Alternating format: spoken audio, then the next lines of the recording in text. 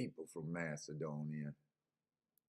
Fuck, I got one in my fucking kitchen right now. I need to get a freaking exterminator up there. What's up, everybody? Welcome to the Shake Up. All I'm doing is Gulfstream today. I did not feel like marking up a form last night. I was too damn tired.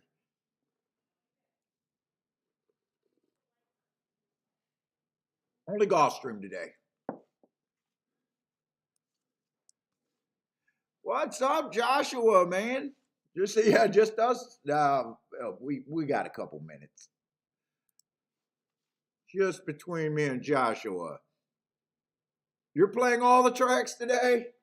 I did get the form for Tampa and Fairgrounds, but I was lazy. I just said, fuck it, I ain't marking it up.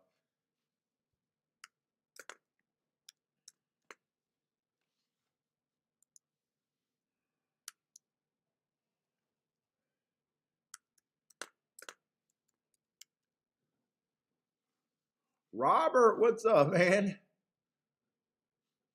Let's see, we got 23 minutes to race one. We're starting a little bit earlier today, but not much. Who the hell are these two people at Gulfstream? They got some new talent? Let's see what the new talent. I picked that up. My clock right there, Toby Terrell, is very good at what he does, and his reports come in handy. That old dude's voice is familiar. I have no idea who the chick is, and I really don't know the old dude's name either.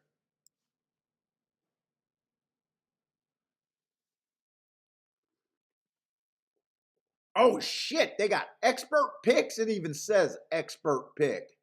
Holy smokes. Oh, that's Samantha. I have no idea who she is. She's probably a professional player that makes millions and millions of dollars gambling because horse racing always hires the best people. We know that. What's up? Who else is here? What's up, Blair? Gulfstream always hires the top people. We know that. We know that. Michael Lester, what's up, man?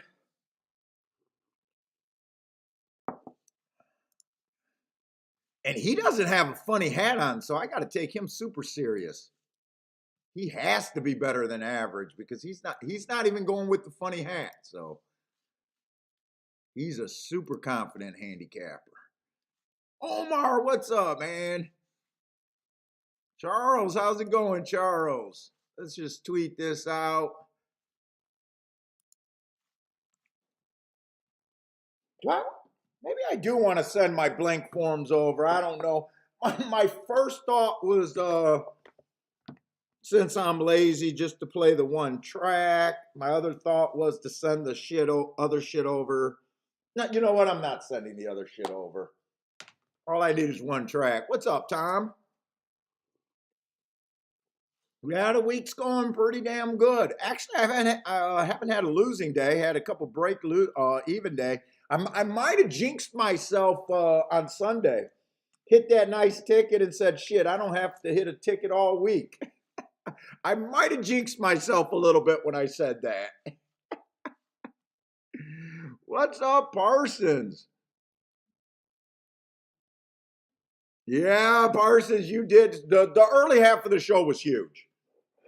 Huge. Nothing but long shots.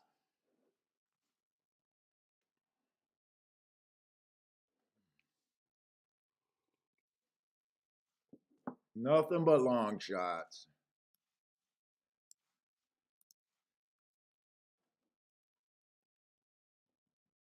Yesterday was a day I could have definitely shut down, but I kept playing. I probably pissed away more than what I should have. But still had a pretty decent day. What's up, Lloyd?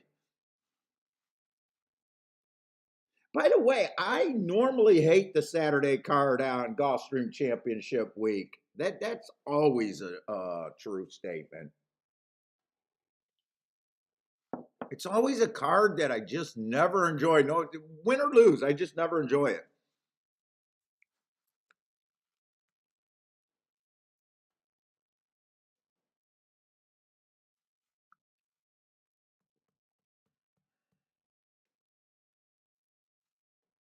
Did Blair hit another pick five yesterday, or what's up, Blue Ken? I know he went out. I know he went out with that. What was it? That six horse at 8-1.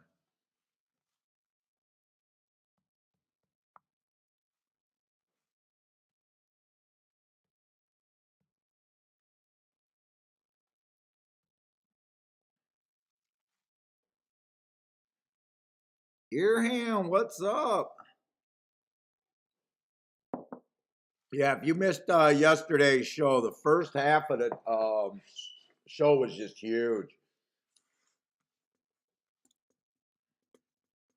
Second half of the show became on boring and well, not. I wouldn't say boring. After I had two nice hits, I went through a phase of no. There was no plays, and then the few plays that I made at later, I just felt like I was pissing a little bit more than I should have away. Wasn't boring. What's up, Jevin? Oh, you were working, didn't play. Yeah, so you hit that six horse, and I knew you said you were done. I know the pick. I know the pick five didn't pay that great. I think it paid like 500 for 50 cents, something like that.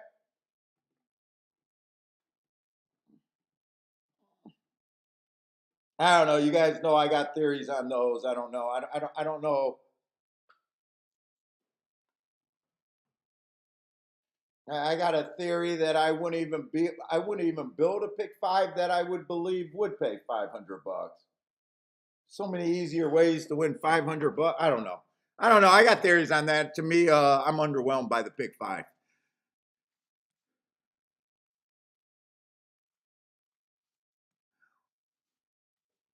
What's up, Michael Lester? All right, let's get into this shit. Let's see. We got the turf. I'm leaning towards what I'm thinking I want to be playing on the turf, and I think it's leaning towards speed and stalkers for the most part. We got a lot of turf racing today. I do not. I keep waiting for Gulfstream to card some. I don't know what they're doing. I got a feeling they are trying not to be a dirt track anymore. I really want the dirt races. It's either that or they do not want me beating up on their players. It's one or the other. They either want to be a Tapeta turf course or they just don't want me to keep preying on their poor players. It could be either or. But I think I only got 2 dirt races today out of 11 races.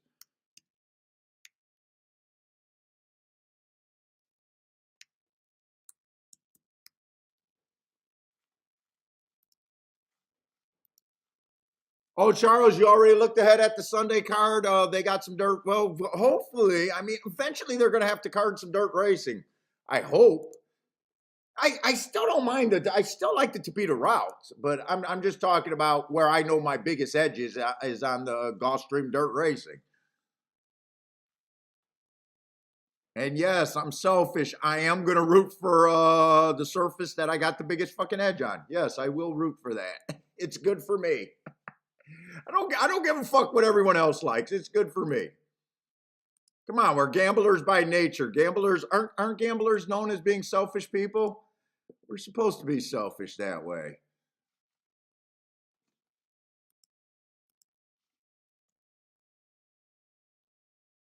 Let's see. I'm just looking at the turf results yesterday. I think the turf routes. I think I want to be looking at the turf routes like it's speed and stalkers. I just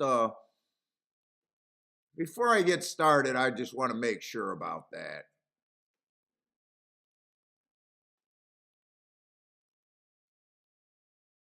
Yeah, it looks like it's been pretty firm call, at least working for the whole week, I'd say.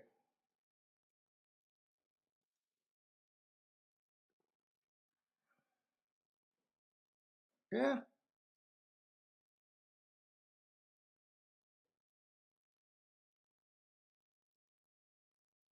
Yeah, I think that's how I want to approach the turf routes. What did I just do? Did I close everything? All right, you guys know I'm never sharp when I wake up. Hey, yes, I pretty much just crawled out of bed. Can't you tell I'm wearing the same freaking hoodie I probably wore in the last 3 shows?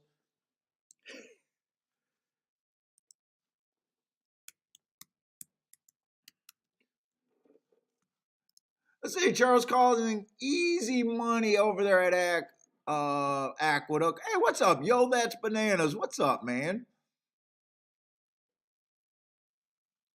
MKT, what's up? Yeah, I did notice that the rails set out at 7 feet today.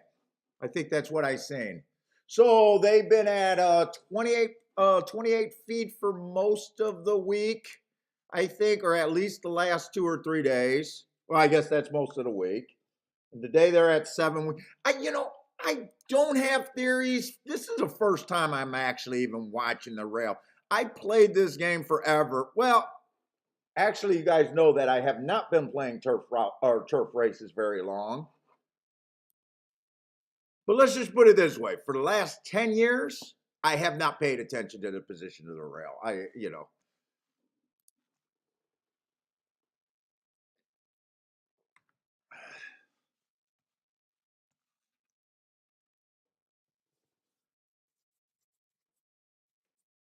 All right, but we will get started. Let's see, any scratches here? Looks like we got 11 horses, so I do 120 point betting line. They all start at 11%. What's up, Lloyd? I'm looking for speeded stalkers, but let's just get an overall view of this race. Only one race, one track today, so have no excuse not to at least be sharp to what I'm looking at, I guess. Eh. One horse is just exactly that, kind of blah. Don't care. I guess dropping a little bit in class up until last race. 3 races ago, stalking closing day. Kind of a slow pace there. Average slow. That's just kind of a blah race to me. 2 races go on a bad rail, another kind of blah race, and then last race dropped just a little bit lower. I'll still consider this a drop race. He was just slow, average, slow. I'm looking for speed and stalkers. I think he can be a stalker running style. Best case scenario, he's probably going to be too far back, or she's probably going to be too far back and look like a closer here. Overall, just blah.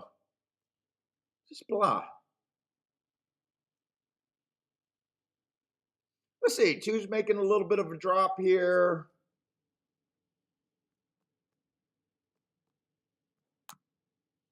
I don't know. Last 3 races were sprints, was a little bit closer to the pay. I guess the best case scenario, I'll say stalker. 3 races go speed favoring track, so I like that asterisk there, but chased the slowest pace that day, too. That was at a sprint. I don't know. 2 races ago, inside stalking closing day.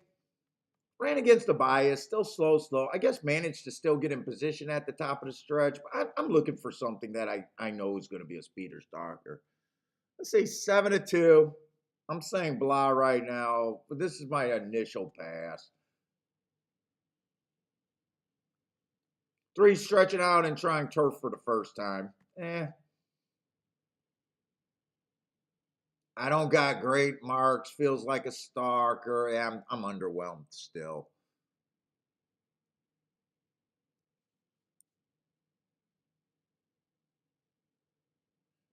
4 might have a little bit upside. He only ran 1 race. It's dangerous for me to give a horse an excuse and just willy-nilly bet him after that. Let's see. 7-1. I thought the rail was bad that day. Dropping in class, there might be a little upside on him maybe in my head.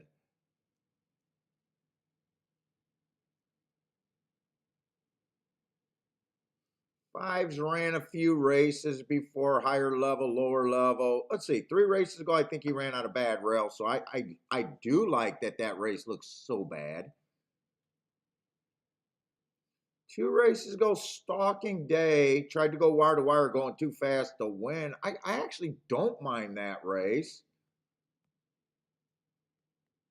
And then last race ran good enough. Got beat by a few horses in here.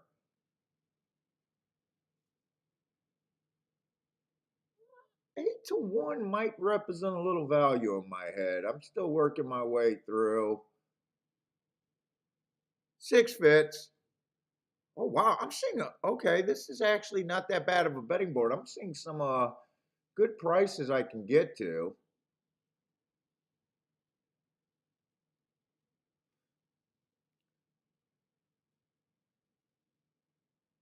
Did I miss something on the 4? Oh shit. Oh, Boulder, you are right. That was November of last year. You know what? I'm gonna guess. In fact, I know. These marks are not I looked at this year's to mark him. I did not see that 21. I don't go back a year. Thank you, Boulder. Jesus Christ, someone actually pays attention to me? I cannot believe someone pays attention. All right, so I would not be interested in the 4. Wrong notes that I got there.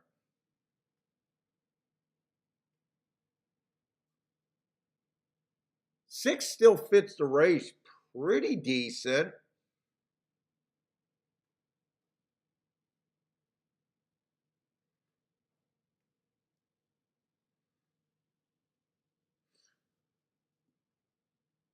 Seven ran against the bias, trying turf for the first time.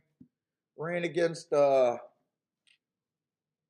early pressing day 2 back, stretching out, trying new surface, kind of.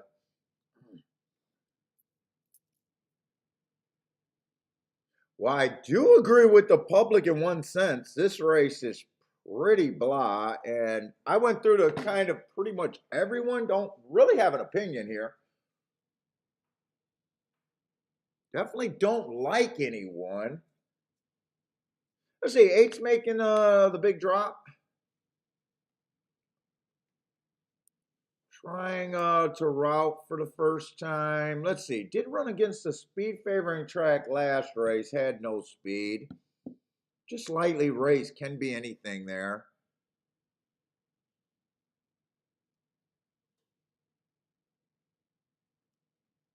9's only ran 1 race. Just so damn blah. Just blah. I've not got excited about anything in this field.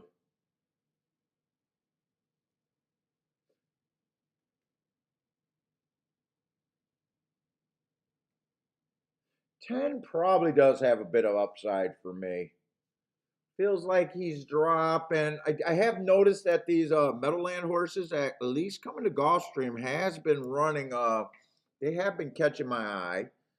He's a little annoying because 2 races ago that was a 1 race sample, so I don't have any extra notes there, no extra thoughts. I can just look at the running line and say, okay, that looks good enough. 3 races ago, stalking closing day, got out a little slow, average, match strides with the fastest winner at the 6 furlong mark. Just missed. To me, he's probably deserves to be the favorite, which he is kind of one of the favorites at 4-1.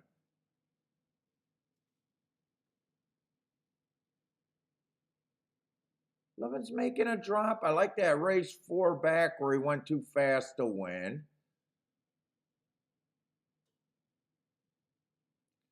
Still not sure. Let me see who I think I can throw the fuck out. Let's see where I even think I am. I mean, the race. Let's see the 4 horse.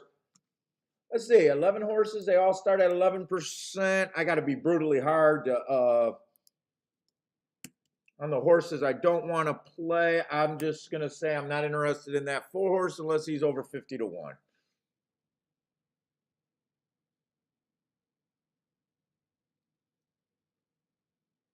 I'm going to say the 3 stretching out. Don't got the craziest marks. I'm probably not interested in the 3.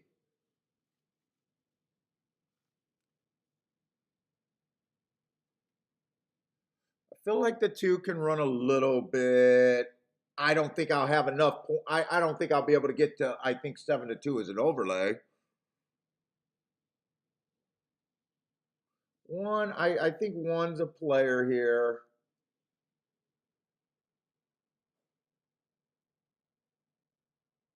I wouldn't be too quick to throw out the 5, the 6.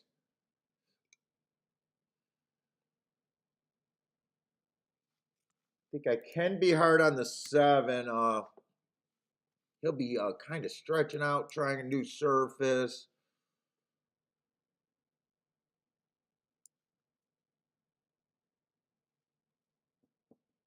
8, I still think can be played a little bit. Let's see, 9 I would be brutally hard on.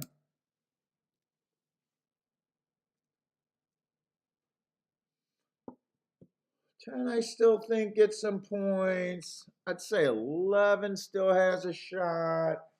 Let's see where we're at. Still got a lot of horses that I think can do something. Let's see, 15% there. 15% is a bit like 5 to 1.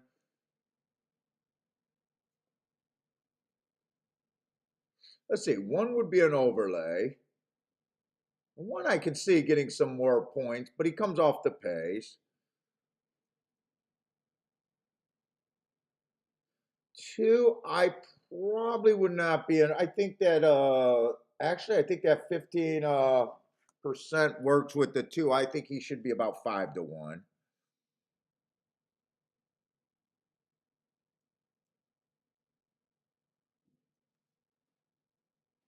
Five, I think 5's a little bit more of a reach. I would have him at about 10%.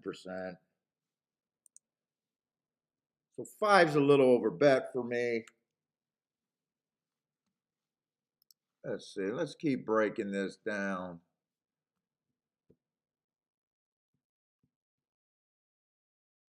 6, I think that 15, 16% works for the 6.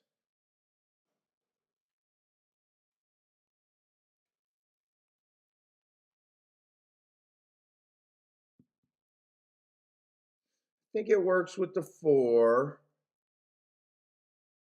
Wait, the 4? I think it works for the 8. Jesus Christ, I can't.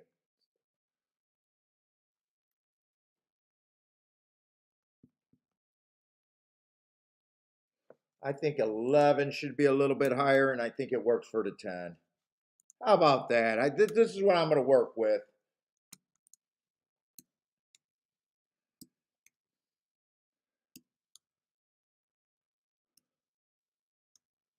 I think this is a pretty contentious race. I need better than 9 to 2 to beat anything or to bet anything. I'd say 1 would be a pretty big overlay. 2, I think, has the same shot, but he's just overbet in my head. 5's a little overbet. 6 is right on where I think he should be, so I would not be interested in 6. I always want to get overpaid when I'm right, not underpaid. 8's an overlay that makes sense. So 1 and 8 so far are the best thing I can get to. 10's a little overbet. 11's a little bit of an overlay. Let's see. Can I do anything here? I'd be interested maybe in the 11, the 1, and who was the other horse? The 8. Don't have too much of an opinion here.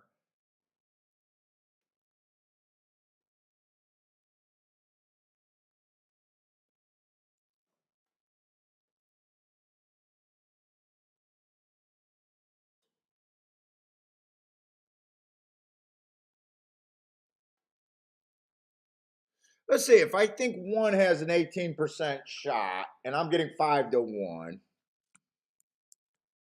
I will be willing to do a win bet.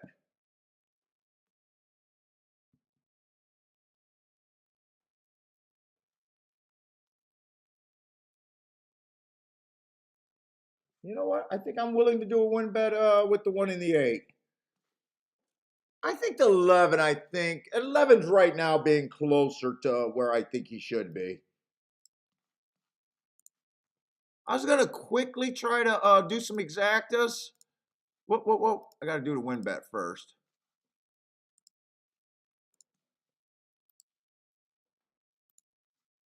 Instead of going too much in the exactas, I'm gonna wheel the 1 and the 8 in second. I'm not gonna have chance to use these exactas. I'm gonna use a 2, 6, 11, and 10 over the 1 and the 8. I'm not turning that one around.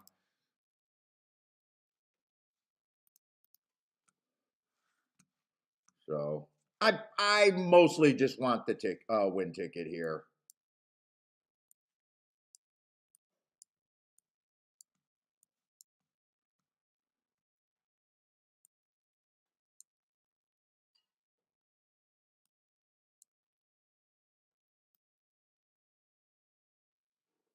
Who did I do?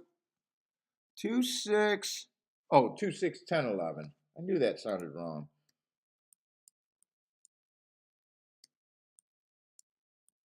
Two, 6, 10, 11 on top of the 8. I did all of this in my playback category anyways.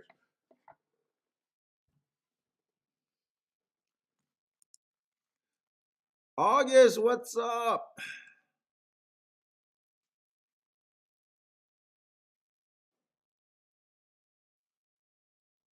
Gizmo, what's up, Gizmo? On break, how's it going?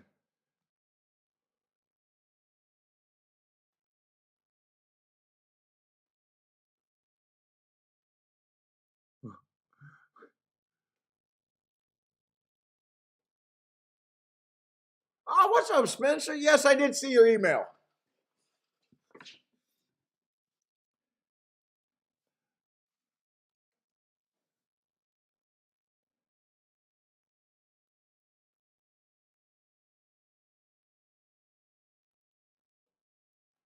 Let's say Attila's Dutching the 7 and a 9 to win. August likes the 1, 9, 11. Dwayne, what's up? Dwayne likes the 4. I like the 4 until I was pointed out that that I was looking at the wrong that he was off a year, and I had the wrong marks up there. Oh wait, I did not put the 1 there too. I got those horses over the 1 and the 8, not just the 8. Ooh, I did not. Well, what was 8? 8 was stretching out.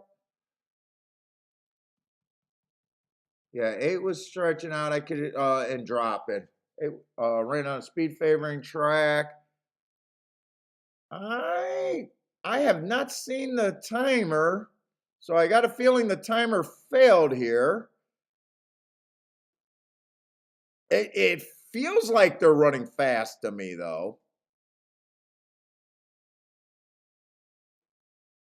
Feels like they're going pretty fast. I need this 8 to hold on. Here comes the 1 real fast. But the 1's got really far to go. Fuck, I do. Oh, I do have a 2-8. But 8's not going to hold on. Is that's not the 1. 1, I think, is on the outside. He was coming fast, but he was nowhere near it. All right, I ran first and third on a play bet. Okay.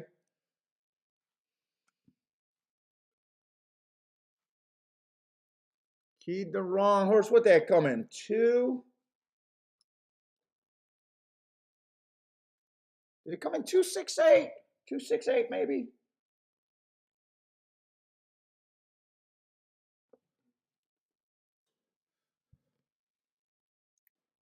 268.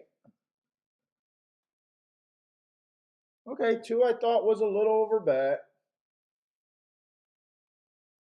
6 ended up being an overlay, but a point and a half. Let's see. And I just took I just took my my group of horses and played with what I thought was the best part of it. Meaning overlays, not necessarily who I didn't have an opinion to like anyone over anyone else. 4 ran fourth, 8 ran third. 2 ended up scooting up to 9-2, so right on the money thing. I got no problem with that, and I got no problem with that loss either.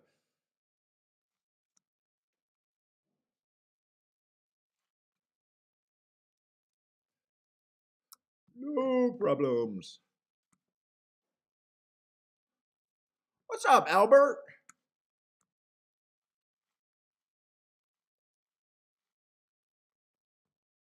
Keep running first and third on a lot of exactas lately. It making me feel like I got to get back to my doubles. I've been first and third a lot in the last week.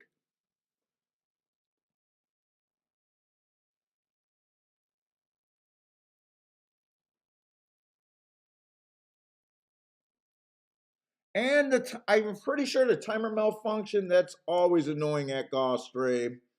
Kind of hard for me to get an idea of, other than me thinking eight's legs looked like they were going fast. Kind of hard for me to get an idea if I think that pace was reasonable to close on. Had to be closed on. Should have went wire to wire. I have no fucking clue. Gulfstream, could you please raise takeout so we can buy you a new timer? Please raise takeout so we can buy you a new timer. We don't want you suffering there with poorly timed, mistimed races. Just do what you do to horse players and just raise our takeout. We won't complain.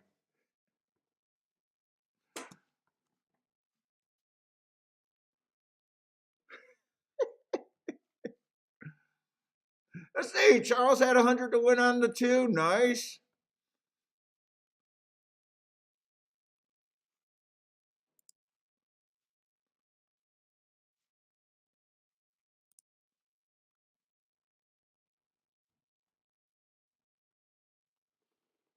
That exacta, I think everything's going to pay. That exacta, even on 9-2 over 6-1, probably isn't bad.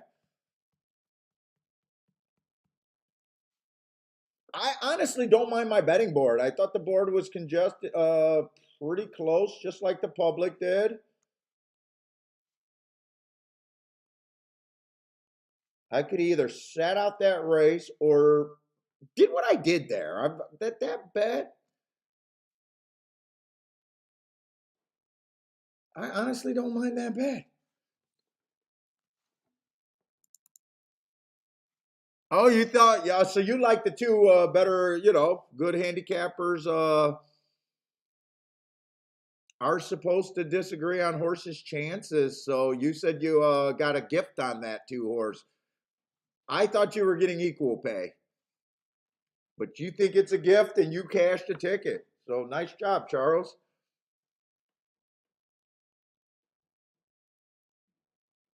I'm looking right now at it again just to see if I feel like I could have spent my points different.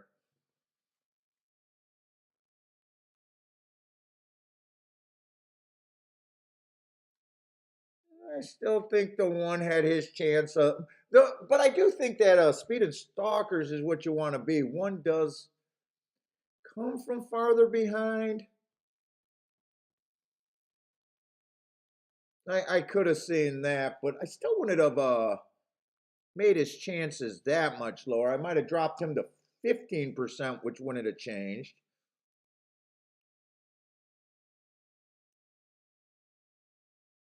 Let's see, who else did I give a lot of points to? The 5.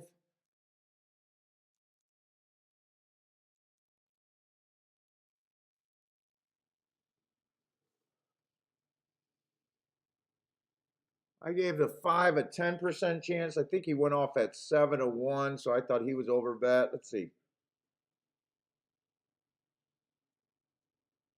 6 closer.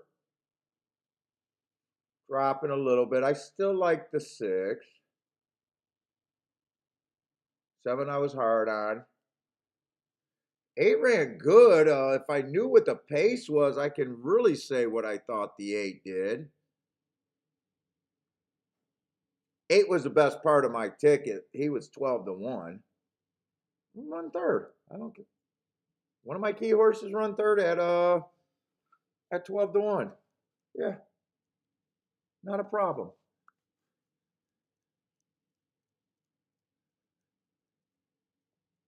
I did not see how. I know the 2 came off the pace. I'm just not sure how far.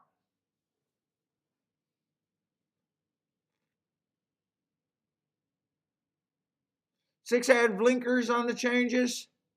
Well, I like 6. I mean, he was in my group of horses that I thought could have had a reasonable chance to win. He actually was an overlay, and now that I'm looking at, when I looked at him in the 1, 6 was not as good of a overlay as the 1 at the time I bet. I think 1 was closer to 10 to 1, but at the finish they were both the same. I think they were both around 6 to 1. I noticed that the 1 was bet down. You know, it's the late second shit that you never know which way that's going to go.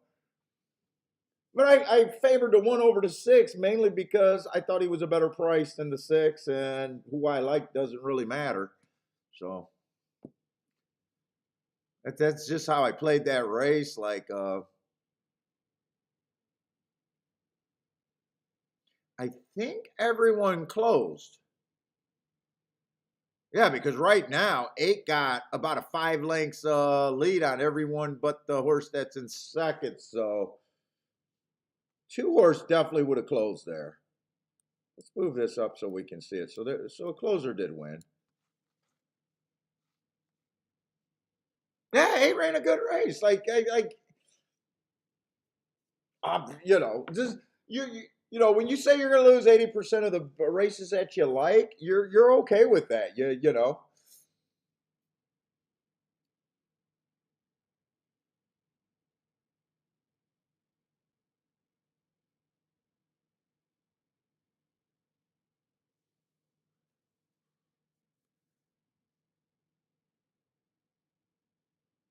Same time, you wish you would have held up for second.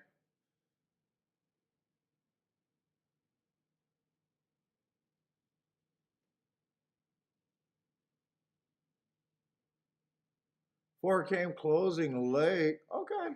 That try had to be pretty damn good. Could have hit the try, 5 horse box, making or king the 1 in the 8 to give first, second, third. Oh, there's always a lot of stuff you can do. Yeah, that try paid 183 for 50 cents. Oh, and I knew the exact. It was still going to pay good in that race. 2-6 paid 44 to 1. So yeah, everything paid nice.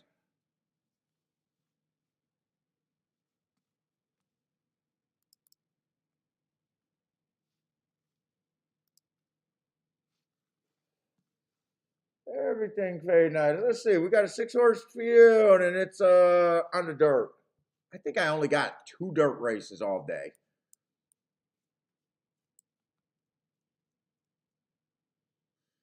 I'm gonna have to make them count if that's true. I'm looking ahead right now. I think I only got 2 freaking dirt races.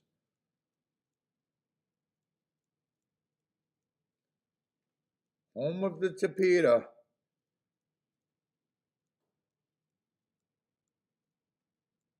Yeah, fuck, only 2 dirt races? Oh, well, so far, okay, there's the second one. All right, I got 2 dirt races.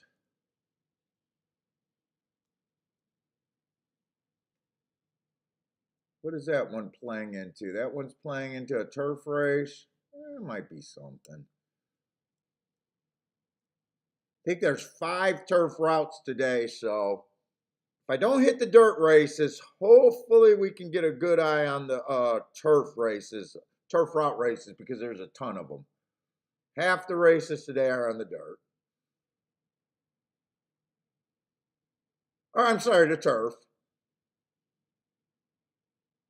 We got a few Chipeta routes, which are generally good. I wish they would keep the Chipeta routes, get rid of the Chipeta sprints.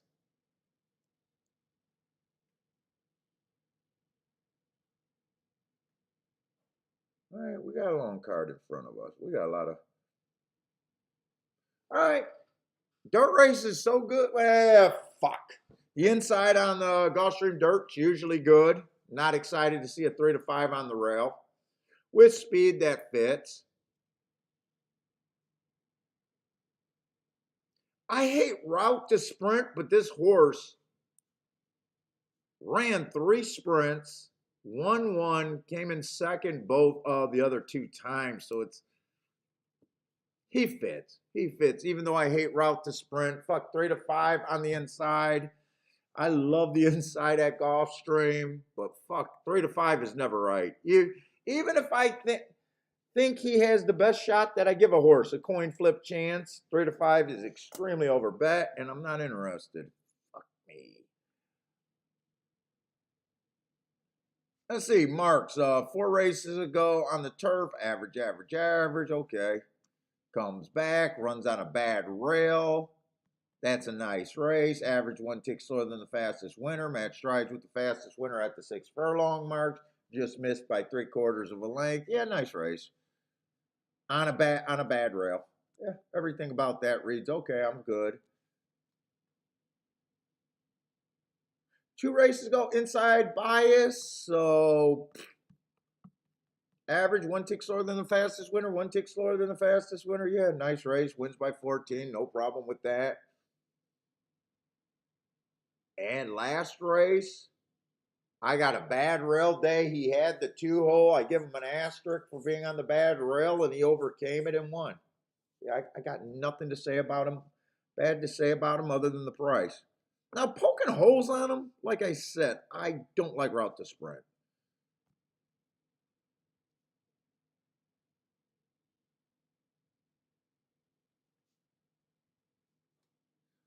Two's a legit sprinter. 4 races ago was at Colonial. I don't keep track of that. Last race, I don't mind. Went too fast to win while dueling on the lead. Has the inside today, and 9 to 1 makes him sound more appealing to me.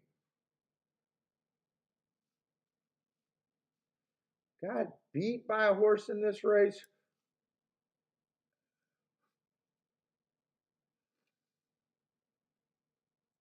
Who also went too fast. He got beat by the 6 horse in this race, who also went too fast to win. The only thing we know is once you get to the 7 on out, it gets harder to win. You can still win from the 6 hole at Gulfstream.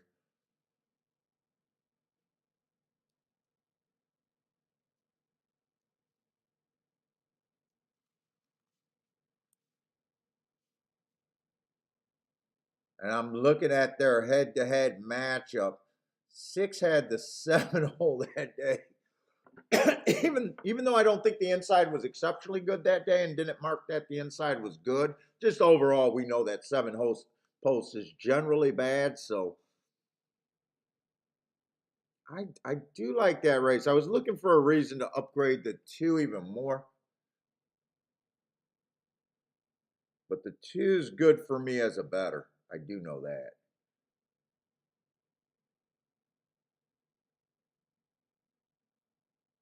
Let's see, 3 got some real speed.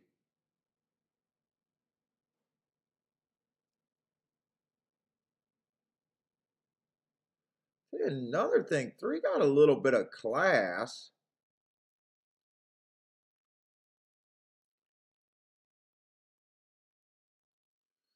Four races ago, ran on an inside early pressing day.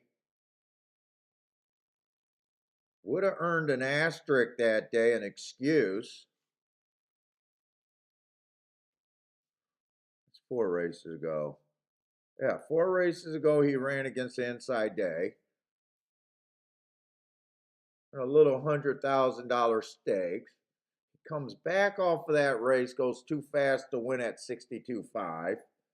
I would say that's a nice race. Comes back in a little stakes, was just kind of average there. And then last race, he still went too fast to win for that day.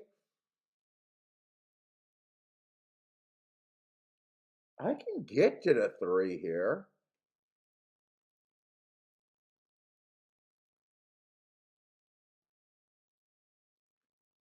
Four's first race out, went too fast to win. That's a nice race. Comes back, wins. And then last race was just average, slow against some of these horses. He would be harder for me to take. Well, I think he's severely overbet at 9-2.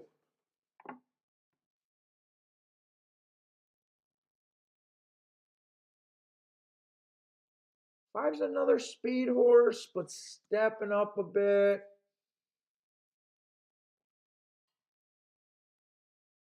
Should have enough speed to keep this 6 3 or 4 wide, I would think. 6 would have a hard time, I think, outbreaking him and getting to the rail, which is generally the place to be. And even if 6 outbreaks him, he shouldn't be able to outbreak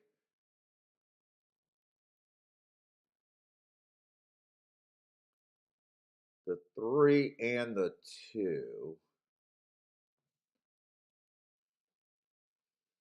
Let's see. They all start at 20%. I think they all start at 20%. I think I can make my betting line. I'm not interested in the 4 and the 5 at all. They beat me. 6 is another story because if 6 was on the post 1 through 3, I would love the 6. 6 in the 6 hole. Can still win from the 6 hole. I got a feeling I'm going to think he's about 3-1 or 7-2, where he's not offering any extra value. I think the value in this race comes from the 2 or the 3.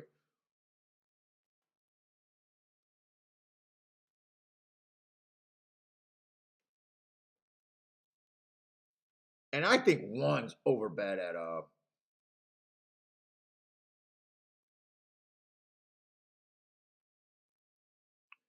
4 to 5 big time. I'm just trying to figure out how hard I want to be on him.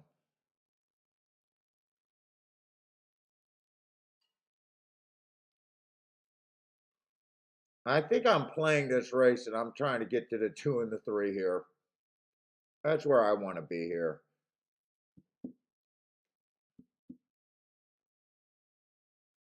My first thought is to have both the 1 and the 3 at 3-1.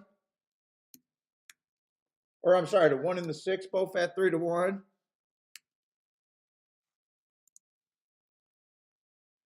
But the way the rest of the points play out,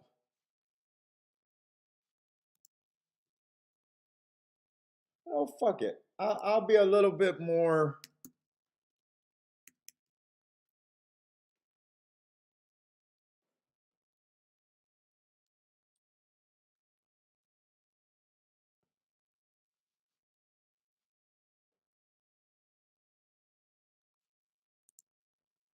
I think I see where I'm going here. We know who I'm getting to. I'm getting to the 2 and the 3. See, I just want my betting line to reflect that I do think the 1 and the 6 has a better chance. Right now, my math just keeps ending up that they have an equal chance. Well, it really doesn't matter. I'm just fucking around. Do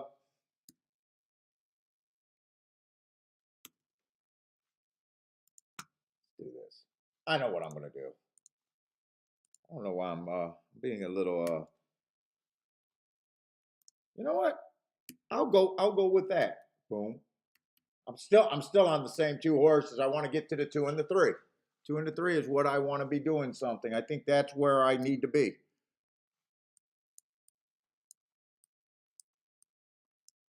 They're the best for me. I fucked around too much there.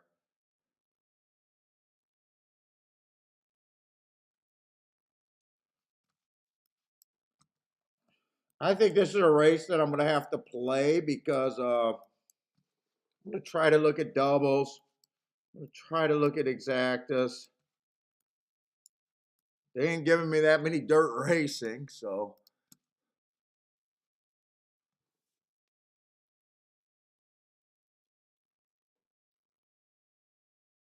Dude, four. I don't like the four at all. I'm either crazy for not liking the four.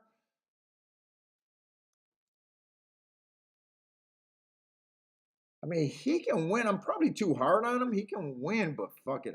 He's not on my ticket.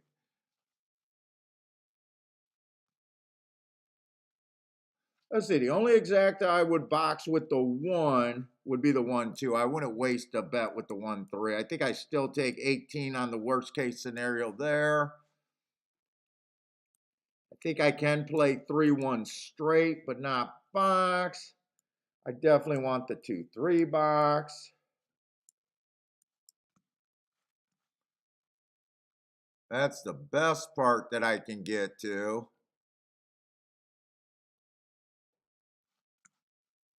Then if the 6 wins, I still want the 2 and the 3.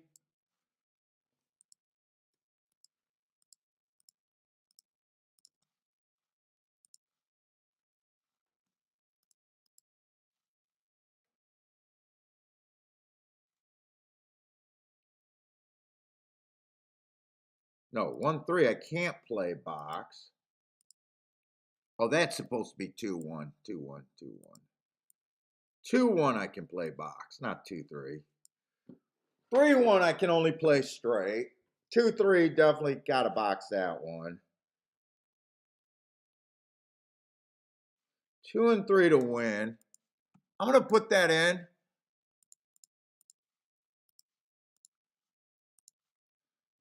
Because I still want to look at some doubles here.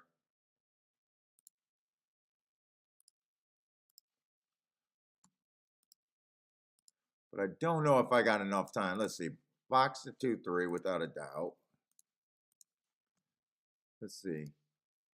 Key box 2 and 3 with the 6.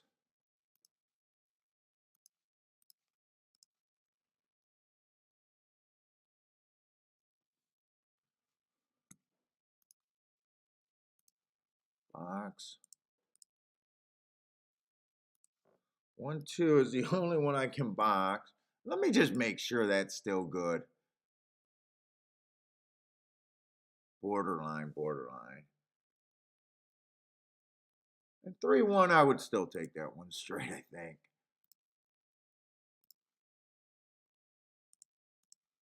Three one straight.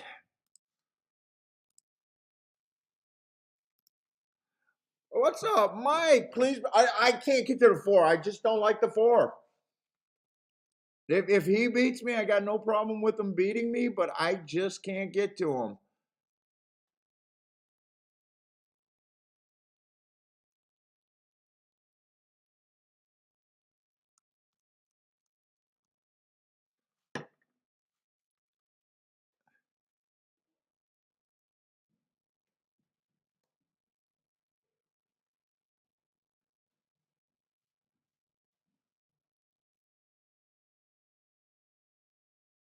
Oh yeah, Albert. I'm not gonna have time to look at doubles. I see they're getting in the game. Yeah, I'm hoping they beat the 1.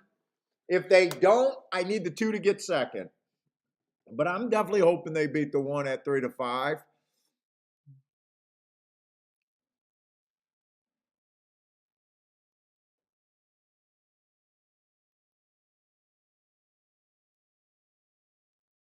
Let's say Lloyd with the boom. Joshua's hitting.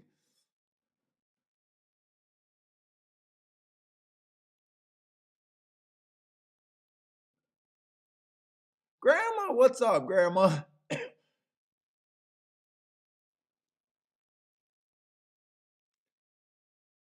Oh, and they're betting some of my, fuck, my two just went from freaking 18, 16 to 1 to 9 to 1. Look, and the computer guy's got to stop copying.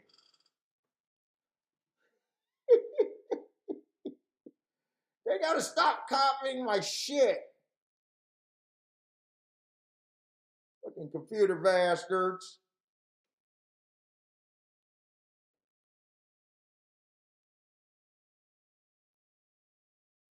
Ah, shit, I was hoping a 1 being route to sprint just did not have the same speed.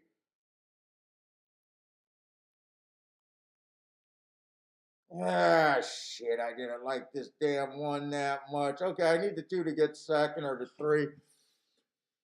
I need the 1 to go away. Come on, 2. Come on, 2. Come on, I gotta walk. Come on, 2. Come on, 2.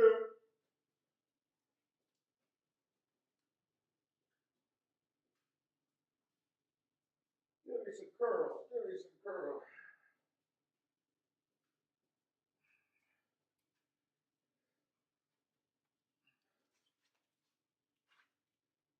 Come on, 2. Come on, 2. Come on, 2. Come on, 2. Come on, 2. Come on, 2.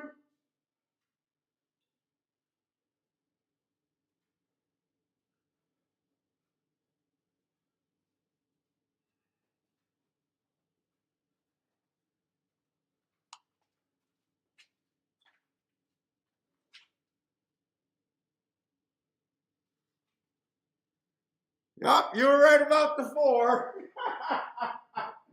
I did not like the 4. I could not get to him.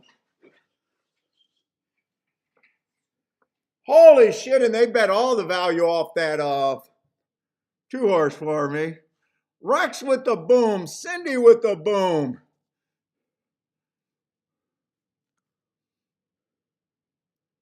God, if I'm not right, if I'm right about the fucking 4, I got a really nice ticket.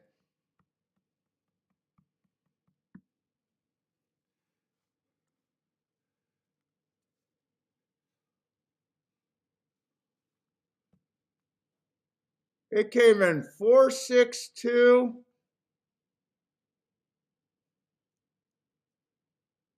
I know they bet the 2 down late. He was 16 to 18 to 1 the entire fucking betting. Actually, that 6-2, they bet that down to 22 to 1. Dude, I love those Starship horses. I cheer for that stable. Wow, they did bet all the value out of that too late. Dude, I checked that exacta. That exacta was paying like $50 that way. All right, it wasn't it wasn't as it wasn't that bad of a beat. I did not like the 4-horse there. Don't really have a problem with him winning. I thought he could be farther back. I seen him get beat by these horses a few times. He's lightly raced, so he can be improving. He's lighter raced than some of these horses.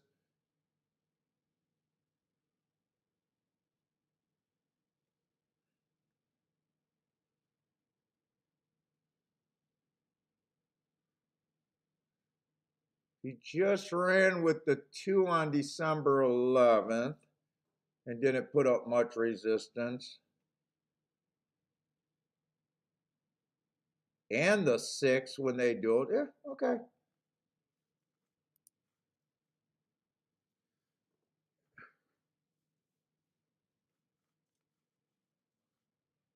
But I did not like him, so I could not have bet him.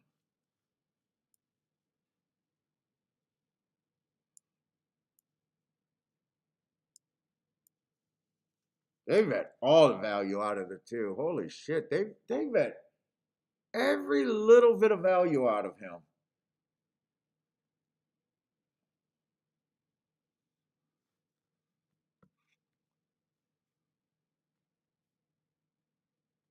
Oh, you had him last time? Oh, yeah. No, no, yeah, I just couldn't get to him. I just couldn't get to him myself. He's close. He's closer to the inside, so he's not put it this way. He's not a horse where I look at it and go, "Oh my God, can't beat me. What the fuck happened?" Kind of deal. It's like, okay, I got beat by a horse that I knew that I could. I just could have bet him. That's all.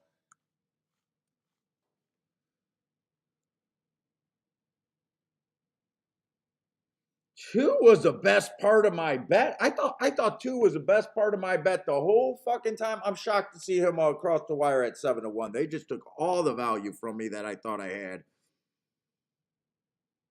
And it all happened pretty much as they were loading.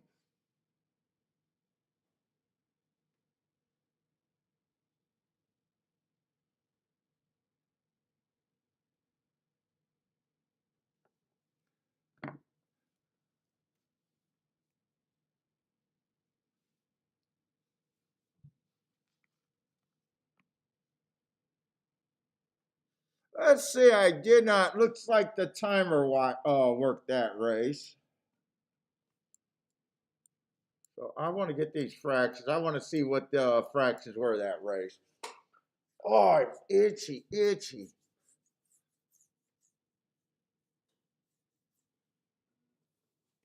Okay. What's up, CR Reed? What's up, man?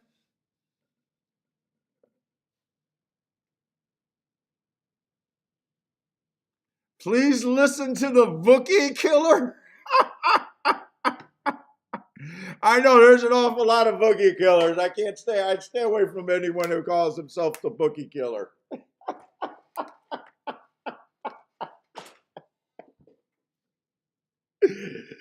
Oh my God, Mike's saying, listen to the bookie killer.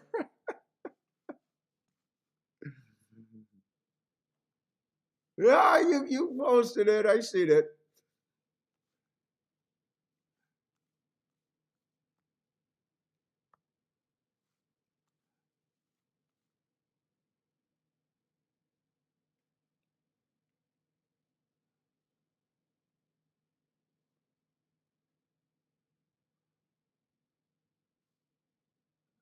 Yeah, the Steve Stevens, yeah, bookie killer. Dude, that's the post for every Bentley tout out there. The bookie killers.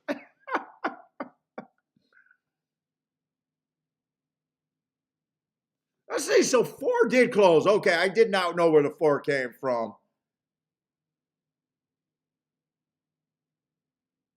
And that's how he would have had to beat me coming off the pace. So that, believe it or not, that makes it feel better to me because my profile for horses 5 lengths off the lead is not that good. So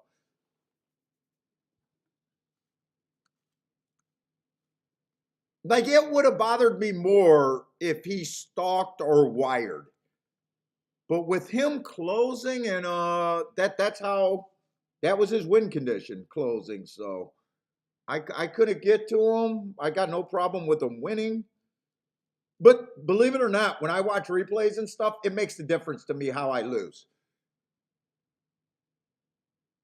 Two horse, my two in the two horse dueled the whole way around. 4 and 6 kind of got the trip. 2 put the big favorite away. I'm actually, I'm 0 for 2 so far today, but I think I made the right plays in my bets for me and my view of the race. Not necessarily right. I think I got, well, at the time I bet the two. 1 second before they were going in the gate, I thought I was getting 16-1. I can see, I can't know that they were going to bet them to 7-1. But so I'm rating how I bet the race based on let's see, 4 close based on what they were going as close to the gate as I was betting.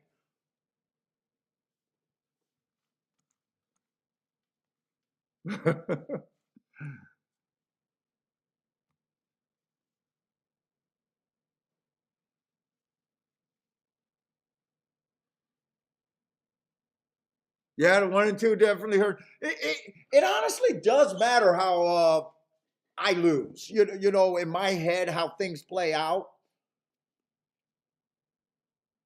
Because I'm one of the few handicappers that tell people, hey, I'm okay. I'm going to lose 80% of the races I play. But it does make a difference on how I lose. You know, I want my shots to be performing and running well overall. Not, not perfect every race.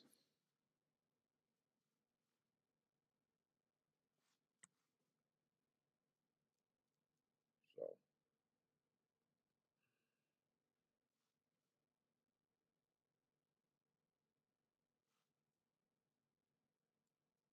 did I circle him? I think I circled him, right? And I wish I had a few more dirt races today. It's not going to get to dirt racing. You know what, Anthony? I missed the pace there. I said I was going to look back, and I missed. I excuse me. I missed it on the replay myself.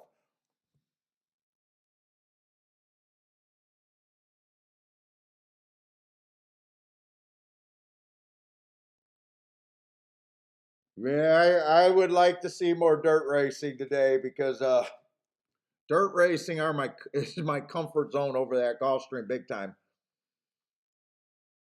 I guess it's good that I didn't have time to look at a double. Dude, I peeked at the TV and I seen the 2 had the lead in the stretch, and I did not see the 4. I thought they were both the same color. Or I thought the 4 was the 2 because I peeked.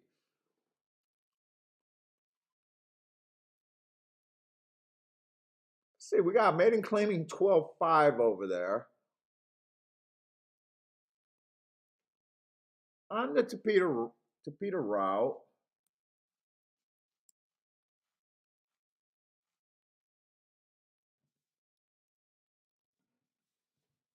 Well, I'm kind of cold.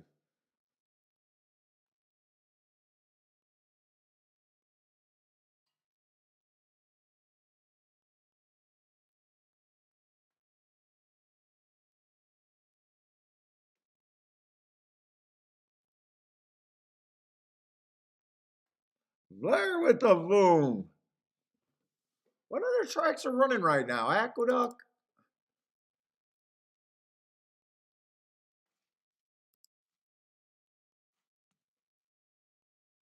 Oh, nice 11-1 over there. Oh my God, I forgot Turfway was running today. I didn't even remember to download Turfway.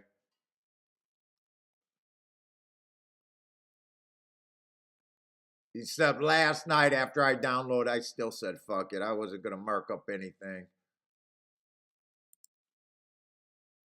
Right now, I'm wishing I had the second track.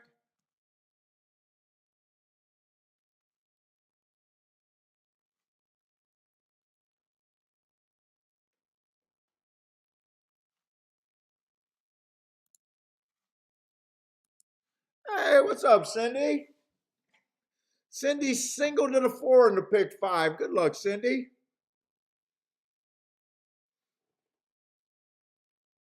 All right, let's see what we got here.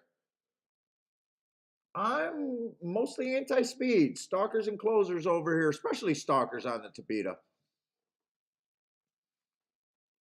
Unless they get that 25-50 at the first 2 calls, then all bets are off. That's when they go wire to wire.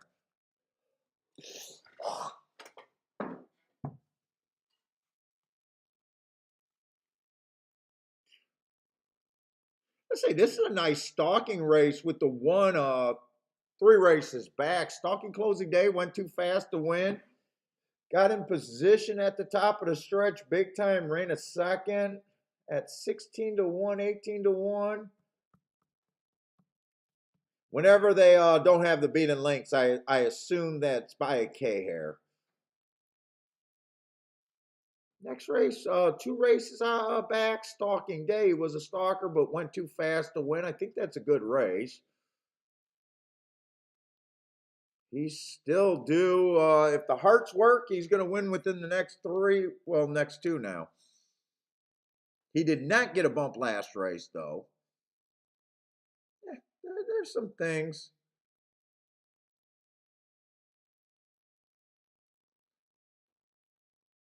Let's see. The one and the two are coming out of last two races.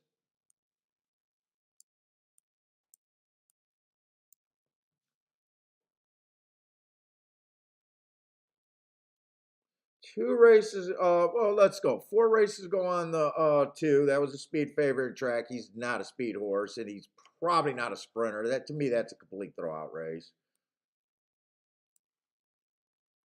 Comes back, tries a Tapeta route, stalking closing day.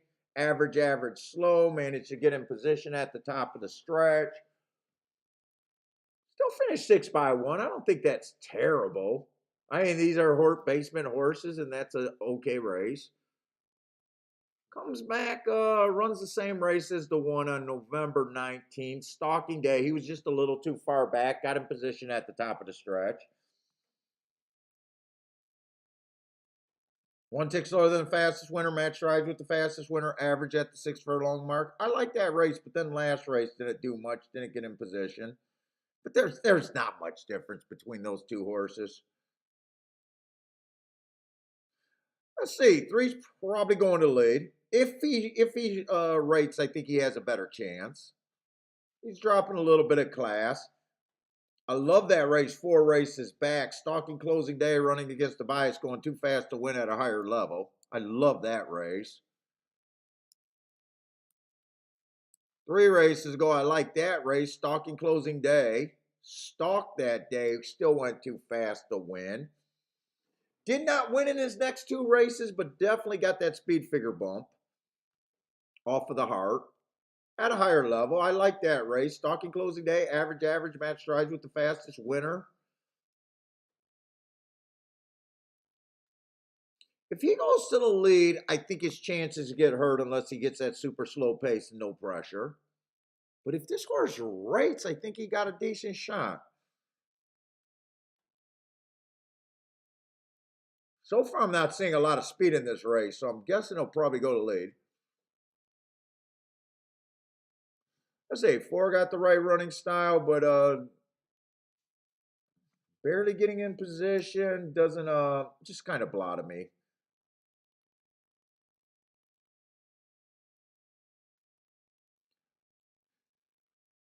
5 is weird because 5's mostly a stalker. I really don't think he's in danger of going to the lead. Even though the last 3 races, it looks like he is. All of those paces were 25.50. Last race was 52.76. I think last race he was on the lead because someone had to be on the lead by definition.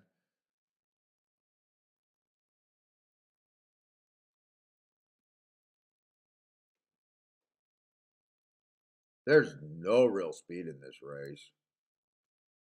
Everyone kind of fits on running style.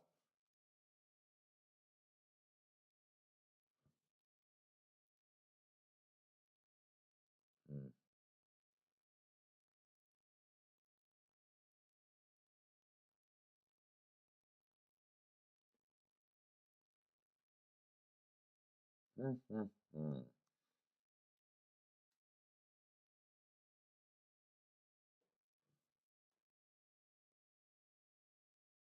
This is a tough. This is a tough little race.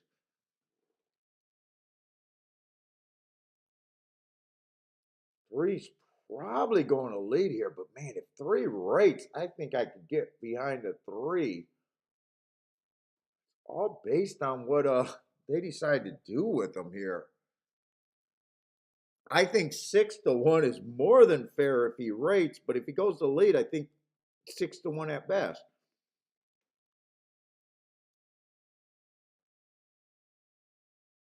I don't think there's a complete throwout in this race.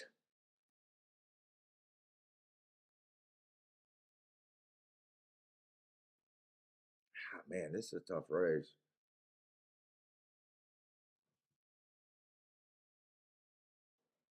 I think 7 goes to the lead here. I think 7 goes to the lead and get beat here. But I can't say that for sure. I really can't say that for sure. I'm having a hard time with this pace.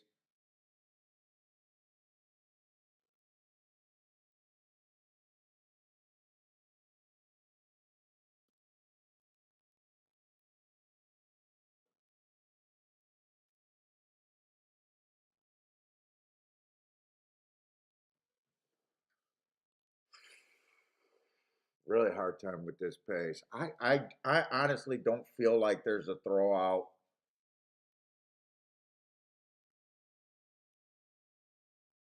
I will say 1 deserves to be long.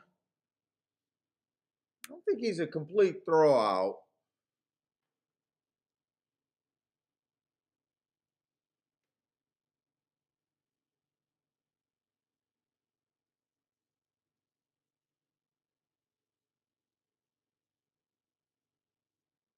Fours, I'm having a 4 at 7-2. I know. I don't think I think he's over bet. I think he's a 22% chance to win this race.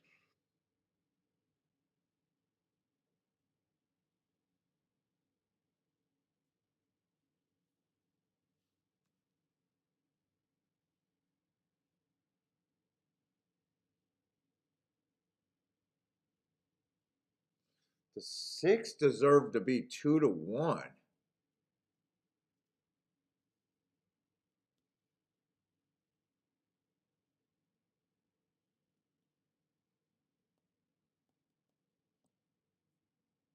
A lot of those horses are coming off of December 17th, and for the most part, I think all of them deserve to be a middle range or long. Sure, I like that race.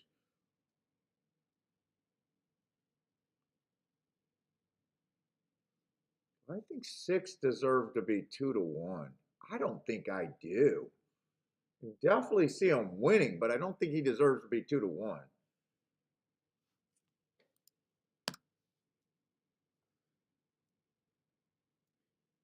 I think he would have to be over 22%. I don't think 4 should be 3-1.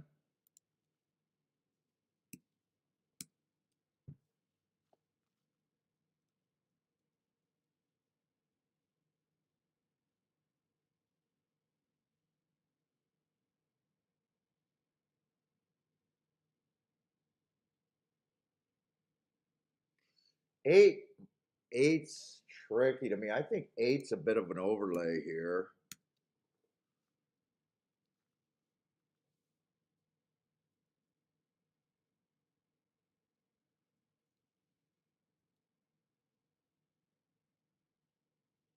If 7 goes to the lead, I think he gets hurt. If he rates, I think he can. I am not sure what kind of a ride I'm going to get out of him.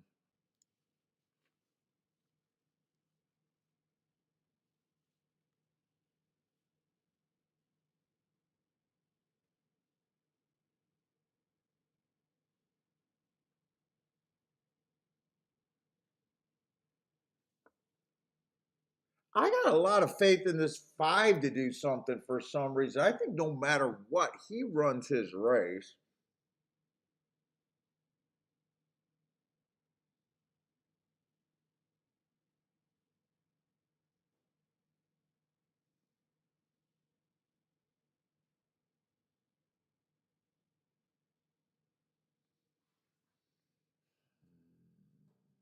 I'm down to 3 horses there.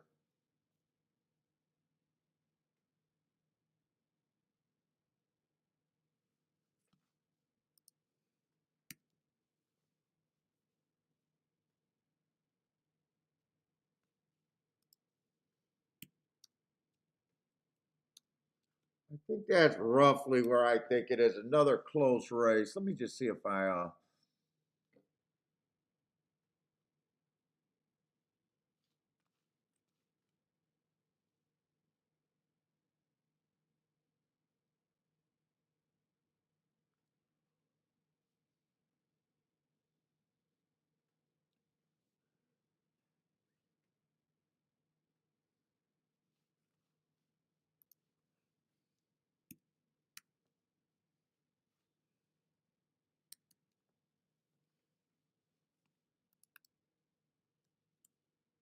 I might be sitting out this race.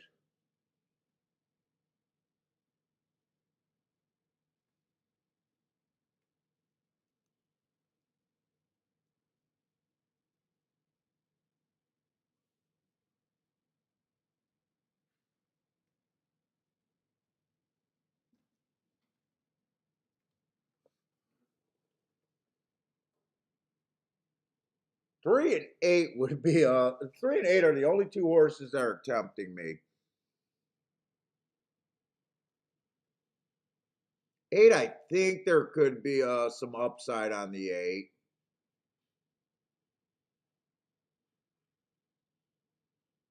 Eight's kind of a hard call because I don't know if eight's completely off form right now. I don't think there's much in this race.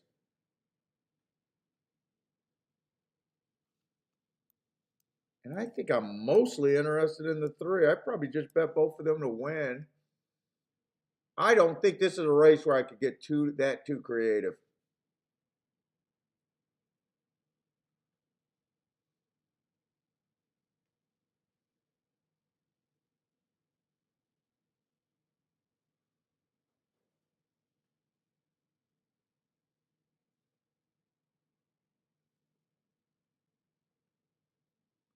I think I'm going to let that. Let's see.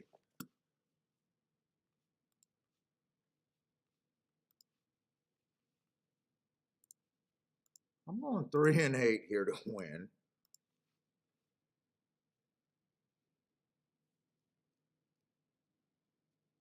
Do I want to mess with exactas? I'd be using the 3, the 8, the 1, the 2, 5, and 6. I got a lot of horses.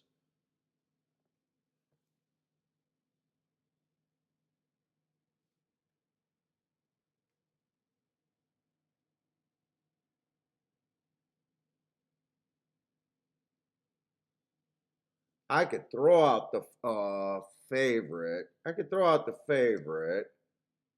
That makes it a little more manageable for what I think the race is worth.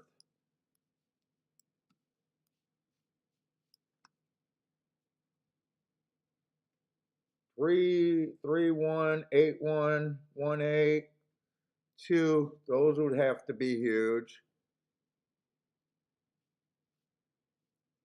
3, 8, 8, 3. I get that twice as many times.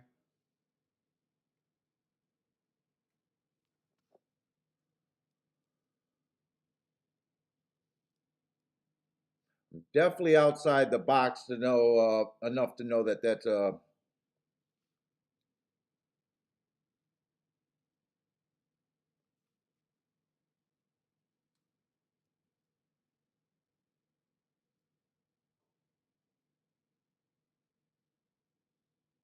enough to be a good ticket.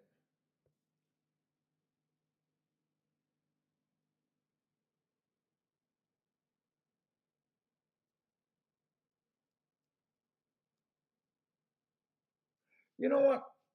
I want a shot at the exactas. Did I do the 3 and the 8 to win? I'm not sure if I put that ticket in yet.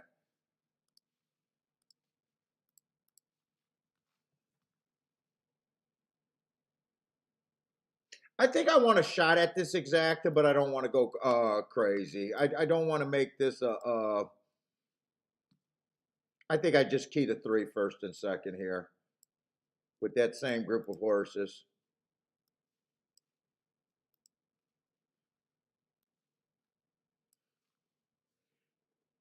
The win bet, the way I bet this, well, I got to put the bet in.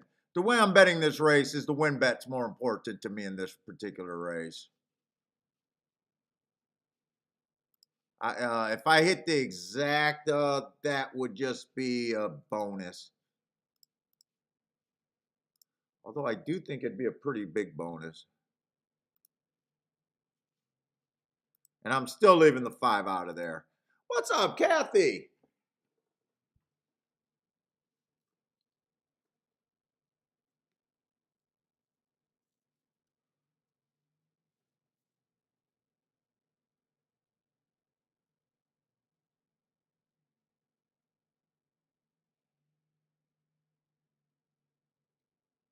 I did not see this many horses across the track. I thought this was going to be a fairly slow race. I thought there was a good chance that if the 3 went to the lead, I could get a 25 flat. Now that he's on the lead, I think I need a 25 flat. He looks to be going too fast for me right now. Oh, 25-1. I'm happy. Okay, I think if he's good enough, he can win with the 25. 25-1. Give me 50 and change.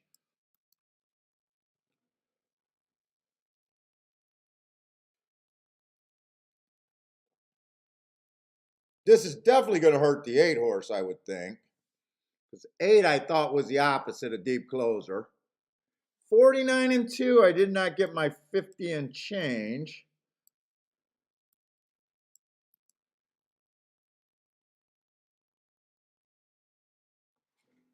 I gotta walk. I can't watch a horse on the lead.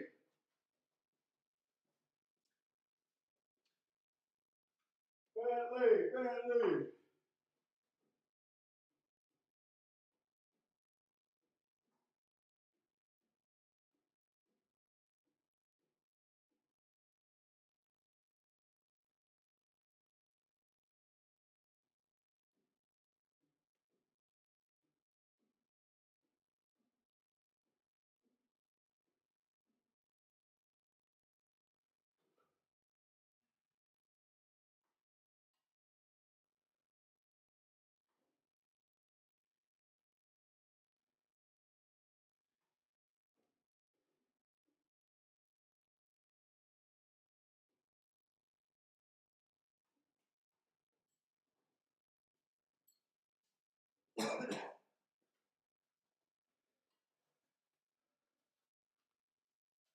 Do we hold on or not? Nope.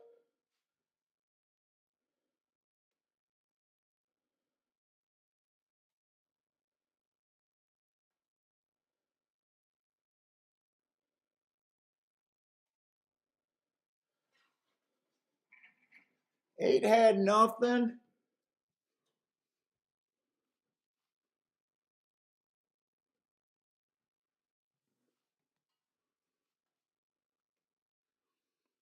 Five was the horse I was mostly trying to get to, too.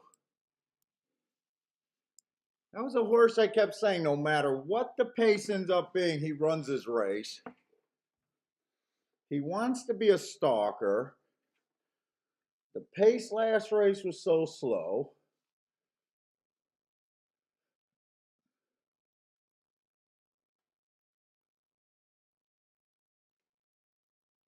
I'm looking at my betting board. If that came in 5-6-6-5,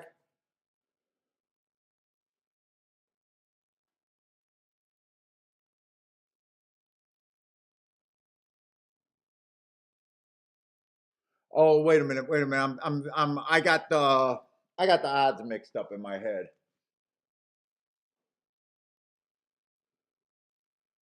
6, I gave the best chance to win. He's just over bet. 5-2.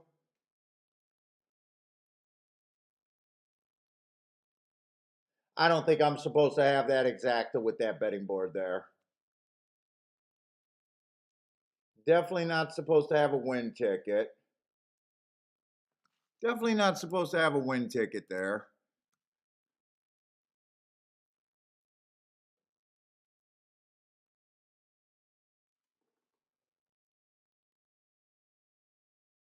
I got the 5's price at 9-2, so he's 5-1.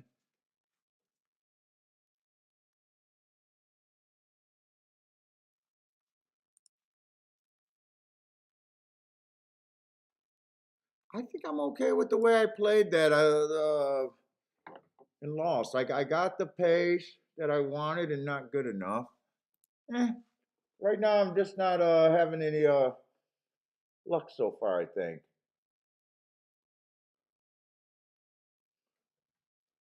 Kind of bet every race today. All my tickets, I think I was ahead of the math.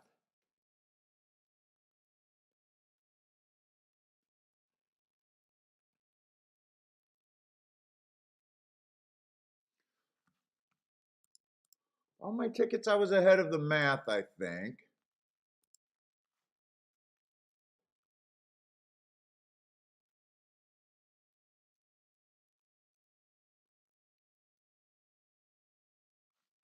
He did not win that.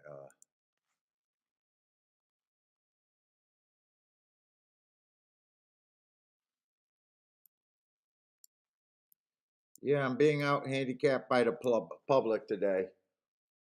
They're pricing the way that I'm seeing it. The horses that keep winning, I'm not seeing the value in them. And then in the second race, I didn't like the horse. Okay.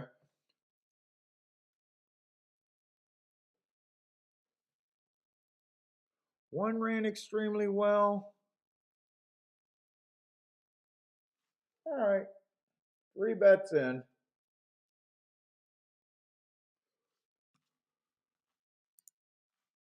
What's up, Mick Nichols? M. Nichols?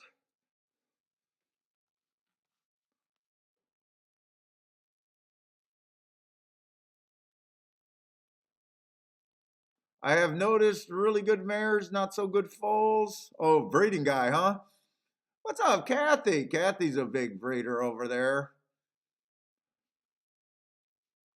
Heading to the liquor store.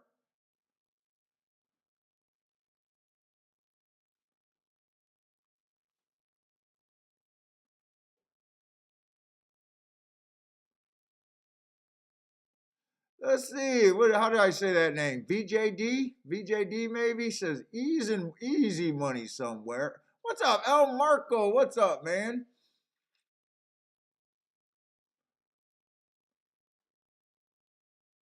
Yeah, I had to look at the races. Not because I'm worried about today. I'm just wondering.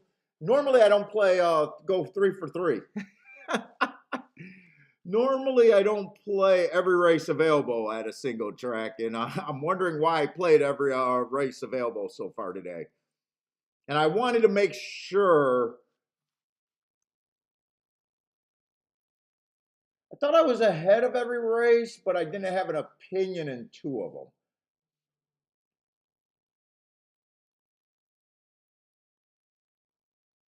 First race, I had a bunch of horses that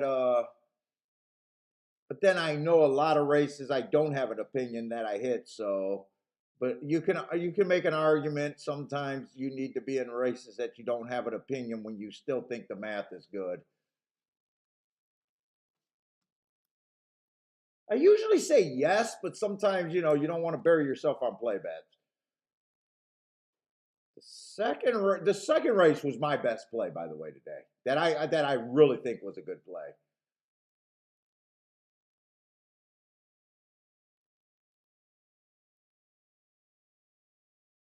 This last race,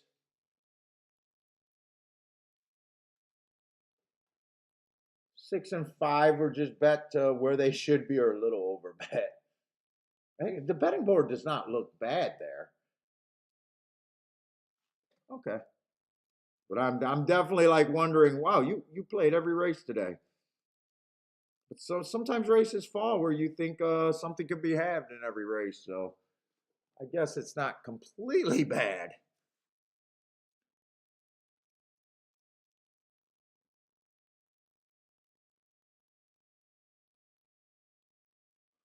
Fourth race, we're scratching the one. That a late? That must have been a late scratch, huh?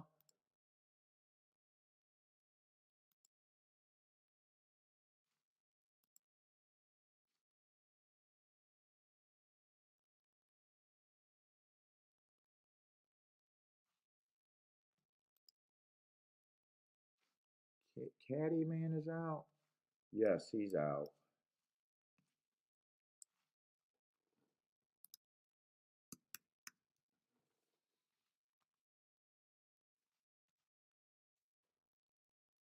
Oh, so the 13 did draw in.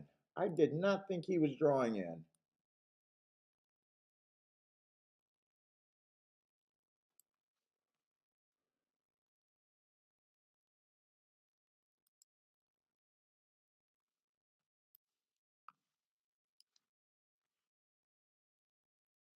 Fuck. I don't want to fuck this all up.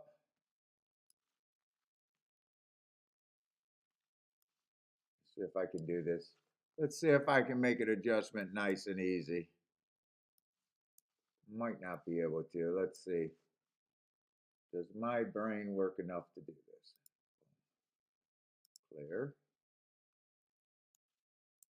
No, no, no. Edit. Undo. Delete that.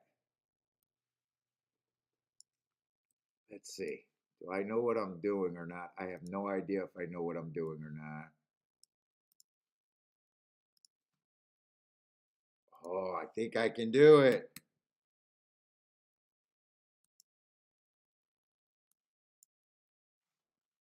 I think I can do it. We'll just put the 13 down there.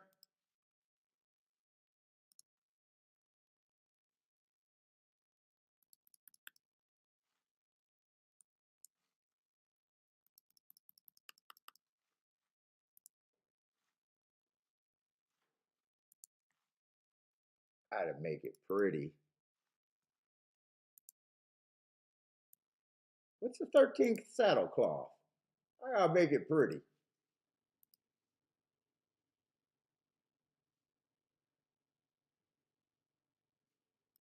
Is that the 13th saddle cloth? I think that might be the 13th saddle cloth. We'll go with that for the 13. Boom. There we go. We'll fix it. We'll fix it live.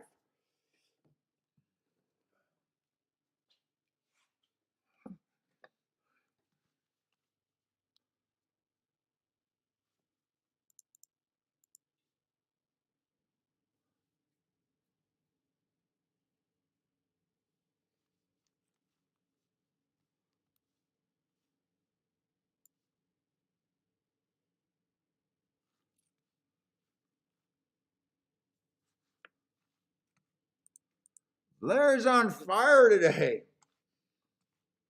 Another easy money. All right, let's go to the fourth race. Made it special weight. We got the scratches there. They did close that first race. I'm still wrapping my head around the turf routes. Vito, what's up, man? Let's see, Charles with a win over there at Turfway Park. Let's see, they're vetting the first time starter. I don't do anything with first timers. I ignore them. They make the race more dangerous for me, but we do got a few of them. We got the 2, the 5, and the 6. Oh, wow, we got a lot of first time starters. This might not be a playable race for me. I might be able to sit out a race.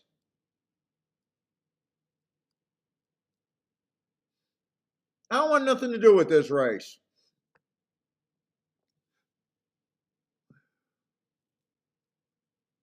Oh, put my little ass butt in the wrong way.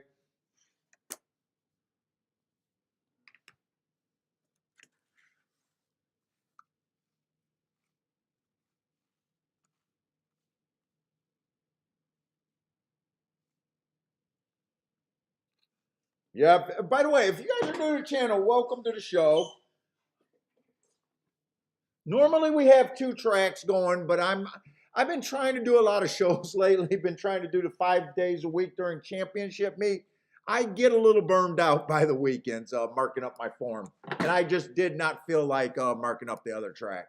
I will sit out a lot of races. I will tell you straight off the bat, I'm only looking to hit about 20% long term of the bets that I make. Not the bets that I make, I'm sorry, of the races that I bet. And I will be profitable if I hit 20% because math and value is the most important thing in horse racing. And I will not try to blow smoke up your ass about trying to just act like I got an opinion that matters in every race. So I do nothing with first time starters. I don't believe in looking at trainers, owners, workouts, breeding. So it's almost impossible for me to look at a race like this with so many first time starters. every once in a while, if there was something that ran before and I like it, it might be worth the risk. But I'm also looking at a whole bunch of horses that only ran one or two races. So even after one or two races, I'm still not convinced what running style or what they really are. So this race, by definition, is just really hard for me to my opinion hasn't been great today, but it would be even worse if I was trying to have an opinion about races that aren't in my skill set. So,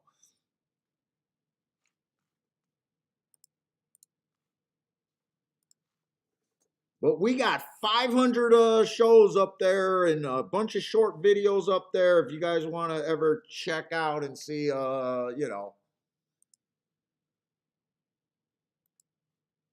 what we hit and what we're talking about. The evidence is there. I'm not going to find it for you.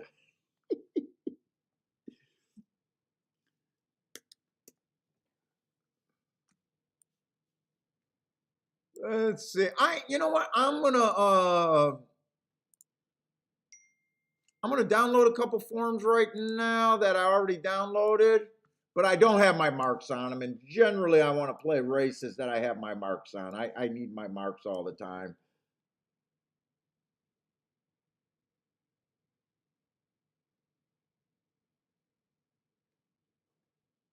Oh, Parsons asking dude, Parsons, if you want to mark a track for me for Sunday, do whatever you want to do. Sunday, I'm not planning on doing the second track tomorrow. At this time, I don't know why I'm so fucking exhausted.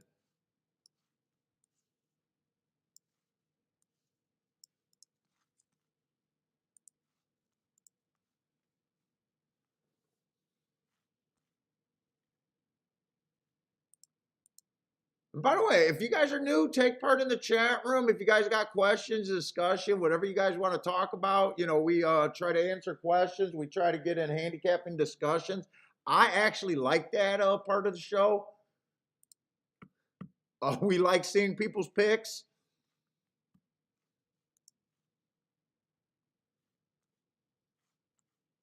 We like seeing all of that. I'm a track profile bias handicapper, by the way. That's what I feel is important in my handicapping. At the same time, I'm going to tell you, I still suck at picking winners if I only hit 2 out of 8 races. Well, Jay, and part of it is out of habit. Well, why do I mark up races that I probably aren't going to play? Because every once in a while we'll get a race like this of a horse that only ran 1 or 2 races, and he might be so tempting. Let's just say I had a horse that went too fast to win while running against the bad rail, so he ran against the bias. Let's just say he lost by 20 lengths, but his pace times I really loved because I don't care about final times. I would be willing to bet a horse like that if the public totally missed them. You know what I'm saying? The horse might be 15, 20 to 1. It might just be like, hey, I can get to this spot. I don't care about the danger because, I have so much success with a certain mark. So I still feel, and the other part of it is just habit. I go through, when I mark my forms, I don't look and do anything. So it looks like I do a ton of work. It takes me about an hour to mark the forms, each form that I do before the show, because I got to look up each day and look up the last 3 or 4 races. So it looks like I do a lot of work, but when I'm marking up a form, it's just production. I'm not looking at the race. I'm not even seeing what surface. I'm not trying to, every once in a while, some horse would jump off the page to me and I might say, oh, I'm a little interested, but I don't do any handicapping the night before.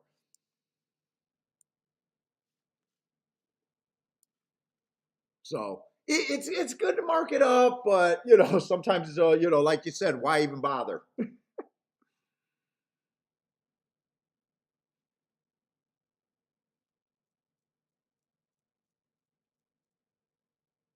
You know, where I could have that same horse marked up and he's 5-2, 3-1, and he's going against a bunch of first time starters, you know, I'll sit out that race because 5-2, 3-1 is not even worth the risk against so much danger, no matter how much I like a horse.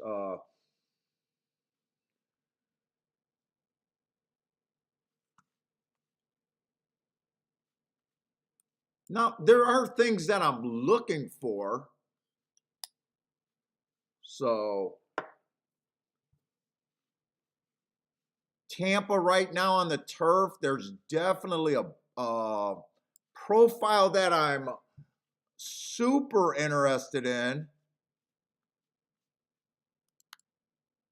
Yeah, but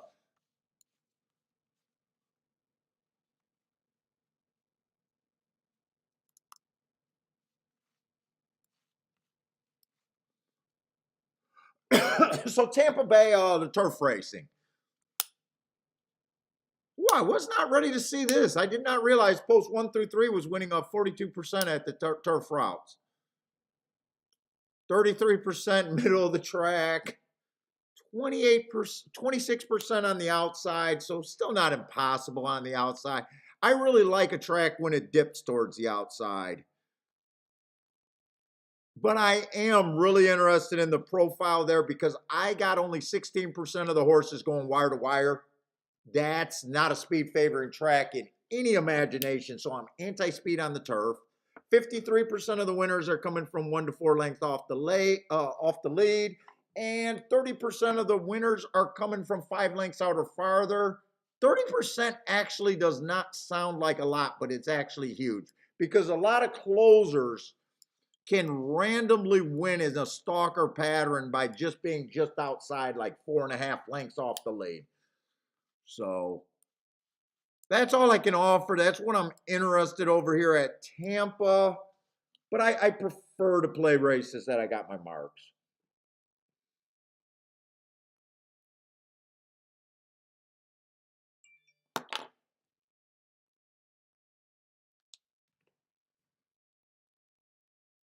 So 1 and 2 fits.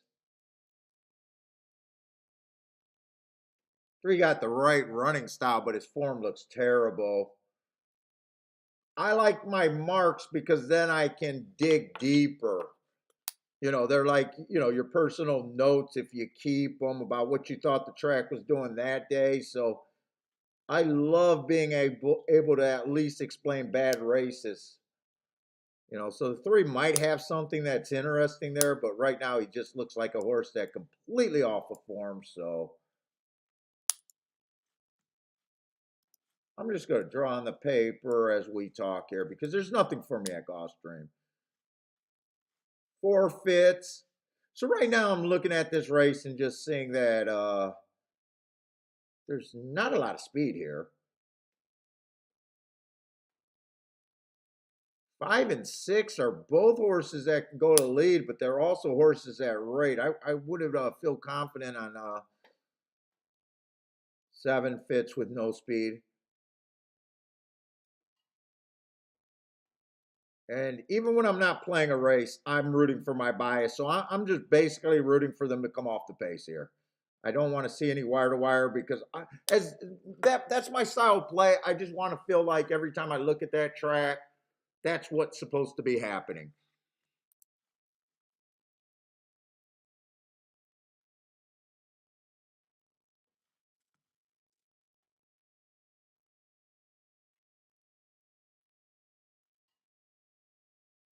Yeah, and I get burnt out, especially on the 5. I think it's just from having to be on all the time. When I play alone or just with Parsons on Skype, a lot of times I'll play on Skype with people. When I'm not doing a show every day that I play, I've been trying to just give an overview of exactly where I'm at. I'm not one of those guys that fucking, you know, lose on the live stream, lose on the live stream, lose on the live stream, and every time I'm off camera, I have huge wins and I say I'm profitable at the end of the year. I try to play as live almost 100% for the last, I don't know, maybe 6 or 7 months. I've been trying to give all my action on life. Oh, thank you, Gav. But yeah, I get burnt out because when I play, even though I play the same amount of hours, I can look and be like, hey, there's 3 races in a row that I'm not interested. I'm able to walk away, lay down, wash some dishes, something where I'm not just sitting here. Since I've been doing it so much, it's almost starting to feel like a job. Even though it's always been a job for me, it's like it's fucking more of a job. If I got the marks, it's no harder for me to quickly make my bets and decisions. It's just the marking shit. Let's see, 7-5 are on the lead. The pace is on the slower side.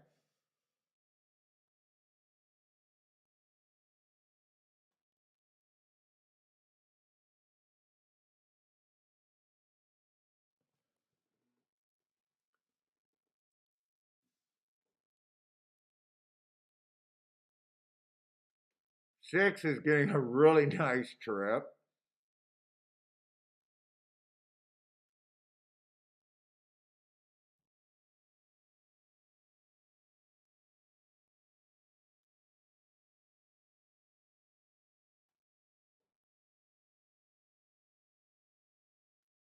And here they come.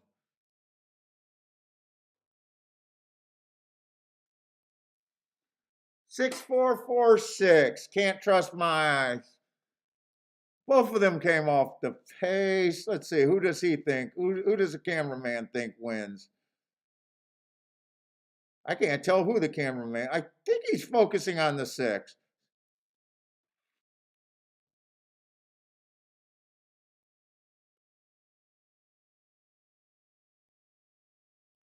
Six stalked. 4 would have came off the pace. I don't know. That looks like a tricky angle. I think it came in 6-4.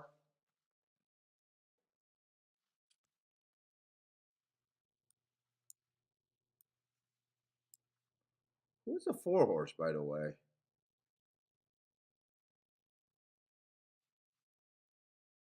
I don't even, because I don't have my marks. I must have been saying something about them because I got a lot of things squared up. I don't know, but I don't know what. I'm honestly not that wasn't that involved there. I just know I was scribbling some shit.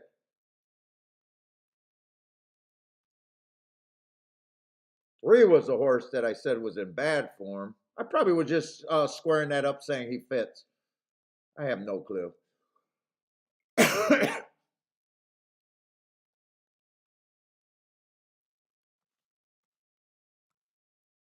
Oh, Joshua, you needed a 4 to win there? Let's see. I do got fairgrounds form, and I know what I'm looking for at fairgrounds, and was super anxious about playing fairgrounds this year. But I keep looking at the results at fairgrounds, and it has been so chalky, so uncompetitive. Dude, it's like you're getting a group of horses under 5-2, and you're just picking out which is the best of the horses that are under 5-2. It's just been brutally uncompetitive, terrible looking at it for day after day. I loved fairgrounds for the last 2 or 3 years, and this year it overall it just has been completely unplayable for me. To the point that I'm barely even downloading the form and looking at it. I do have the form today to look at without marks, but let's see. I absolutely got no bet here.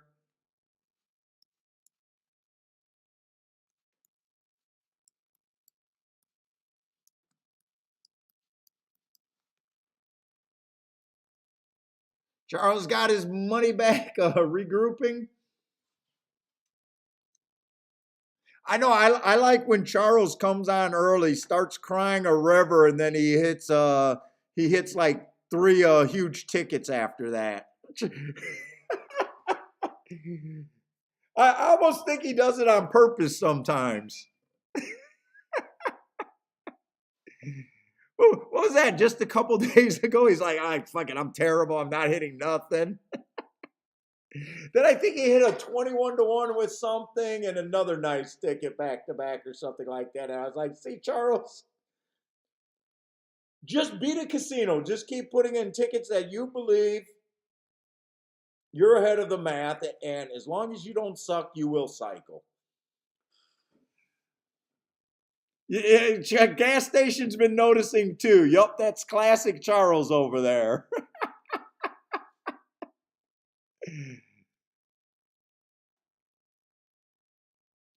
Let's see, Dwayne got a bet on the 2 and the 10, maybe at Gulfstream. If you guys are new, just help us out. We definitely want people to throw out picks. Just throw up the track with the picks.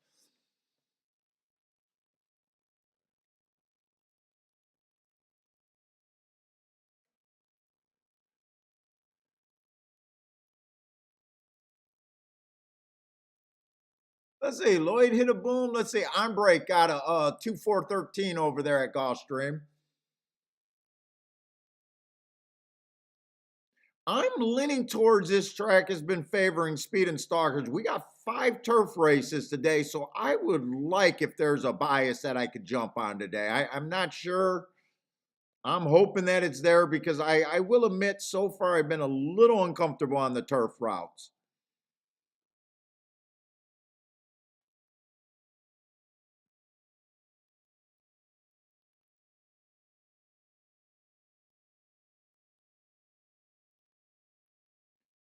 This is shaping up to be a nice race to be in if you got an opinion. This is a great race for the bettors.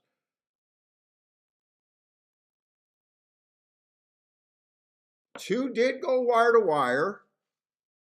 I think that was 8-1 over 15-1. That's what I was saying. Great for the bettors.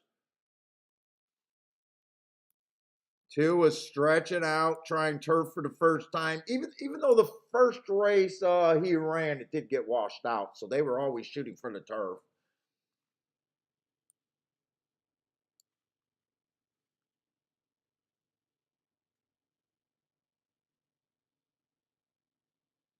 Let's see, Joshua with a boom. Looks like Dwayne got a boom. Austin with a boom. You guys were all over it. Nice job.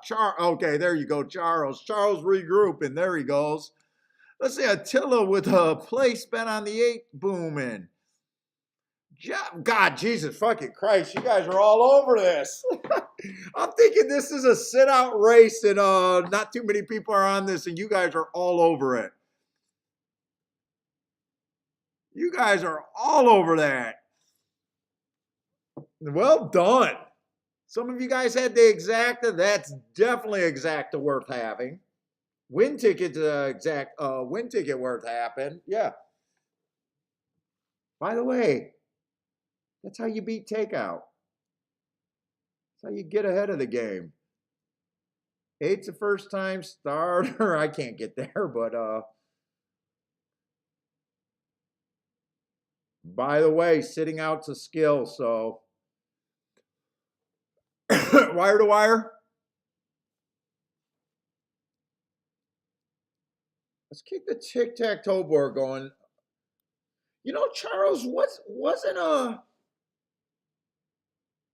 the inside has been popping a little bit, but I don't know enough to make me think 100% bias so far. Wasn't that kind of popping yesterday and the day before? Also, a 2-horse went wire to wire at 24-1. Cindy's horse. Wednesday, I think a 1-horse went wire to wire at 45-1. Sushi's horse. Oh, you guys got to sweat out an objection.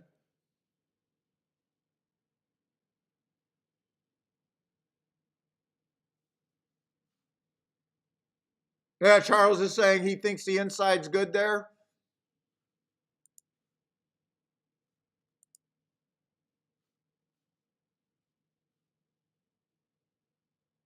Did any of you guys, I didn't see anything. Did any of you guys see anything that right away you're worried? 2 might have came out on the 8 late in the race. That's probably the I don't know what the 6 would be involved in this with. 2 might have 2 is carrying some horses out late. I don't think this has nothing to do with the 8. That is the 6 between the 2 and the 8. Now the question is, did he really have a hole? 2's definitely drifting out. He got his whip in the right hand, so he's right. He's not. Sometimes I think they punish them for having their whip in the wrong hand.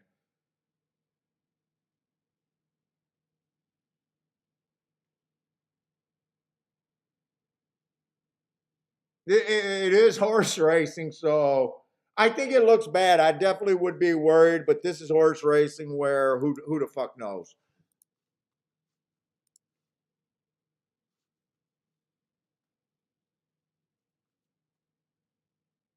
Jevin, are you saying you also have a...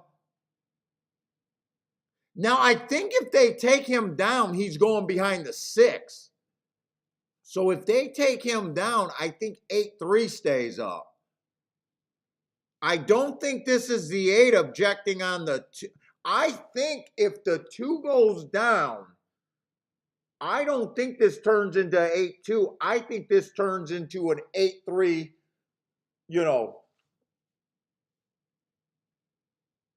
because I think the 6 has a bigger claim than the 8.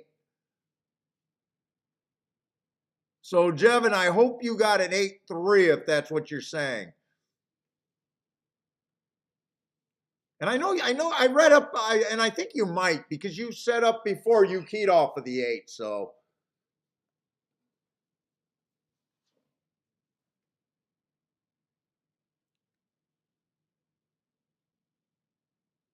You got him keyed. Okay. I just don't want you thinking that, oh, if they take down the, right now, I think everyone just wants the 2 to stay up.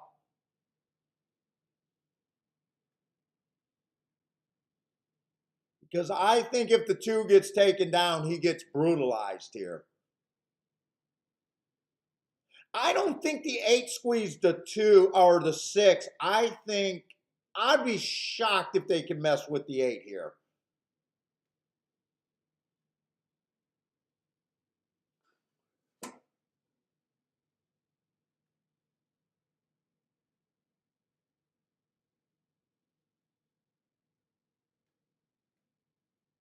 I think you guys are dodging a bullet. Thank God it's horse racing. I was leaning towards that might have got changed.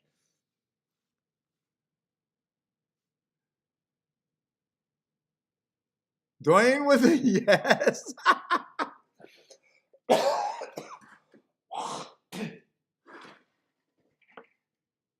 Jevin, would that have been? I think Jevin, Jevin might.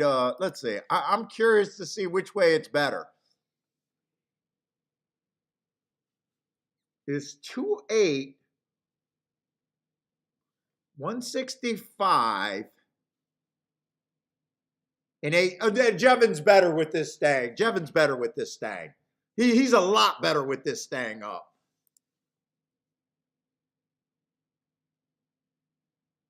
By the way, well done, guys. I thought that, to me, that was a complete 100% sit out. You guys said no. Hold my beer is basically what you guys said there. Hold my beer. We got this. Yeah, 2-8 was definitely better. I was curious because I know the 3 took money, but 8's twice the price of the 2. So I was wondering, could that exacta be the same? Or even better, but no, it was a lot worse. It was about half the price. So you did better by this staying up. Charles was all over that too.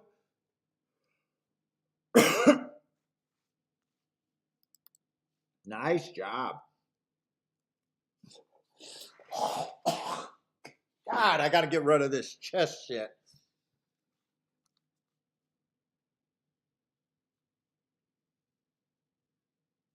Oh, Cindy said it was a. Oh, you think the eight was? Well, yeah, the eight was probably claiming two, right? The eight was probably claiming two. I don't. I'm not sure the eight. Yeah, eight was. Let's say if the six was not there, was it that bad? I normally don't care about drifting horses as long as the horse on the outside is still able to whip.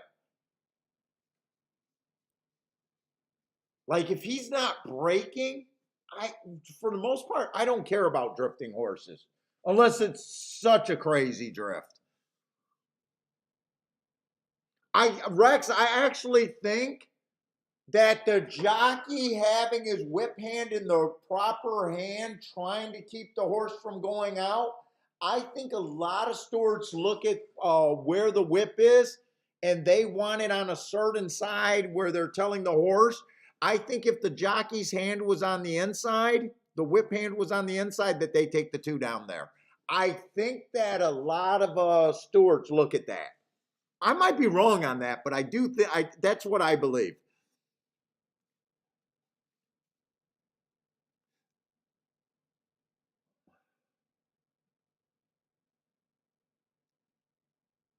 So I think that helped the to stay up. What's up, Rennes do with a boom? Wow, you guys are having a great time.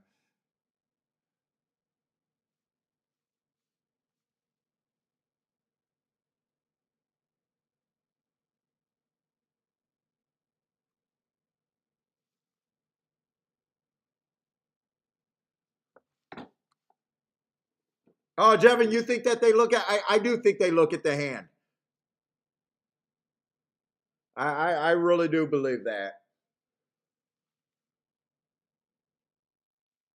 That's why I was making a deal about that when we were watching a video. Like, where's his hand? You know what? They're going to show the replay again here. I'm curious to see. The other thing I want to see is if eight actually stopped riding.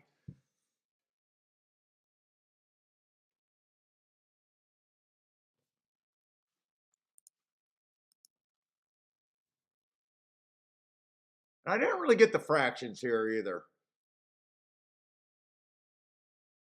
Eight's rating, six is always there, two's on the lead. So I like thinking that it might be Speed and Stalkers today.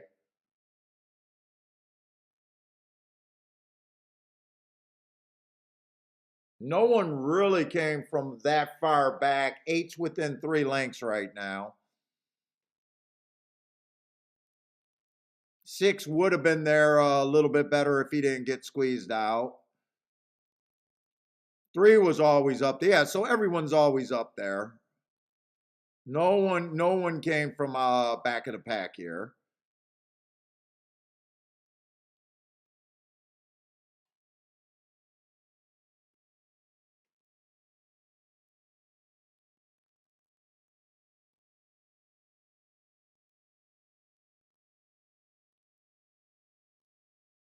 They might have said that the eight really had no hole there to begin with. Or I'm sorry, the six really had no hole to begin with.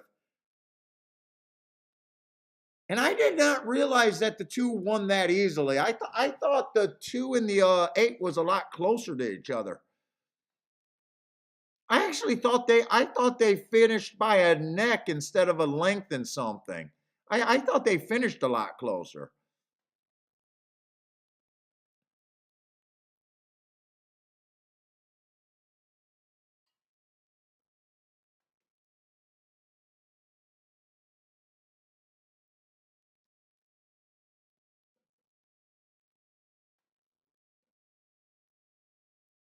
That looks funny when they got the rails so close to each other.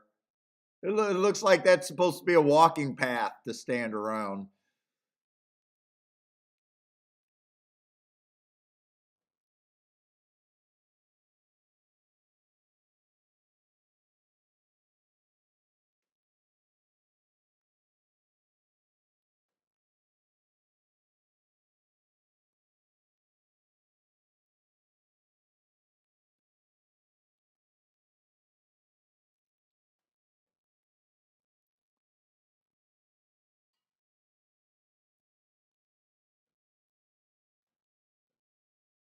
Well, 6 is up in the hole right now. So wait a minute. 6 had a hole. I think you guys dodged. I think you guys dodged. I think you guys. I was watching that, saying that I was kind of thinking before I seen that last replay that 6 might not have had a hole, but no, 6 was up in there and 2 came over on them. You know what? I think you guys dodged, but fuck, I'm not going to tell on you guys.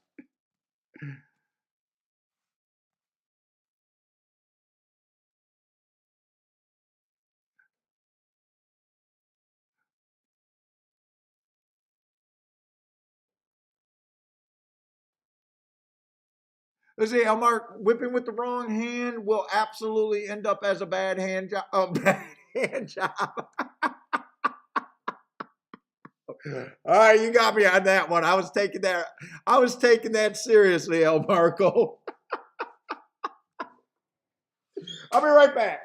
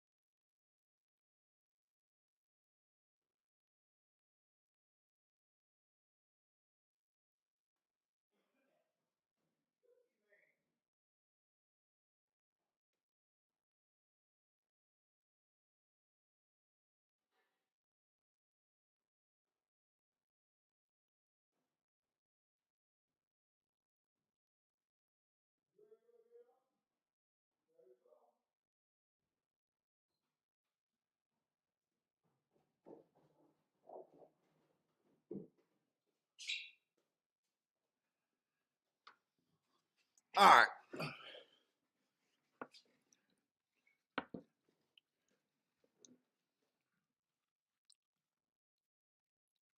What? I'm. Let's see where we're at. The 5 is scratched here. What race are we in? 5th race.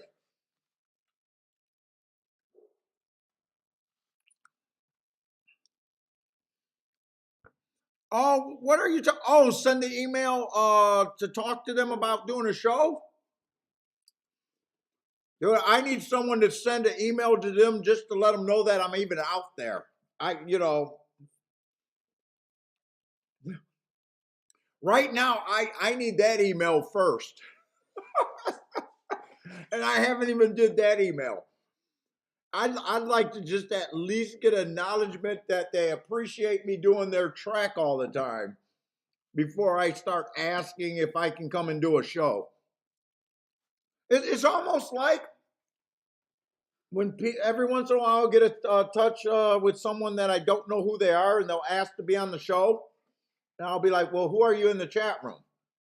"Oh, I don't want your show. I just want to be on your show." And I'm like, "Oh, fuck you. No, I don't beg, and I don't need that. I don't know who the fuck you know, kind of deal. I want Gulfstream to want to have me because they want to have me, kind of deal, Spencer. I'm like a hot chick, dude. I'm a hot chick out there. I got the hot chick attitude. You got it. You got to chase me."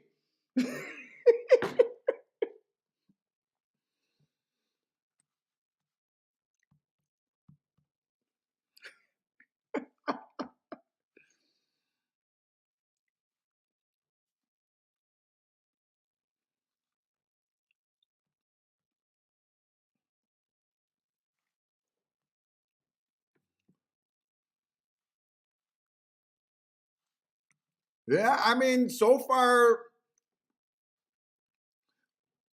Anthony says they will not care about this show. They might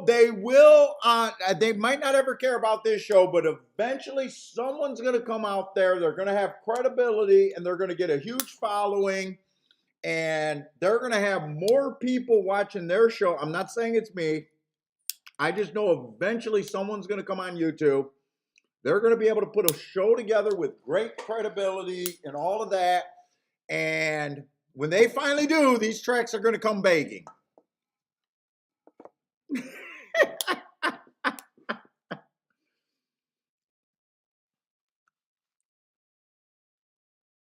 Well, someone cares because that American Best Racing was actually at the summit, even though unless they're live, they don't get any more views than me on their regular shit unless they're live on track.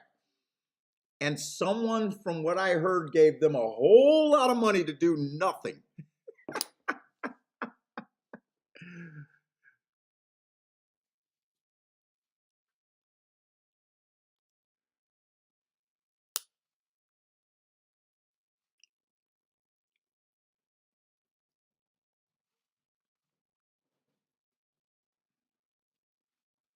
So, but someone's going to grow big enough. I do believe that. It might not be me, but it probably won't be me.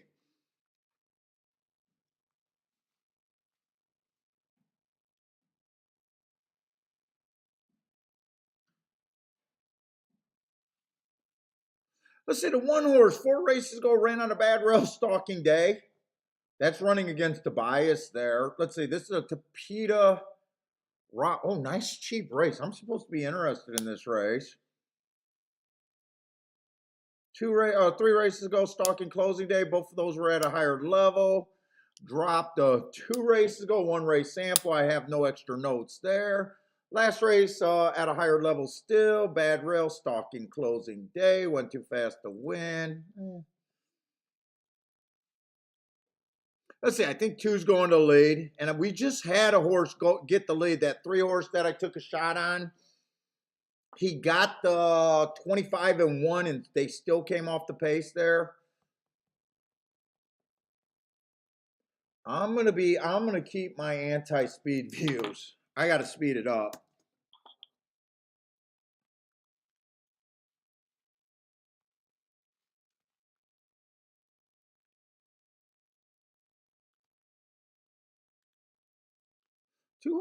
Three horse got the right running style. Feels like there's gonna be more speed in this race. The 4 ran against the bias last race, dropping a little bit in class, dropping quite a bit actually. About 2 levels there. Probably the wrong running style unless he gets that slow enough pace. I want to be hard on the speed.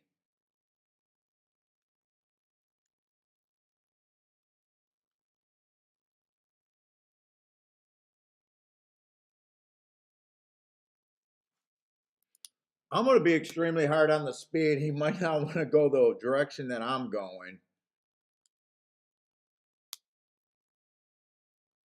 I think this pace could be fairly fast. The 6 got a lot of speed too.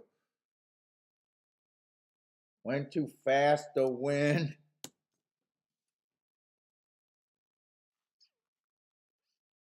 The way that I'm aiming my betting board is, my opinion is they're coming off the pace.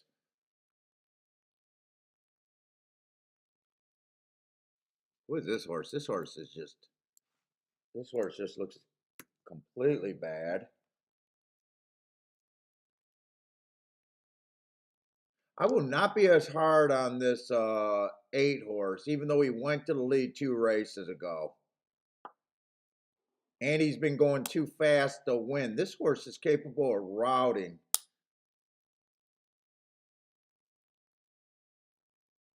Some of the better horses in this race, I will say one thing. I do think the better horses are the horses that I'm already hard on.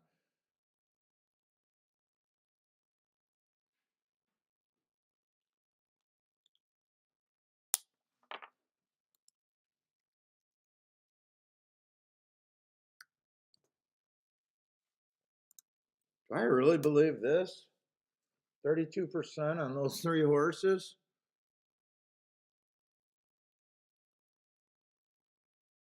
Why is the 8 4 to 5? Ah, shit, 8 4 to 5. I did not want this 8 to be the favorite. 4 to 5. I am not going to get around that. I am not going to get around that. God. All right, I'm in one of those situations. As a bettor, the best situation you are in horse racing is when you hate the favorite and there's no way you're going to use the fucking favorite.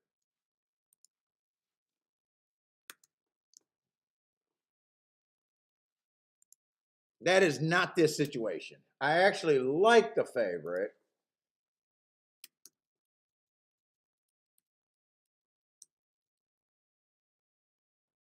And I know that it's good for me to try to beat favorites, but I'm in a weaker position as a bettor. Ah, I think he should be the favorite.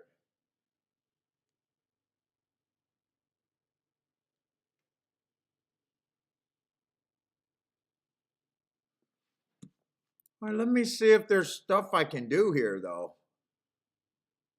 8-1 is actually a little interesting.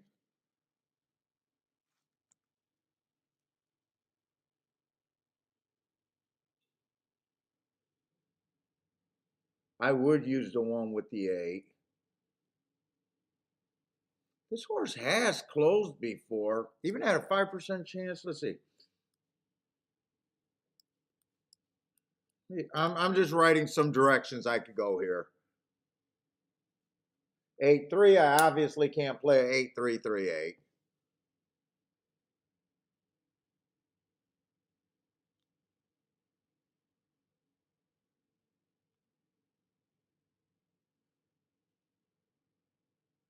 Three nine is in the questionable, or 8-9 is questionable. 17-1. I got very few combinations here, I think.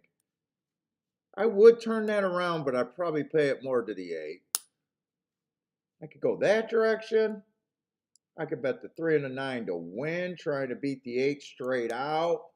If I'm right about my betting line, I would think I have a 46% chance to win that race. Let's see. So for the bet total, I got to get better than 50% return, which I would be doing way better with the 9. And for every $4, I'd be getting 12 or 14. I think I could definitely go that direction. That makes sense mathematically. If I'm right about the betting line.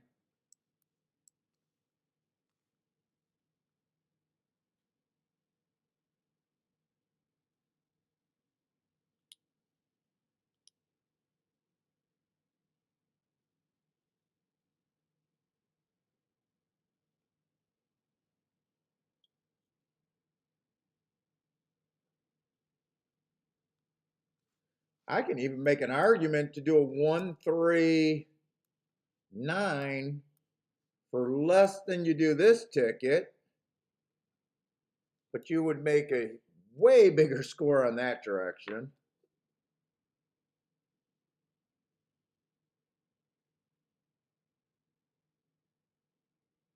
And that still gives you the 3 with the 1 and the 9 also. 3 to win. Oh, this is just me writing down math. Simple. I think I take a little bit of. Maybe I should be looking at doubles. I'm getting burnt out on exactas lately. I don't have time to look at doubles. I'm wasting too much time not being able to look at my best bet usually. Let's see, exacta key box.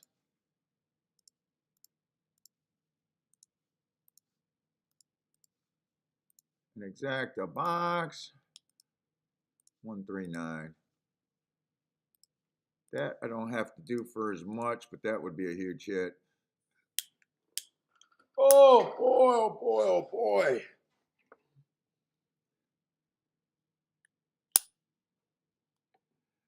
DJD. Is that how I say your name? DJD, maybe?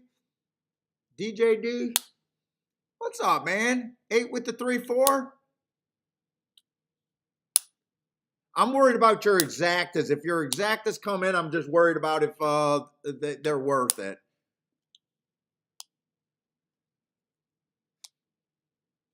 They just look like they're going to pay on the low side. I'm terrible at knowing what tries should pay.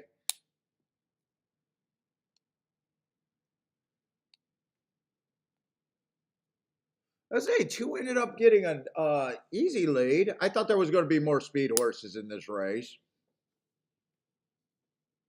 They're going 23-3, so that's a pace that I normally think that they shouldn't hold on. If he holds on, I would be kind of surprised. 47-1 is not helping this cause. I would be surprised. So I am getting the pace that I need.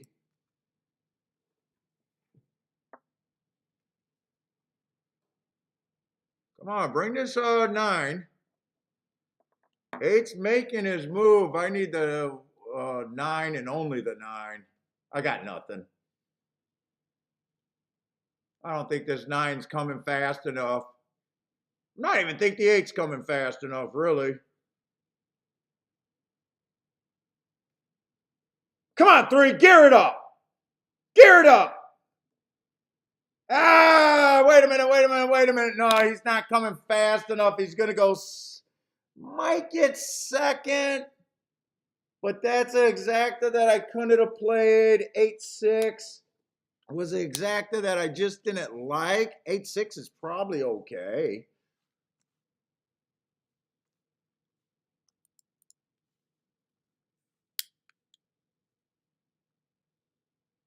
No, 8-6, 14-1. I can't play that either. And I should not have played the 8-9 now that I'm looking at what they came down to. 8-9 was terrible. It dropped in over half of what I thought it was going to be. I should have just played the 8-1. This exacta for small and just a win ticket. That's all I should have did there, or sat out. 8-1 was the only exacta worth hitting. Charles hit the exacta and try.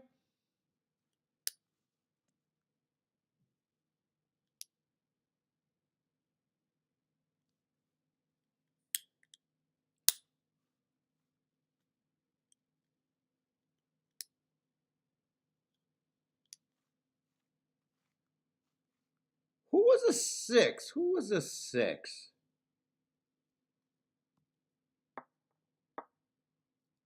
He was one of the horses that I thought would go to lead, but he rated today. Not bad. Earned my best mark.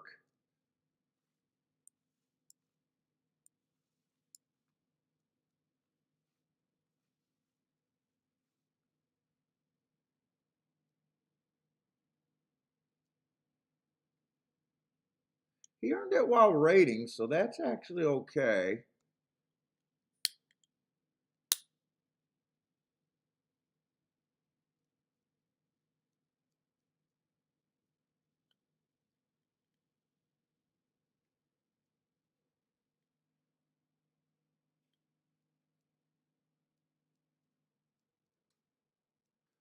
$12.26.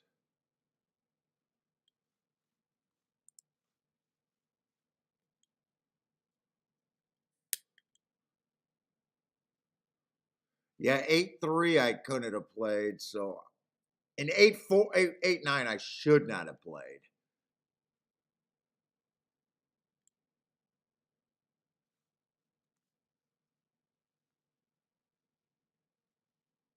Blair with a boom, Rex with a no-brainer.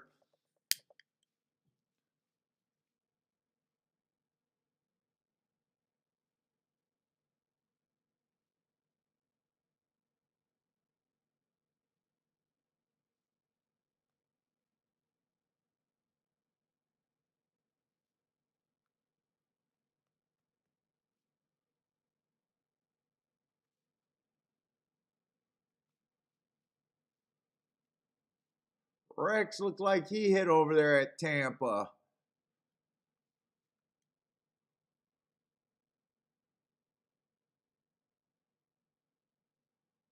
Who else got some plays?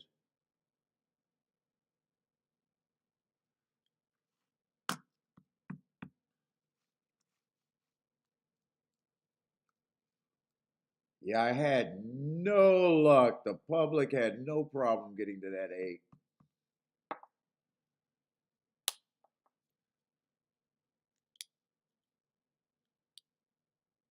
Charles, how much do you need this try for this try to be good? Is this like 30 bucks for 50 cents? 20 bucks for 50 cents? What do you think this try is? Didn't Charles hit the try, right? Yeah, he hit the exact end try. 19 for 50 cents.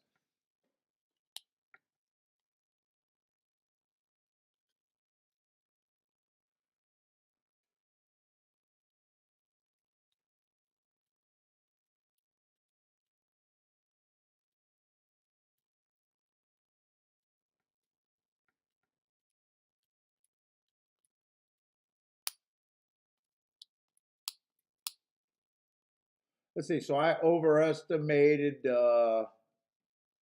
and a 9.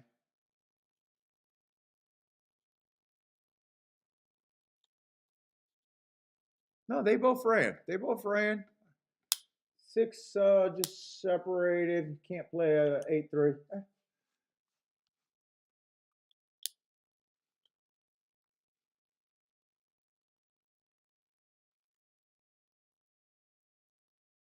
Yeah, 2, 3, 6, and 8 had the right running. I kind of missed it on the 6. 6 did have the right running style. I think I seen that heart and seen a couple races. I seen that 2 races where he went for the lead, and I just he does. He rated here. He rated there. Rated there.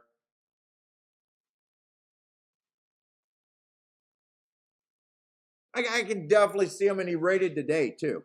And well, everyone 2 turned everyone into off the pace.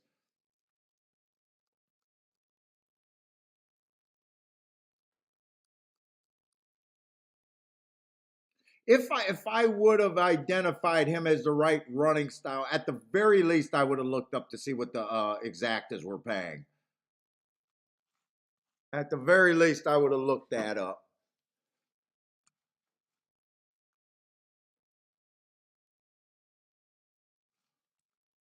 Race 7.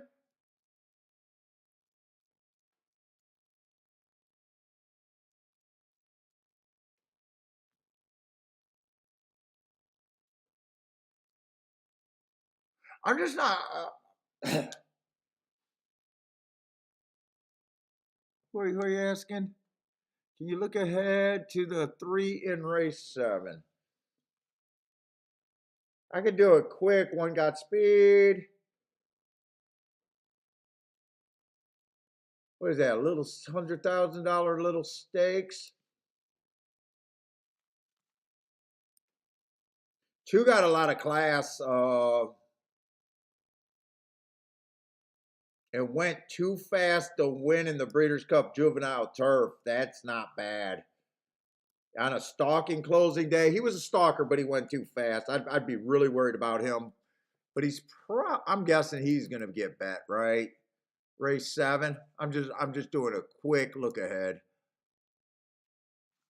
Yeah, that's going to be your favorite.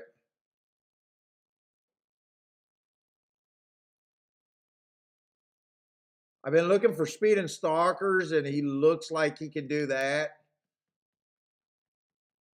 At least be a close running stalker. Let's see. 1 looks like he got speed. 1's just cruising through conditions. I'm not sure what he is yet.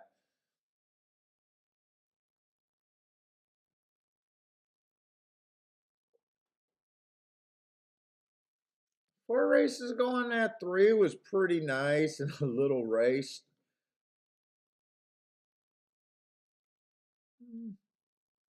Ran against a stalking day there, 2 back, and last race, slowest winner of the day going wire to wire.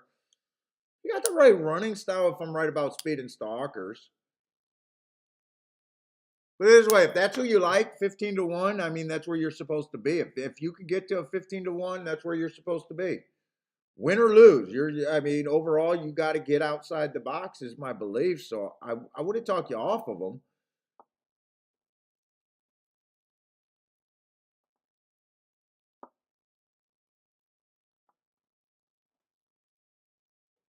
Four ran on that Breeders' Cup Juvenile Grade 1 race, stalking closing day. He did not run well.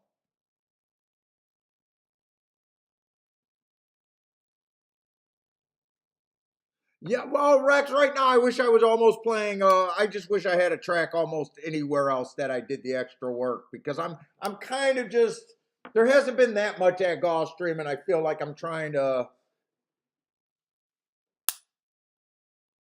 Even last race, I could have sat out that race. I thought the 8 had the best chance to win. He had the best chance. I just played some exactas and a little bit of shit to do.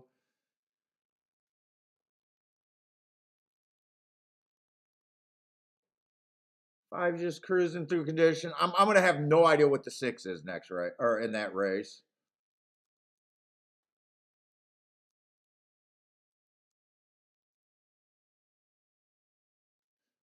I would say I think 2 is pretty legit there. Not that not that I think you'll ever get a price to bet them.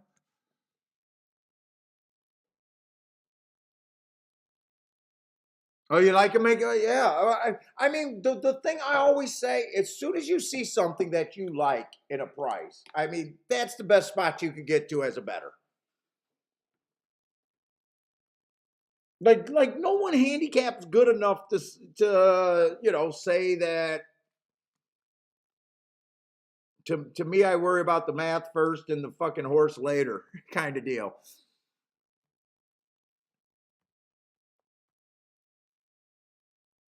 Although, Rex, what are the prices at Turfway? I tell you what, if everything's 4 to 1 and under that one at Turfway today, no.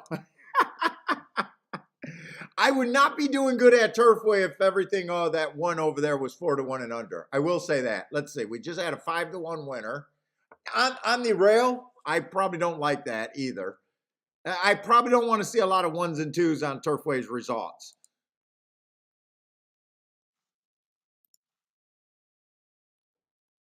And $9 horse in the third race.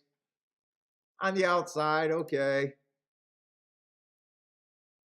$15 horse on the 3. I don't know. You know what? I might be okay with not being at Turfway. Maybe I want to say I wish I had Tampa Bay done.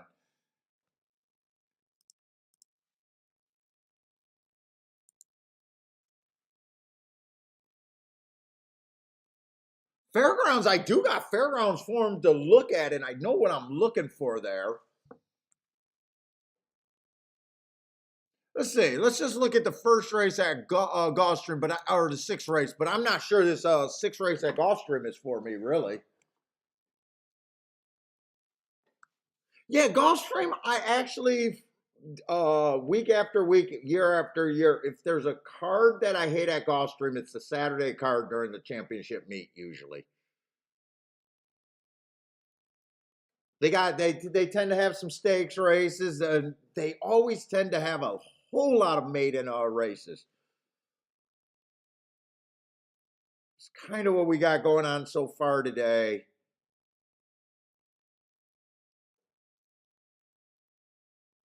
See, this is going to be a Tapeta Sprint. I'm looking for speed and stalkers.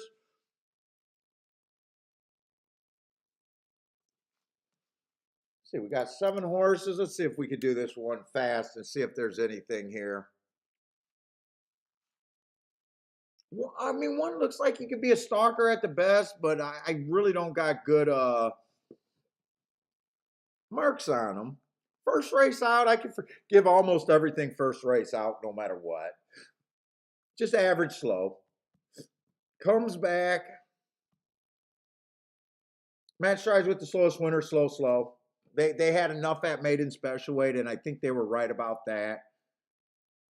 Comes back. This could be a sneaky race, sneaky decent race, depending on how you interpret it. I got him as slow, mentioned strides with the slowest winner, slow. As soon as I see that, I want to look and see how many lengths behind that he was. He was only one length about behind that. So that tells me that he also chased the slowest pace of the day. If you think he's an off the pace horse, a stalker, you can look at that and say that was probably a pace that he couldn't stalk on. And you know what? I got time. I only got one track. I can actually dig deeper. I can look that up and see if I like that scenario there. Let's see, documents. Let's see.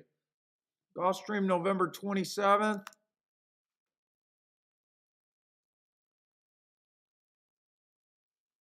He is 10-1, so you know, I don't mind doing a little bit extra work trying to get somewhere. What was that, a Tapeta race? There was a lot of races that day on the Tapeta. It was the slowest pace of the day. And it was a lot slower. They had 3 races that went sub 22. They did have 7 races, so almost 50% of them, 40% went faster. Then sub 22, he was the slowest pace of the day by far, almost at 23. So that does look like a pace that he could have cut into. And I do know that the winner did go wire to wire.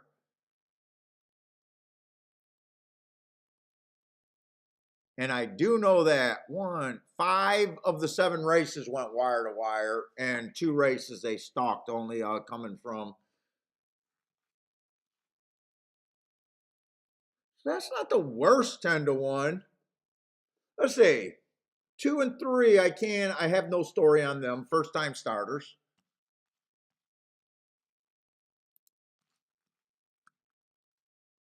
4 horse only ran 1 race. It was at Laurel, and for some reason I'm missing that day. So I don't have an extra note. All I can tell you is what the form tells you, and I don't read racing forms. He's getting Lasix, and he just ran a kind of a blah little race, and I don't got to read the time because I got nothing to tell you other than what you guys already know because you guys know how to fucking handicap. You guys don't tune in to hear me just read what you guys know. I say 5 is out. 6 is going to be in the 5 hole. First race out ran on a speed favoring day. If I'm right about that, I can. There might be some upside running against the bias there. Comes back on October 30th. Was kind of slow. Still managed to close in on that on an early pressing day. I don't know. I'm not too excited for that. Who was I looking at? Although last race, inside speed day, slow, but he had a track that favored front runners in the inside. He had the 5 hole that's not inside. It also says he was 4 or 5 wide, and he's not a speed horse. So I at least like the asterisk there. 3-1, is that worth me trying to bet a 3-1? Probably not.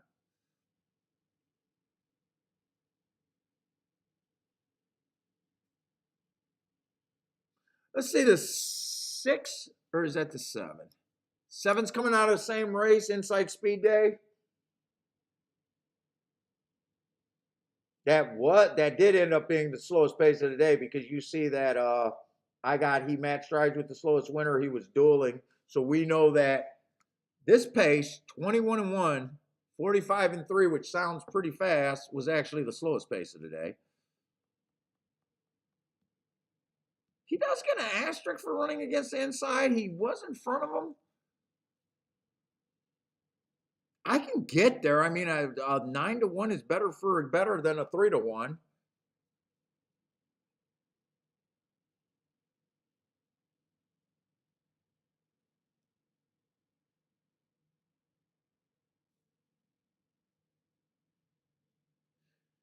9 ran against 2 early pressing days, speed and stalker days. He was a closer both days. I mean, I got an excuse for him both races, but at 3-1, I'm not making that jump to try to get to a 3-1 horse. If the first time starters don't run, if I might, I'm trying to figure out plays on a card that I'm not crazy about. First time starters don't run, and I don't have to worry about them. I really can't get to the 4 horse.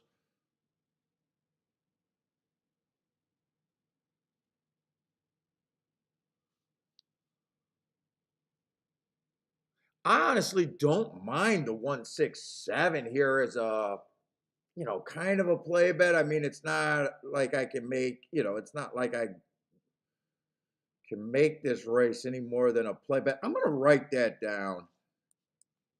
167 and decide later if I'm going to box and do something. I could go 167 to win there. Or no, not to win. I could do a 167 exact. A box that I'm pretty sure is going to have some legs. I could box the one in the or bet the one in the 7 to win. I could pick one of those 2 to win, and just hope that a first-time starter. If I get beat there, I'll either get beat by a first-time starter, the 4 horse that I don't care for, or the 9 horse that I can't get to.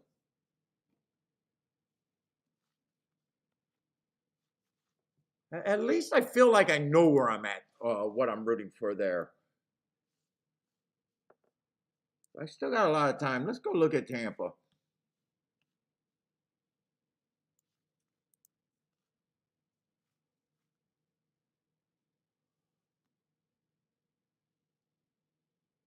Tampa going in the gate right now. I'm still rooting for off the pace at Tampa on the turf. I would want all my bets to reflect that. Let's see, they're betting the 4 horse first time starter. I got nothing to say about that. I wouldn't like this prick. I know I wouldn't take a first time starter at 2 to 1. I do know that. Can I root for anyone here? One might have the right running style. Trying turf for the first time. 7 to 1.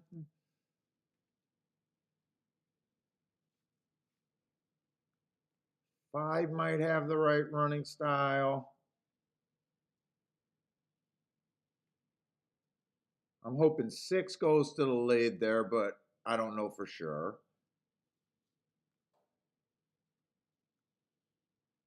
7's at a nice price. Might have the right running style with some muddy form.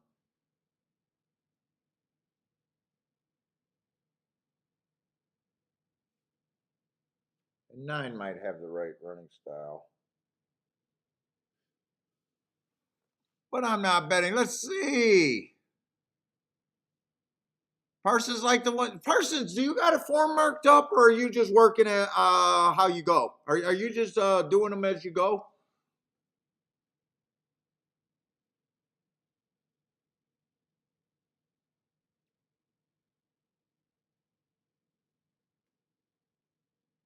All right, Anthony, no problem. I'll look ahead if you guys got questions about a horse. I mean, if you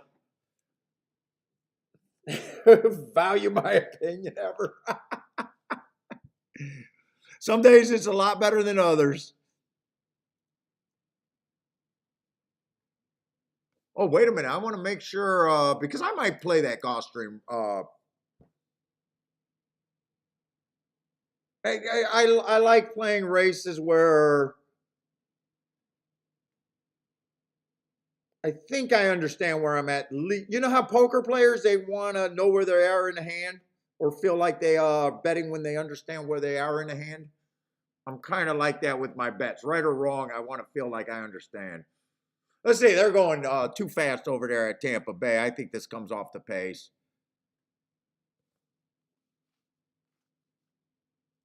I think that's way too fast. 10 ended up getting the lead. Oh, nice price, 53 to 1. I mean, if they buck the system, you'll get rewarded, but this looks too fast. Way too fast. 6, who I thought would have been on the lead, turned into a right proper running style. So nice ride, not getting caught up going to the lead. Whether he wins or loses, nice ride. 4's the first time starter favorite. This doesn't look like this has a possibility to pay anything right now. Unless the 10 can squirt away again. 10 at 53 to 1 is fighting, but he's not going to be there. This looks like the 3 favorites. 6, 4, and 5. They all came off the pace, right running style, but probably nothing there for a better, really.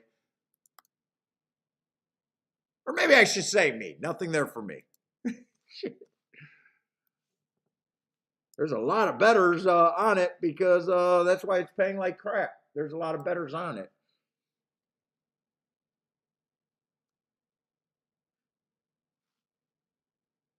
I didn't make a betting line here because I really can. I'd be blindly just being hard on the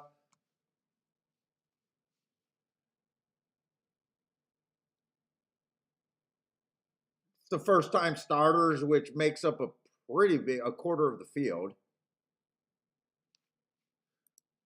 Although I don't like the 9, I could be completely wrong about not liking the 9. Who's a 4? By the way, who's the 4 there?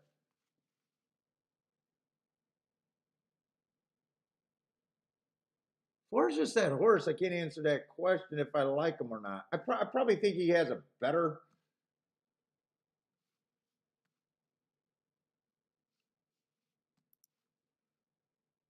Or I probably think has a better shot.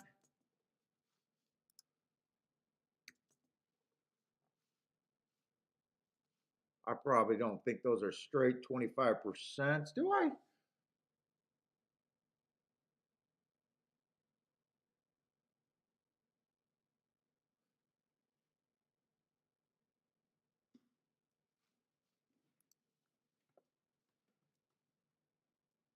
Wow, they're ending up making the 4's the favorite. This is what I'm just working with.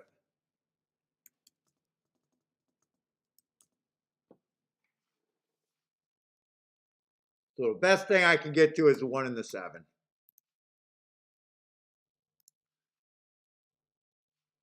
And you know what? I think I might bet this a little bit different than just the 3-horse box. Actually, I think I might play this race a little bit more than I thought. I think I do the 1, 6, 7 box. I already did the win ticket.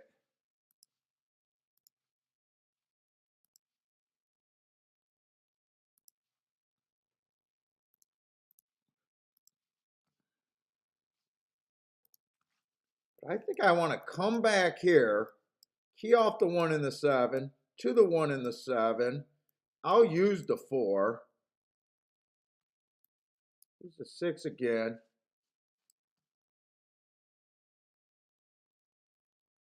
I'll use the 9.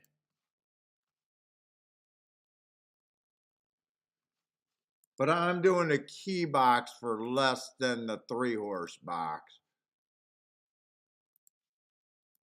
So 1, 7, 7, 1 would actually be pretty decent here. I really need if the first time starters win, I'm fucked. The first time starters run, I know where I'm at. I'm fucked. I'm in El Flago fuckland.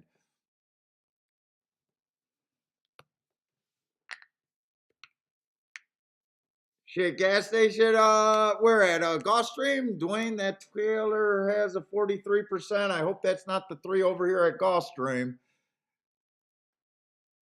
It is the 3 at Gulfstream. Wait a minute, maybe not. Because he's saying he got a Gulfstream Park 2-7 box. All right, just give me the 7 to win gas. Give me the 7 to win, and I'll let you hit your exacta.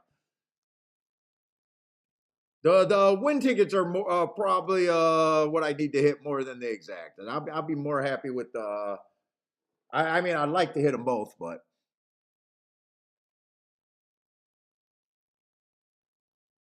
one's not getting the lead or the 7. The first time starters are. Let's see, the Tool is dueling.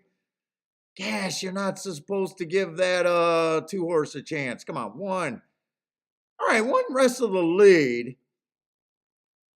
I need this 2 to go away. Come on, 7. Go away, 2. Go away, 2. I need 2 to go away because there's a firing line and I'm not going to survive. I need a first-time starter not to run. 7, have some horse here.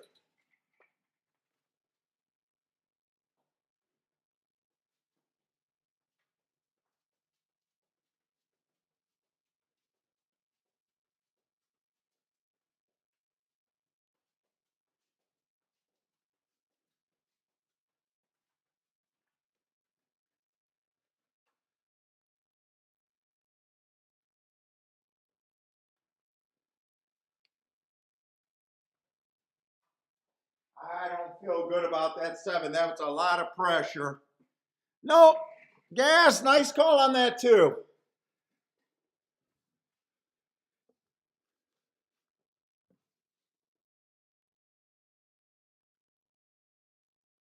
I'm begging that the first time starters don't run and they both. Yeah, I'm not doing good today at Gulfstream. I can tell you that. That's the Cindy. That's the exact opposite of what I've needed.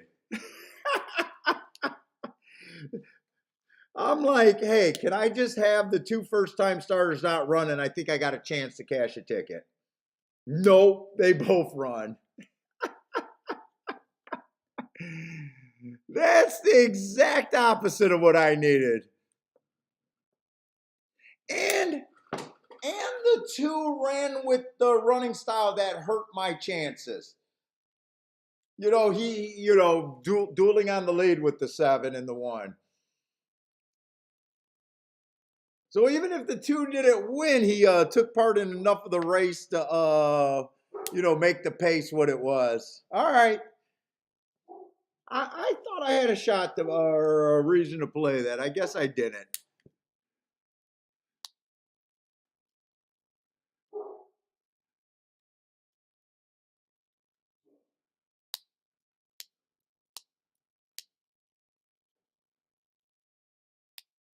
Hey, Charles says, why would you ever start a polytrack with a first-time starter? Were you against the first-time starter? That sounds like you might have been against them too.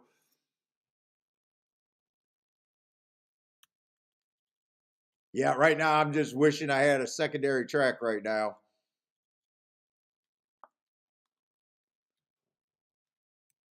Never would have used the first-time starter there.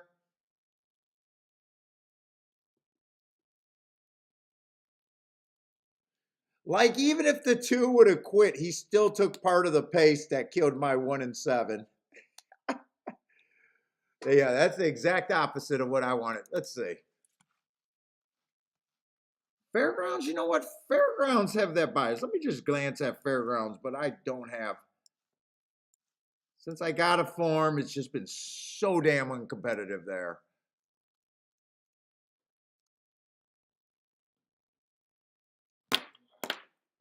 You know what? I downloaded it and I only printed out the first race. Is that what I did? And this computer for me to fire up that I downloaded on only takes about 40 minutes to process anything. 20 minutes to boot up. I don't know how people with freaking Windows and Intel can do anything. This thing's been a piece of shit from day one.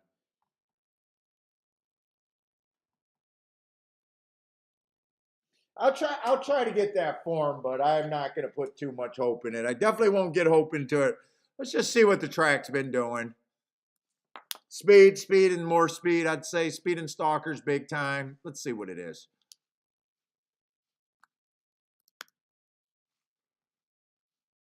Fairgrounds, where are we at?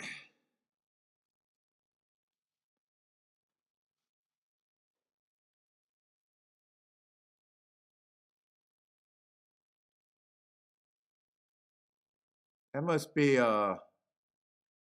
2022 because it starts in the winter. Oh my God, this thing actually gonna let me log in. Maybe it will. Maybe it will move okay.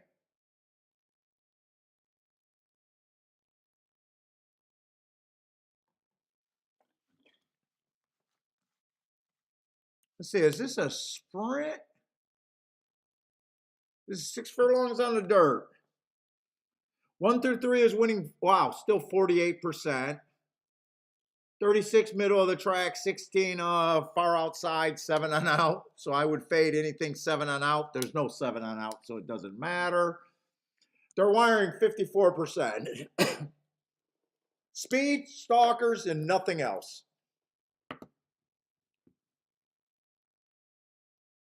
Speed, stalkers, nothing else.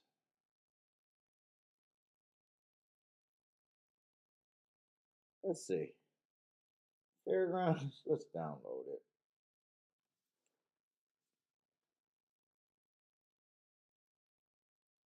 Options. That's good. Print all the races.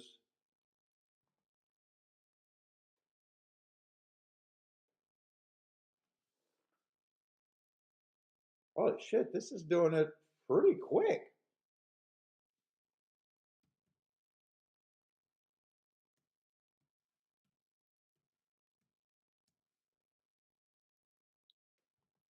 We'll see. It's when I get on the internet that it drags. Maybe I'll get it. I don't know if that's a good thing or a bad thing if I get it early. Let's see. Just slide that over. Let's see. Did I get rid of that fairgrounds because I don't need that? Uh-oh. God, I hate Macs. Or no, I hate Windows for children. I don't know why anyone would own a fucking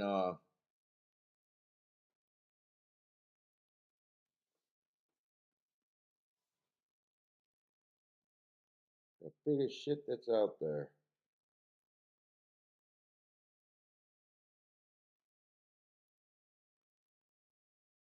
Let's say Four got the lead there, and he's a nice price. Is he by himself or is he blanketed with another horse? No, he's by himself. 2 and 3 are still in good position.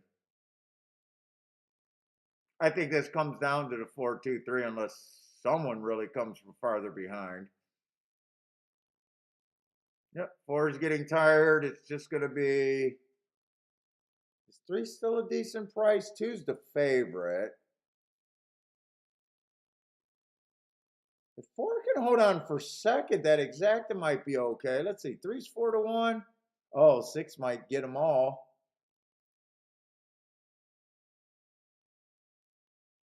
No, 6 is not going to get them. 3, 6. Holy shit, this did it quick. But usually it's the internet. Let's see. Can I send this over to me pretty quick?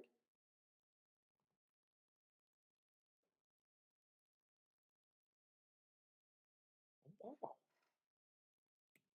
Holy crap. I'm not kidding. This thing usually takes like a half an hour just to even warm up. It's so frustrating.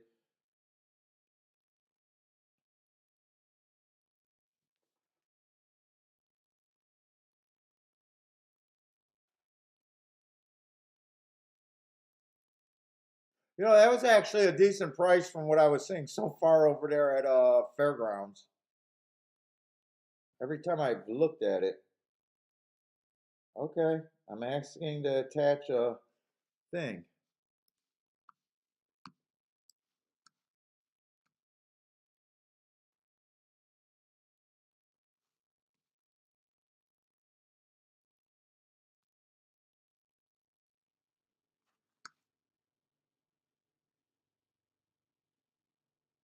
This is how it usually asks.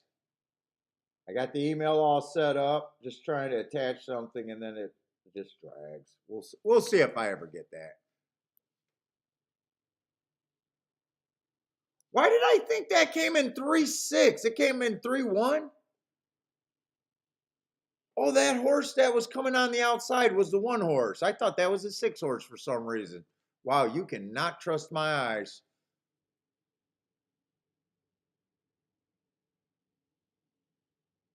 I thought that was a 6 horse.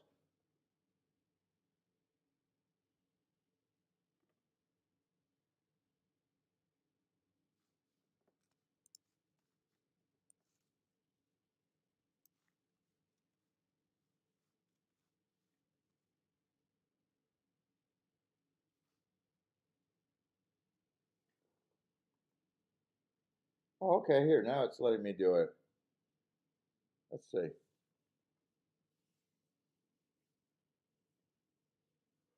Oh my goodness. Let's see. Fairgrounds new. All right, I'm able to load it. Okay. All right, now we're going to hit send. Let's see. I might have actually got that in less than an hour. I might have actually got that. Turfway's in the gate.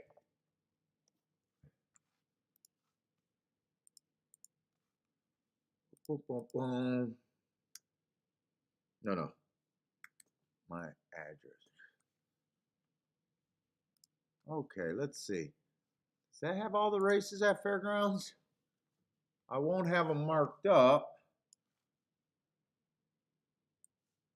I mean, that is what I was looking for at Fairgrounds. One has no speed. That's the second race, right? 3 would have been a shipper. I just got to make sure that's the right race or not.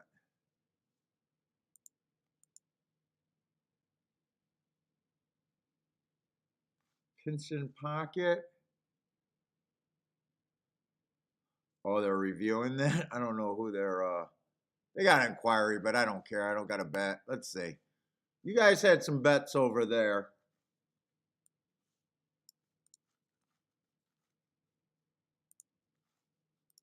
Because I don't think this race was that good for me over here at Gulfstream first glance, right? That was a race where I went ahead.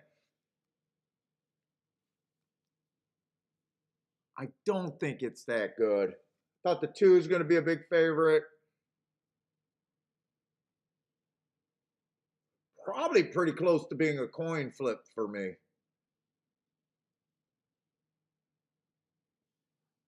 Let's see. Gas likes the 4 over here.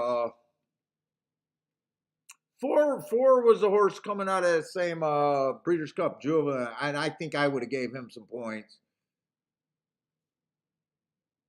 He had no speed on that day, even though that was a stalking closing day. But normally he's a speed and stalking type, so I think the bump steadied and everything probably is the excuse there.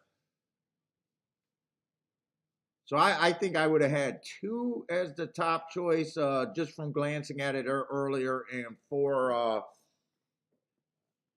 kind of being interesting, kind of second choice, or maybe a group of horses. And I do know that the 6 horse, I would have no idea what to do with him.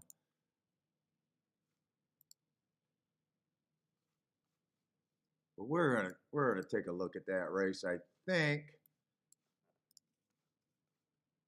What's up? Good flop. What's up, man?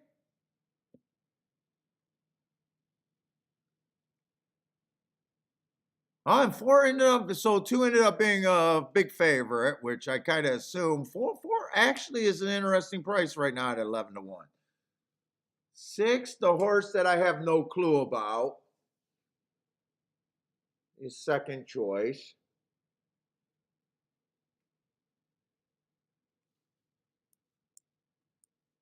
7's just going through conditions. I mean, done nothing wrong, but still feels like I need more from him.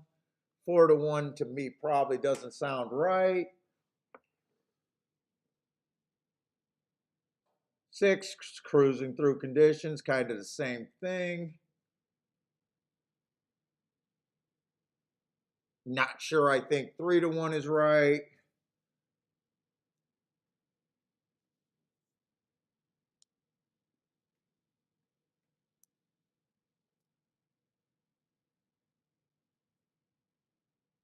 I do think 3 should be a long shot, but I don't think he should be a 35-1 long shot.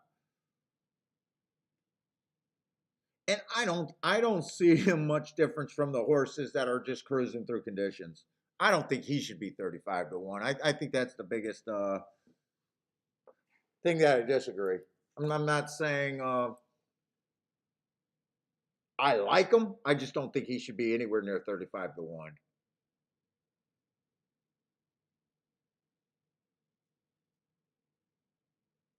In fact, I think I could do my betting line. I think one's, or I think two's pretty close to a coin flip here for me.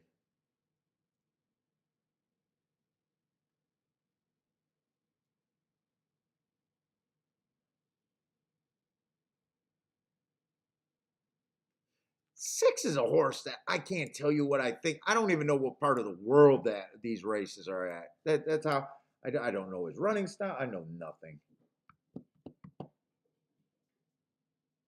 What's up, big guy? I know Eddie's bored too. I wish I could go take a nap with you right now. I'd go take a nap.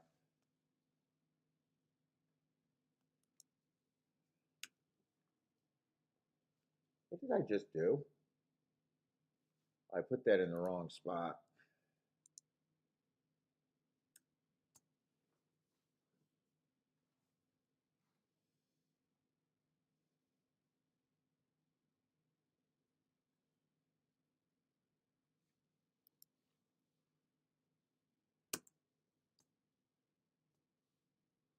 I'll just say, okay, fuck you.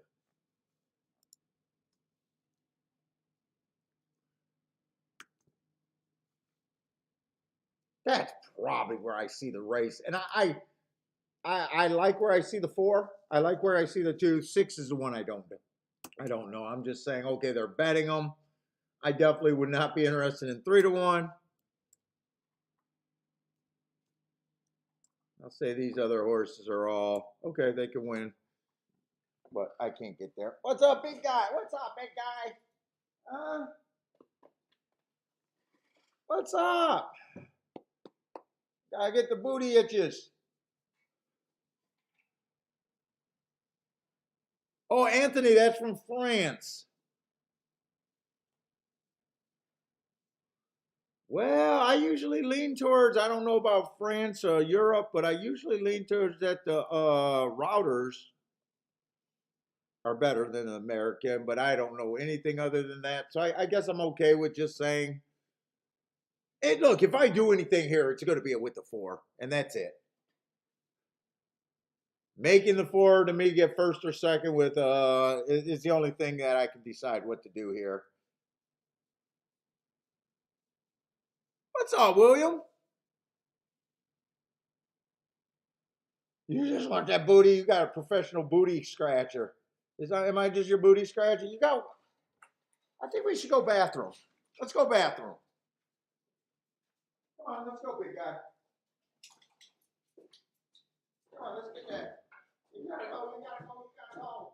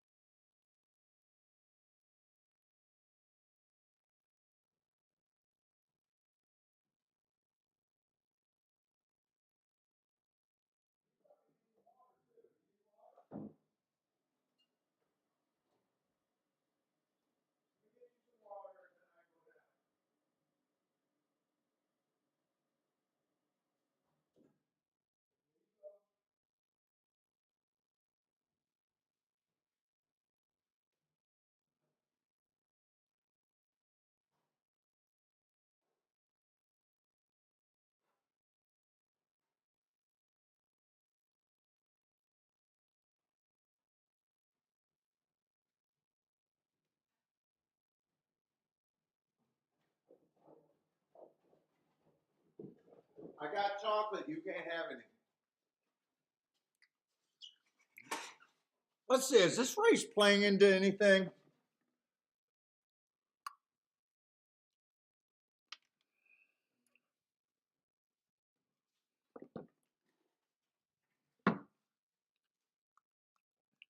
Just the Torpedo Route race.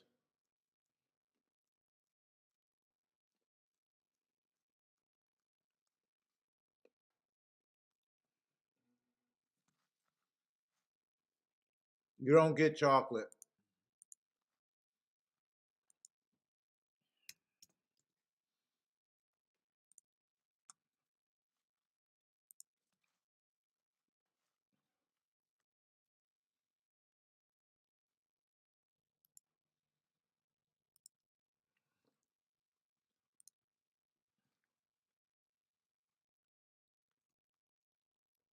Two closed in the first race.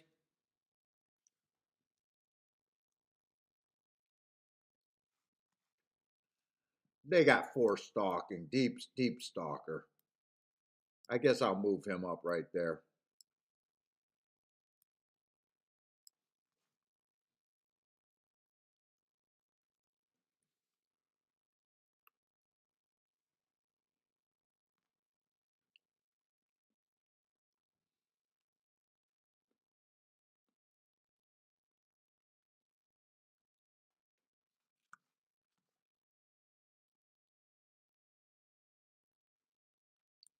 Six stalked on the Torpedo. What's up, B?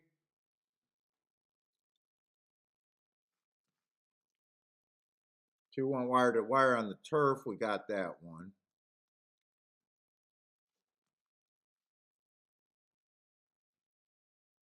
Eight horse from the 7 post stalk. So the Torpedo's running how I think it should.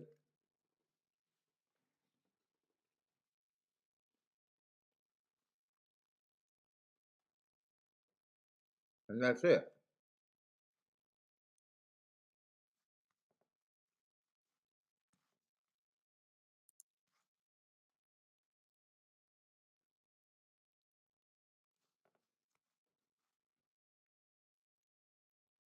What did they do last race? Two kind of went wire to wire, right? 2-1 wire to wire, or pretty close to wire on the Torpedo Sprint. First time starter. So really, that was kind of an odd running style, and everything else I'm okay with. And that was that 4 that beat me. The place was blazing fast. It is what it is. Mike Allen beat me there.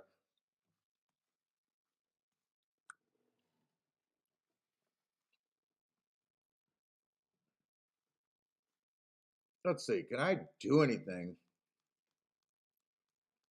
So I've been pretty right about the Torpedo backing up. I don't love this race, but let's see what I got. Any scratches next race? Let's see, 8th race, any scratches?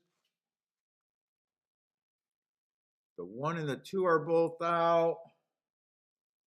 Okay, 1 and 2 are both out. Let me go back in case I might have to look at a double. Exact as if the 2 goes first or second, the exact as other than with the 9 or 4 at 9 to 1 probably aren't interesting.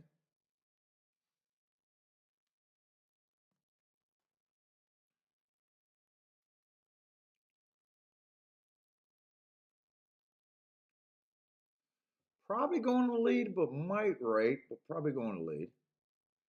I'm anti-speed next race.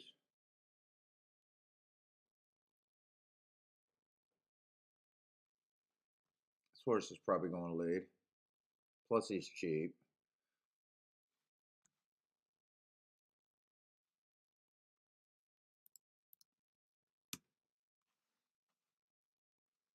Sky fit. Poppy Boys fit.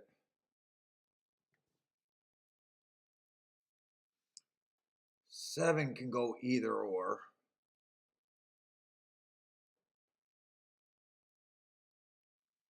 This guy's gonna fit pretty good.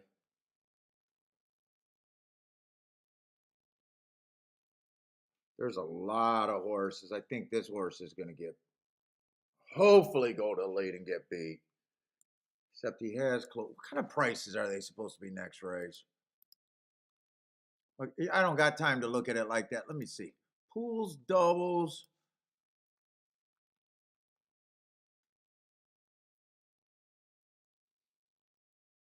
They are hammering the 2-7 and only the 2-7 next race. What the fuck is a 7 next race?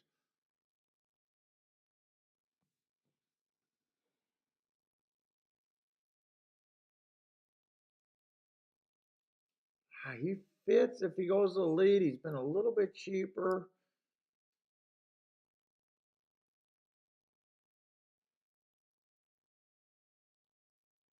Does he have to win?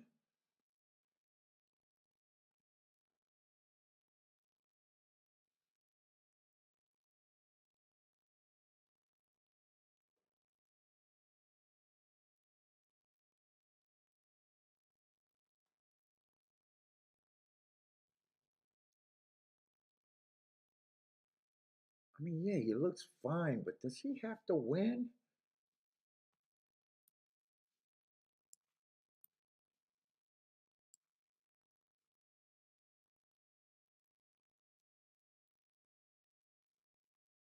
I don't think he have to win. I'd use a 6.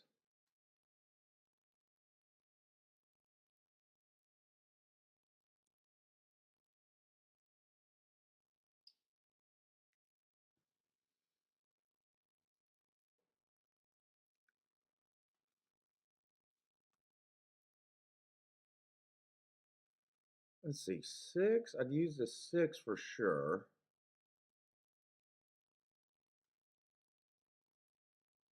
And I definitely want to use the 8.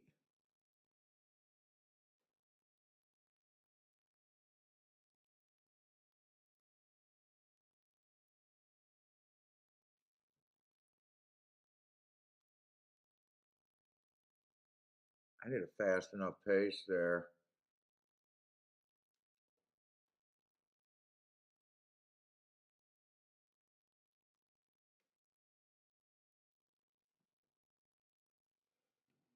Oh my God. 6, 8, 7. 7 can only be played with price. Let me see what these doubles are paying.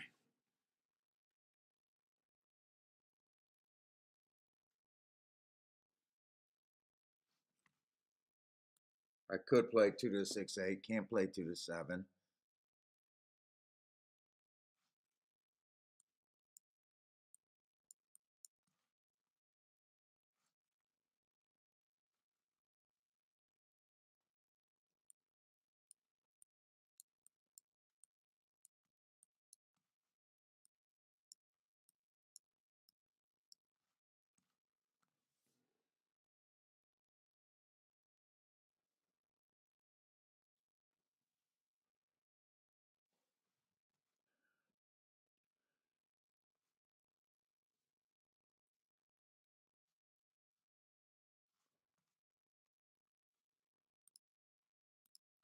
I'm playing this.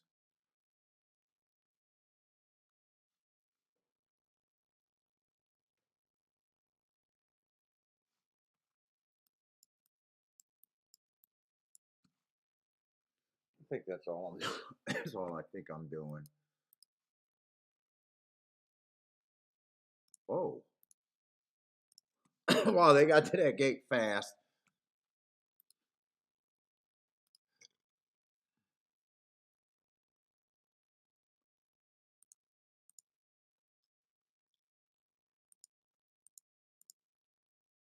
No, no, it's not 268.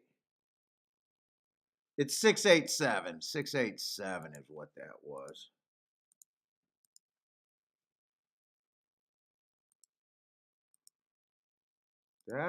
This I play for more.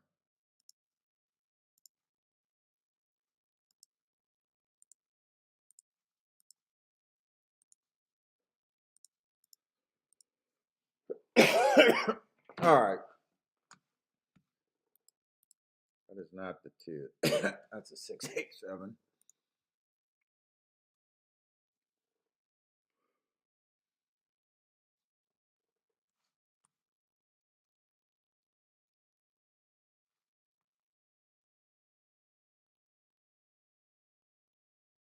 Did I check the exactas with the 4?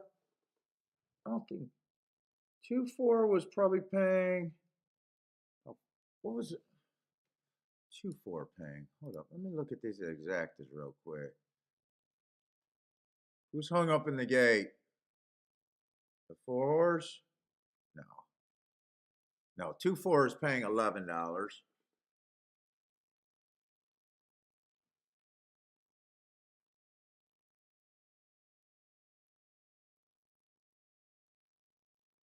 I think that's all I do there. What's going on here? They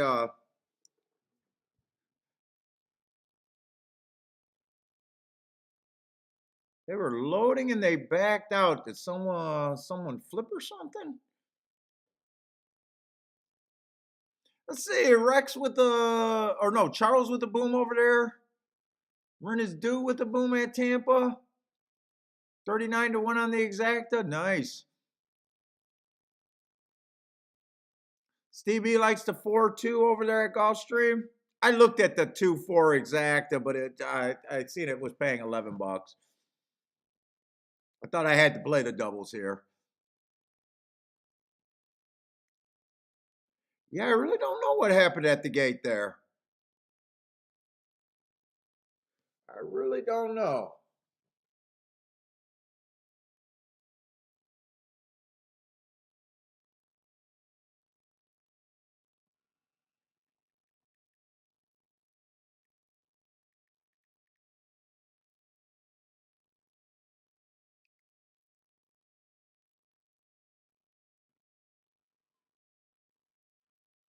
By the way, how many?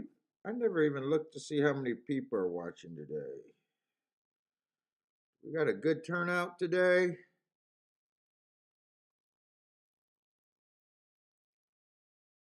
I kind of hope not, to be honest. I kind of hope not. 79 watching today. Let's see. Attila's dutching the 3 and the 5 to win here. Jeff D likes the 2-4-7-5. I have no clue what happened to the gate because I don't think they scratched anyone or anything. 1, 2, 3, 4. Yeah, it looks like there's still 7 horses. I have no idea why they'd back out. Maybe there was I don't know. Why would you think the gate malfunctioned? I have no clue. Just you can't even guess.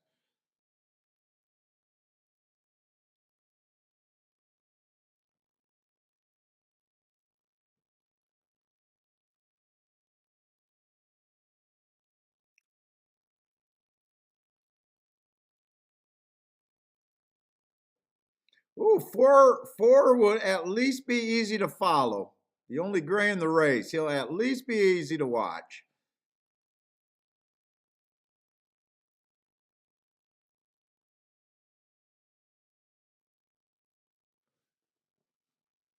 Ooh, I just haven't seen too much I like today.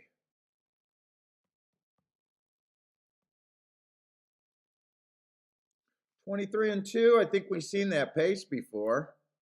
I think we've seen that pace come off the pace a little bit and wire today.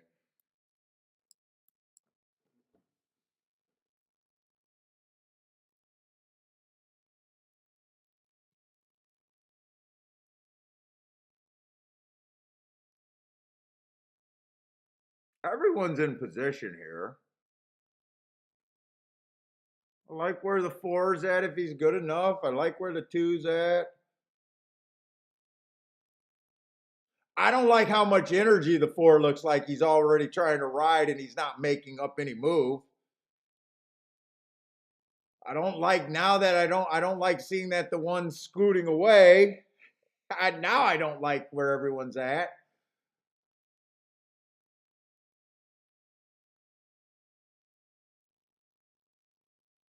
Because I actually got to be a chalk eating weasel here, and I'm not going to get through with the chalk.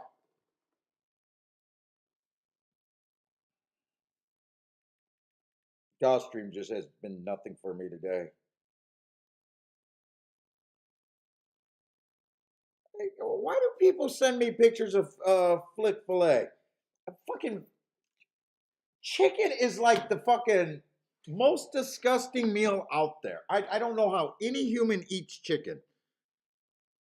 Chicken is what you fucking feed your animals. What? Dude, why do people love sending me fucking chicken dinners?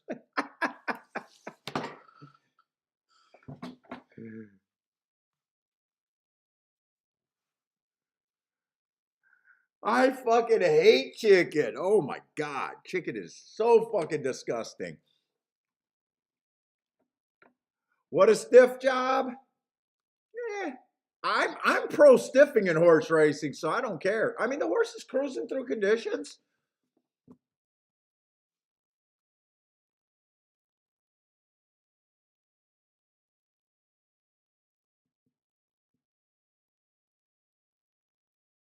Feels like he's overbet, but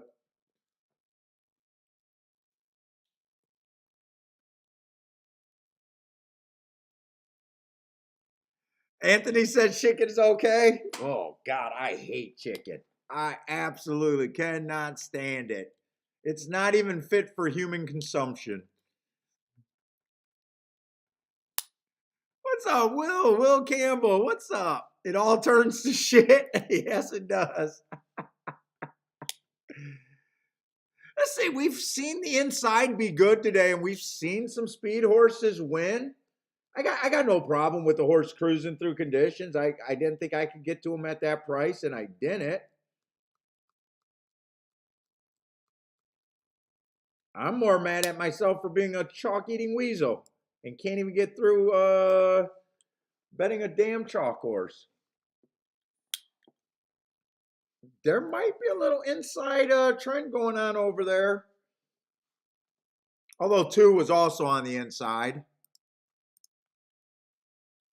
Rex says, who hates chicken? Oh my God, I cannot stand chicken.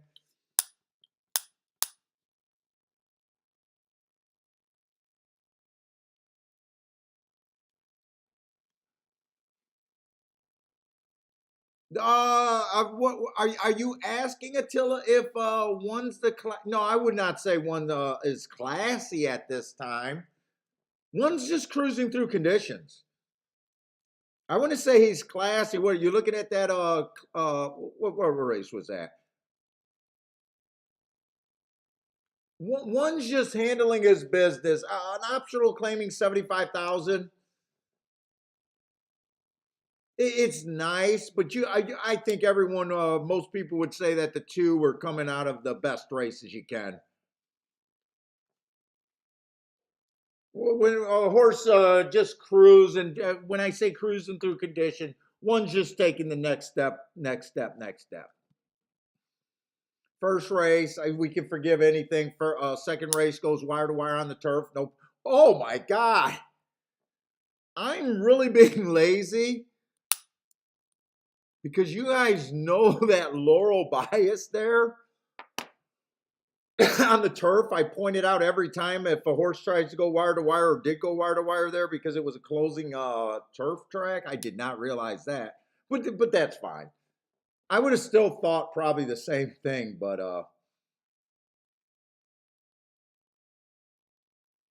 yeah. So he wins. He wins his maiden special weight instead of going to allowance 1X.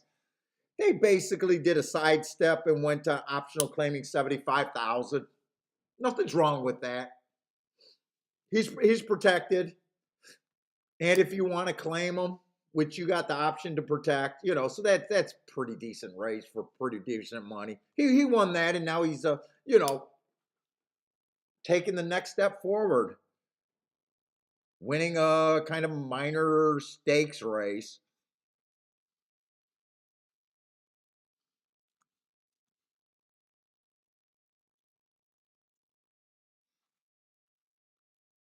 Two, you could probably argue that two's might not be necessarily a true front runner. I had him down as a stalker, and maybe he ran that a little passive, thinking the one might come back to him, and the race got away from him. I mean, he still ran second. Thought he was the horse to beat. He ran second. I got no problem with that. 3. Another horse cruising through condition. Didn't take the same step as the 1 did. There might be a little inside bias. Plus, 3 I think took 0 action. He was like 50 to 1, I think. If the inside's good, the 4 horse got strung on the outside a little bit, might have hurt him. And if the outside is not as good right now, it would have hurt everyone outside of the 4.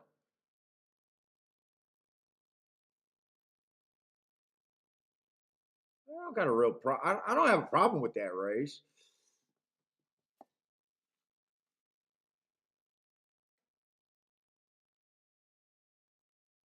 Kathy's losing it. I feel like that, Kathy. I feel so exhausted and feel like I just want to go, but I want to do the show. And fuck, you never. All I need is 1 race, and but I definitely feel off today myself. Let's see, but I don't mind the 1 horse winning there. Fucking wish I could have got to him. I just couldn't.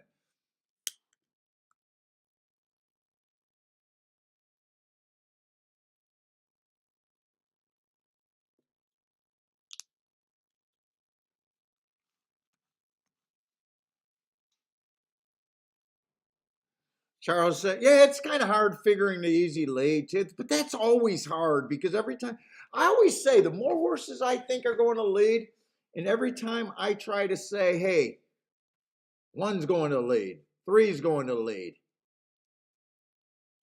5's probably going to lead. Oh, they're going to get that. It all every time I lean on looking at pace that way. Fuck, I'm never right about getting 3 horses across the track. It seems like I'm almost never right at calling that.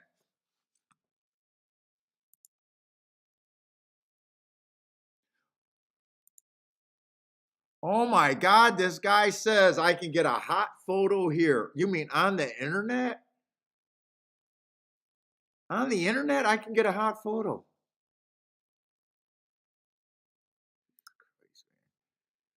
I don't even know how the hell that works, but I wish they'd pay me. I wish they'd pay me.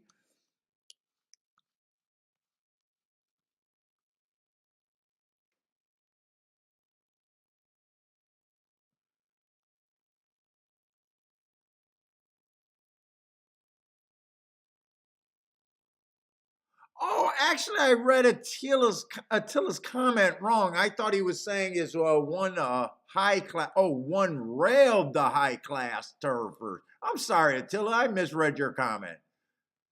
I thought you were having a class question there.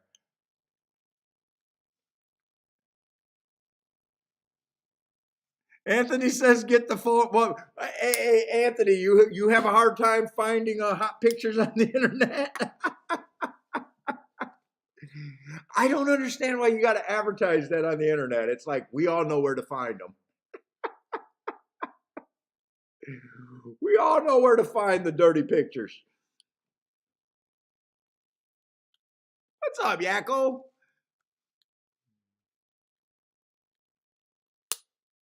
Kathy's done. Kathy, last time you said you were done betting, you came up with a winner after that. I never give up, no matter how zoned out I am. I always keep my door open.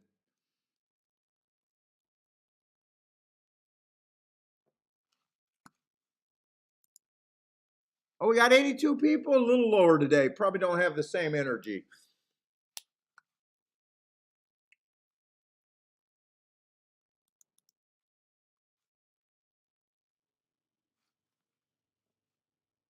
I'm sorry. Right now, I'm really wish I did the work and got the second track. It was just too much for me last night. It was just too much for me to want to do it.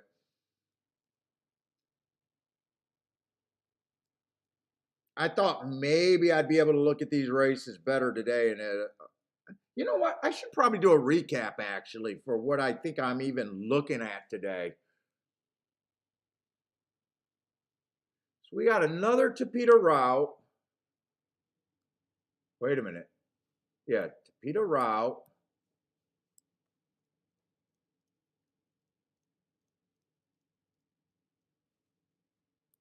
We got a turf route. I'm not craziest about the turf right now, unless I think I spot something. I probably need to hit that 10th race for my best chance on the dirt today. Let's see. That's probably my best spot, though, traditionally.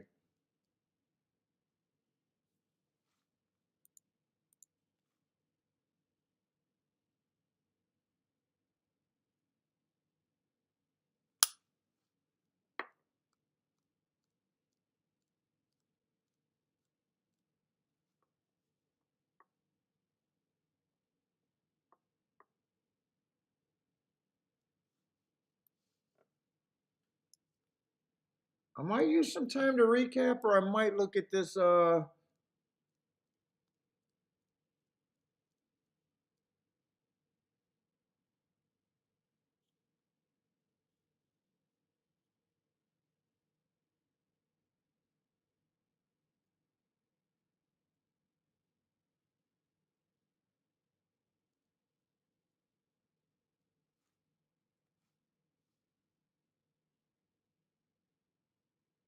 No, no, I'm looking. Something doesn't make sense here.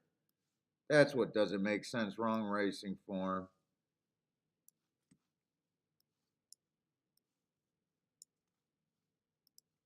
You know what? Tampa does not matter. I don't have marks on Tampa. Hold up. I just want to go back and look.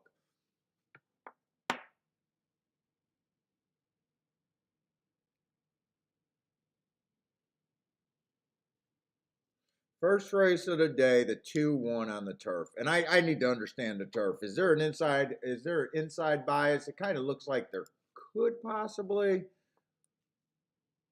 Let me look at the results. I want to go through the day. I want to see if I'm just zoned out. I want to see if this can be rehashed.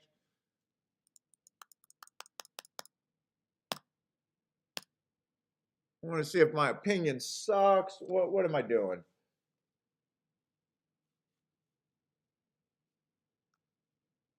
Basically, I thought 5 horses could win that race. Sometimes you just got to go back and see where you're at for the day. The try was 3 of those 5 horses. Try paid great, but I don't do tries very often. The exacta paid great. I think I did take a little bet in there, but I played to the highest price horses.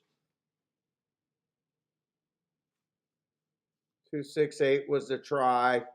I needed to get 8 to get either win for the win ticket or get second. I don't mind that bet. 8 was a 12-1. 2 I thought was a little over bet. Okay.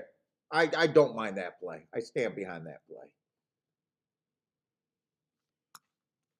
Sometimes you just got to recap yourself and just see, should you be losing? Did you I always say you want to at least stand behind your plays. Like, yeah, I think that was a play. I should have made it.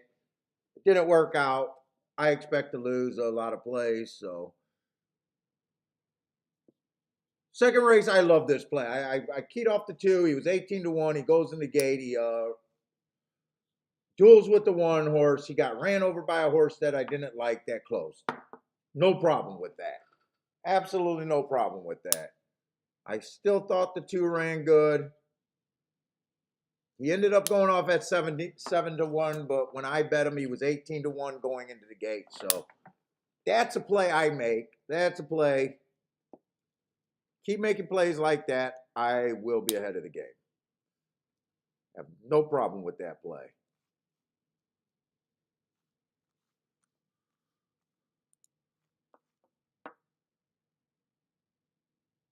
Third race, I gave the 6 the best chance. He was just over bet. I gave 5 the third best chance. I was forced to either not play or keyed off the 3. I decided to key off the 3, who was an overlay. He didn't run. I got no problem with that play. I got no problem with my betting board. I got no problem with my play. This was a non-play race. I set out.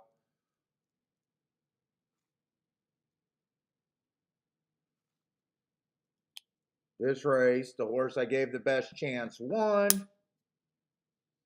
I got beat by a horse that I did not think had the right running style, and re-looking at it, I just made a mistake. There wasn't too much to do because the combination, even though he was 20 to 1, only paid 14 bucks. I should have played the 8-9 in a box.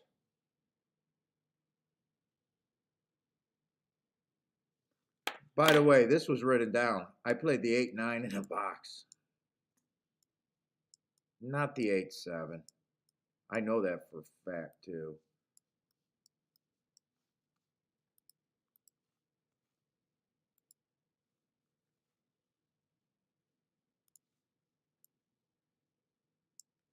Because I bet the 9 to win. Bet the... That bet I can argue. I tried to beat a horse that I thought was a coin flip.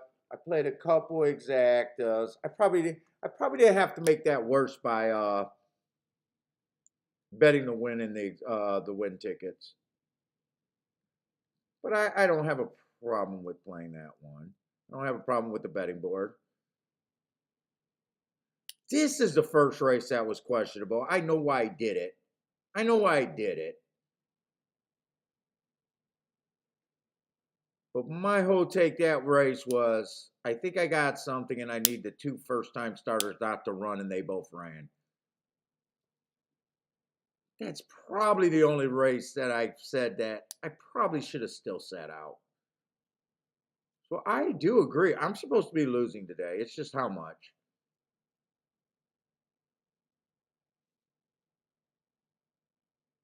This race just happened. I thought 2 was the best horse. If the 6 and the 8 win, I should have been in this ticket.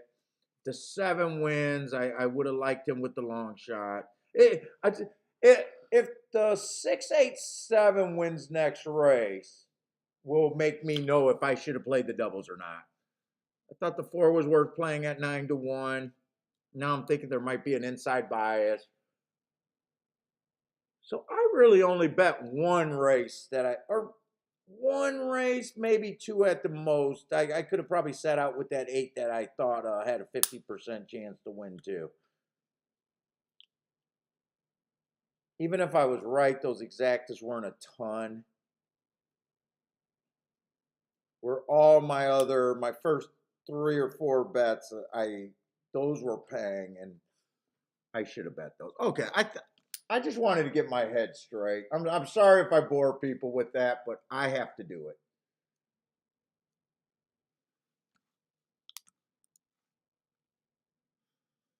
Let's see, Charles with the boom. You guys don't listen anyways. You guys just keep hitting, so.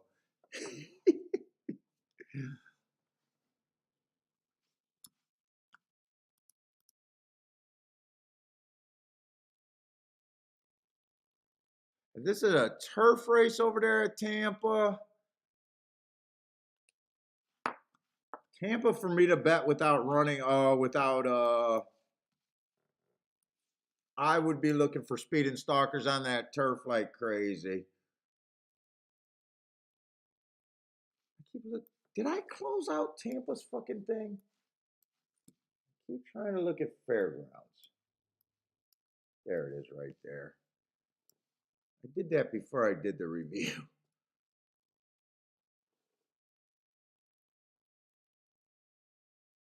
So I would be against the 2. I would be against the 4.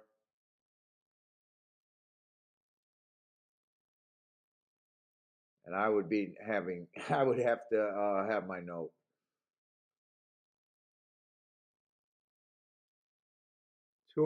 Well, 4 just turned everyone into close. I got to watch this race because I would say, just knowing how bad this track backs up,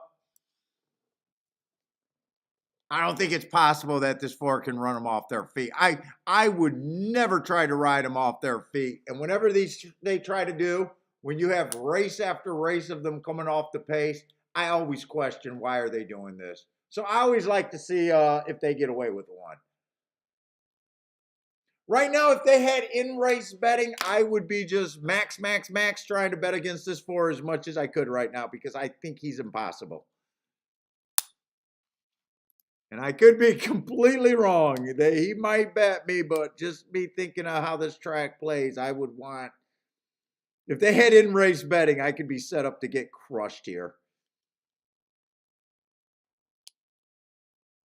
He's trying to embarrass me, but I don't think it's even going to come close. He's done. Get out the way.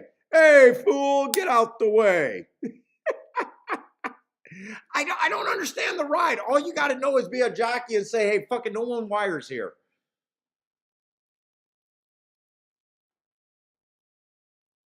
You shouldn't have fans knowing that that's a bad move, no matter what.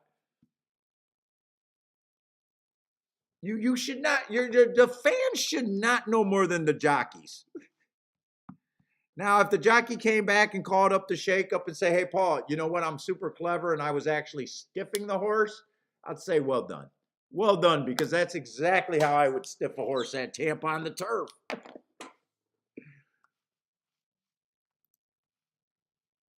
Let's see. Parsons hit that. I think 8 was a pretty decent price, right? I said I would have been against the 2, right? Was 2, I know I was against the 4, but soon as the 4 opened up by 10 lengths, he actually turned I think it was a 2. He turned the 2 into the right running style. Although the 2 it still ended up getting beat.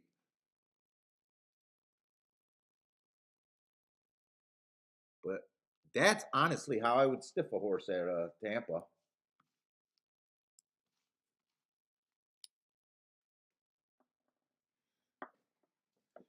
Now I know Rennes do wish we. Now I don't even know how that worked when people can bet in games. So I don't even know how. I know they got that in some places, but I don't know how it works. I don't know how the odds work or how it works. But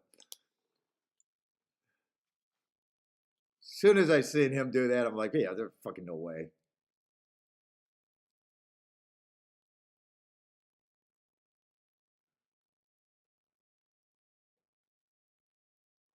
Let's see, 3 got some nice marks, but they've been backing off the pace a little bit outside. I think we only seen 2 races, and sometimes that outside does tend to heat up sometimes on the Tapeta. Now that but I'm mostly stalkers and closers there. I think stalkers and closers are more important than anything. Bentley, I'm trying to wake up too, man. Don't be yawning over there. One just more, or I'm sorry, 3 just more times than not goes to the lead. If he rates, got really nice marks.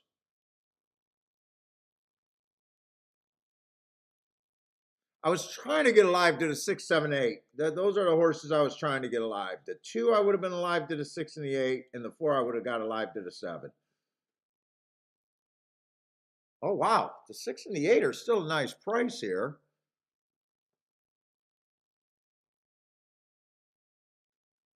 Let's see. 4 fits the running style, dropping in class.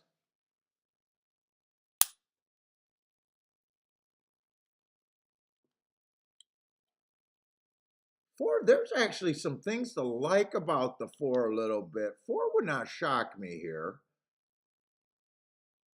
5, I need 5 and 3 to go to lead, and I'm going to be hard on both of them. But if one goes to lead and the other one rates, fucking, I hope they go 23 here.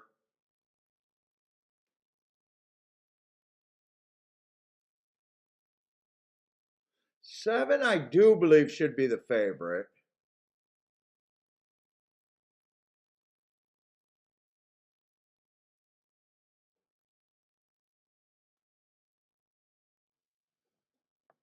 If 9 rates, 9 got a little bit of a. What class is this? This is 20,000.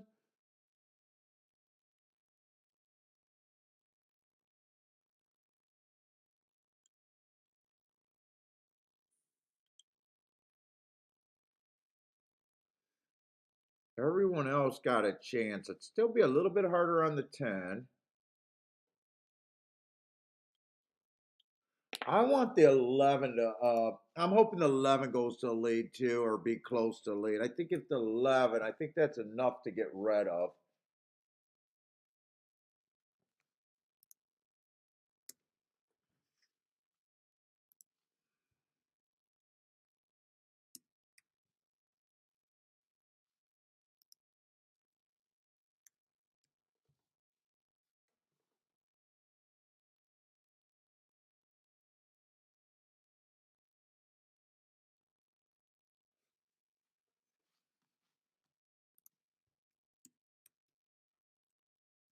I'm definitely betting the 6 and the 8 to win. Probably doing a bunch more than that though.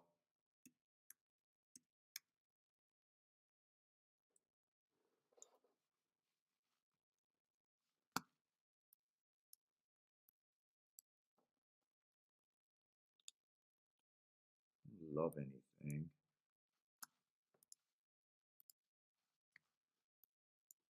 Probably even start out with the 7, 6, 8. Just make sure if the 7 wins, I got to make sure that pays good enough.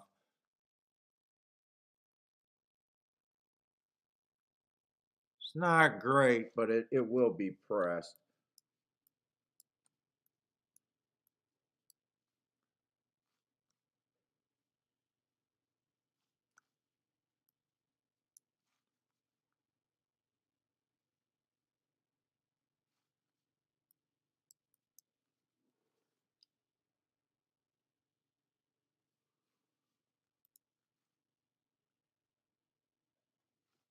Why is 8 shorter odds than the 9?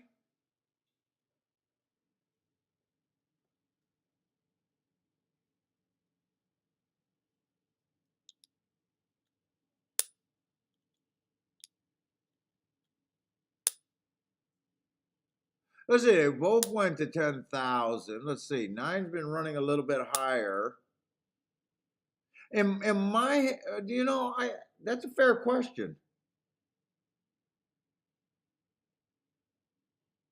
I think I trust the 8 more than the 9, even though the 8's recently been running in a lower level. But I don't know why the public is making one over the other. It seems like they should be making, it seems like the public should be on the 9 more than the 8.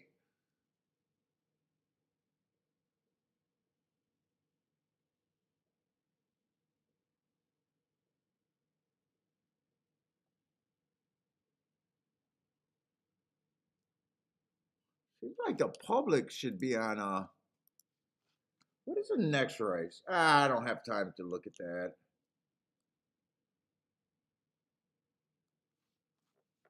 I think that's all I'm going to do there. And I think I got to bet this. Let's see. Solid win bets.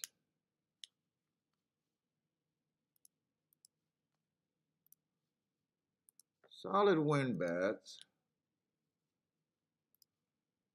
I want that exacta box decent. Box.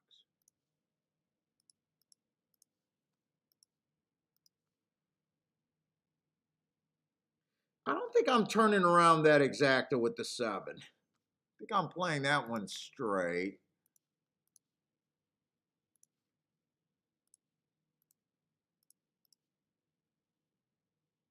I'm wondering if the 7-4 is even worth it now.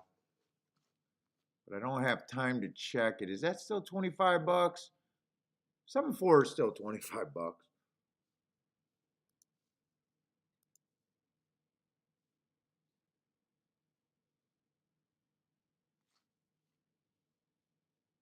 I think I should have did this ticket.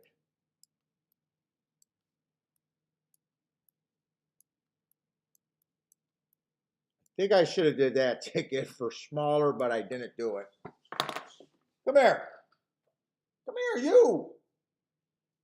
What you doing? Just looking. You had enough? You had enough?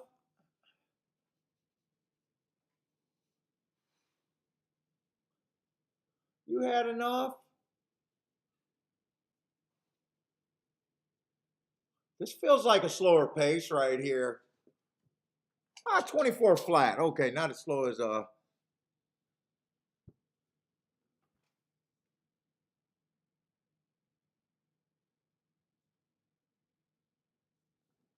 are you going? 24 flat?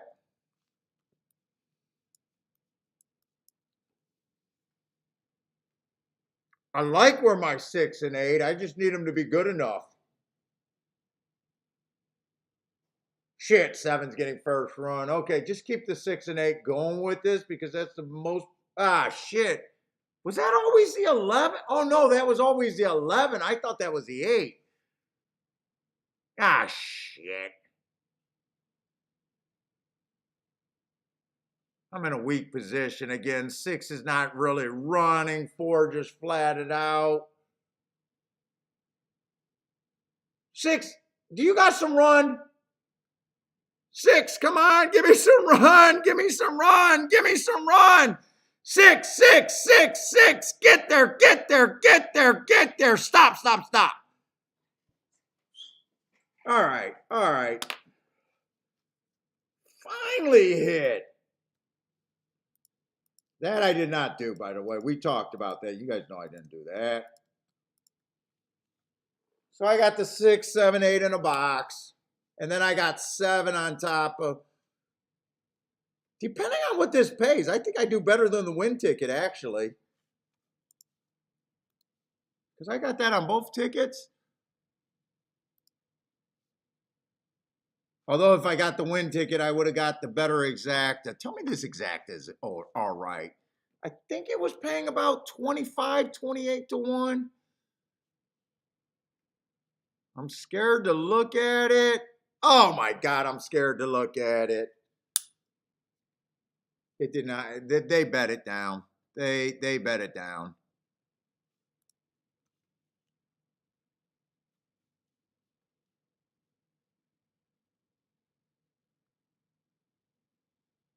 They bet it down. Well, I mean, it's better than 7-3 or 7-11.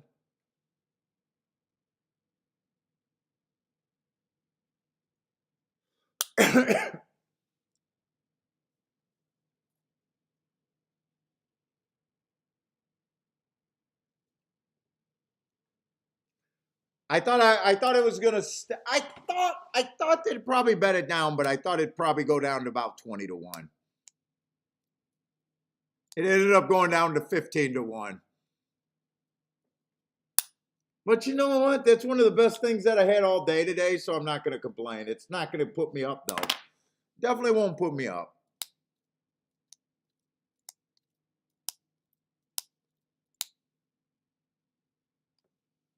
So I don't mind that ticket. I probably should have came back and hit 7 on top of the 6-9 straight again.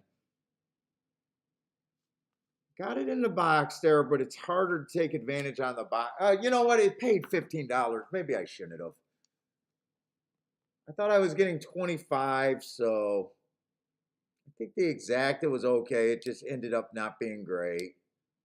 If I knew it was paying 15, I probably got to leave out the 4 and the 9 and just hit that more, but it wasn't at the time when I was checking.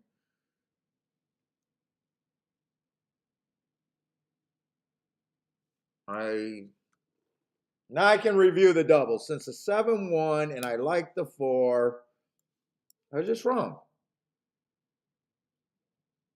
And if I beat the 4 and the 2 won, I needed a 6 and the 8, and I knew I couldn't have played the 7. The 6 ran, the 8 didn't, so these doubles would have been okay.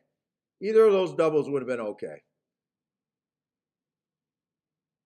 Then if the 4 would have won, I would have got the 7 again, and I would have had a chance with the 6 and the 8 there. So, Yeah, I honestly don't mind that. 2 ran second, 4 might have got hurt on the inside. Yeah, I don't mind that ticket.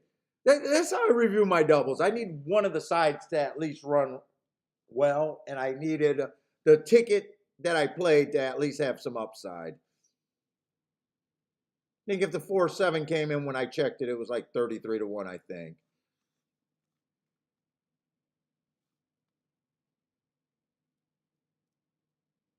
Now maybe I think I would have done better if the 6 would have won, I think, overall now.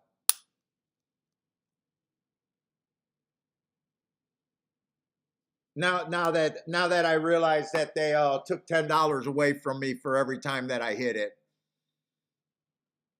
All right, but I'm not going to complain. It's stopped the bleeding. It's definitely not putting me up though.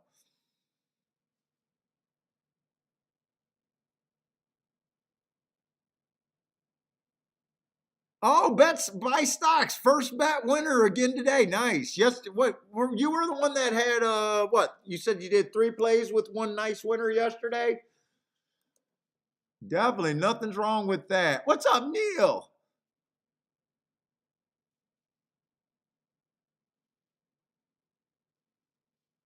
Is that a question for me? Hey, professor.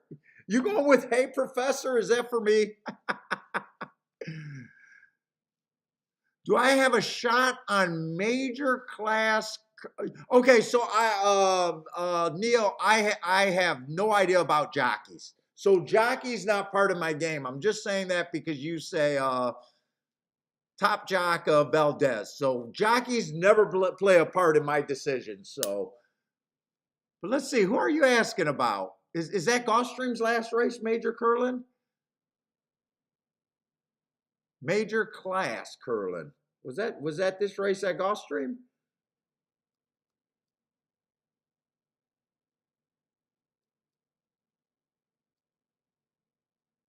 I don't know what race you were looking at. All I got is really a form for Gulfstream today. Are you talking about another race? Let me know what race you're talking about there. Or maybe you're calling someone else the professor. I don't. Maybe. Do I have a shot on major class curling? 5. So that's not this 5. What about next race? What about last race? Did I miss that comment? Maybe that could be last race. Yeah, I don't know which race you're at, and I don't even know if you're asking me. What's up, Maurice? Oh, Maurice heading to the Red Rock. Is that where Gas is hanging out today? Big baller over there sitting in the sports book.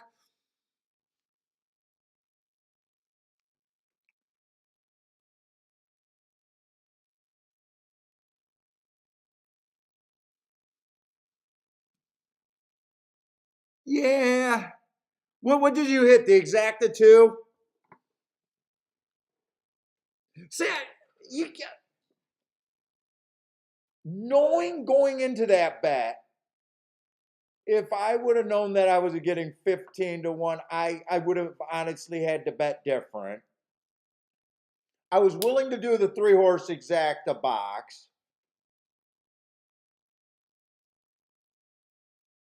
but I definitely would have played it a different way. I was thinking I was getting 25 and then I threw in a couple more horses. Still like my win bets at 10 to 1 in the other one. I would have probably did this 3-horse exacta box smaller. Instead, I did it decent, and then I came back and played this one for decent.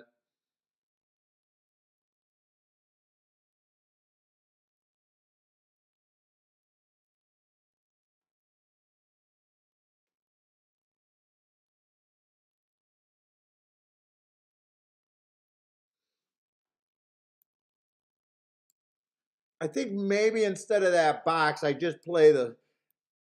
I don't know. I don't know. I really don't know what I would have done and knowing the price. But I think I checked those payouts pretty late. When I I knew 25-1 was probably too much. I was thinking if they bet five out of it, I'd still be happy with it.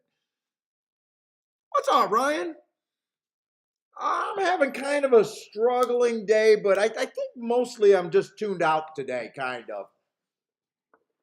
Took a tough beat earlier. Not yesterday. Yesterday was nice. Kind of just struggling to stay toned in, but finally hit my first race today. So, and we know last few races of the day are always the most important here.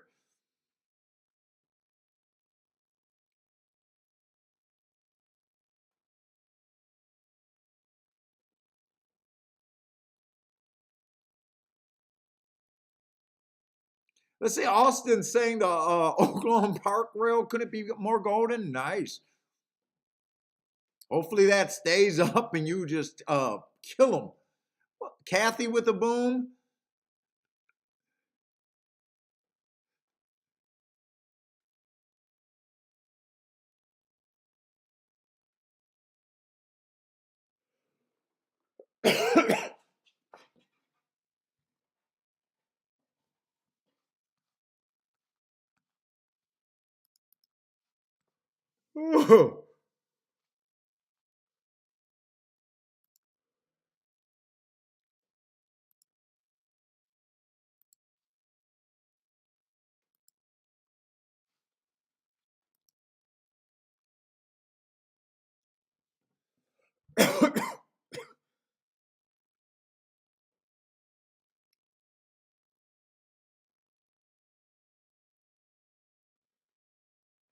See what Gulfstream looks like. At least their betting board.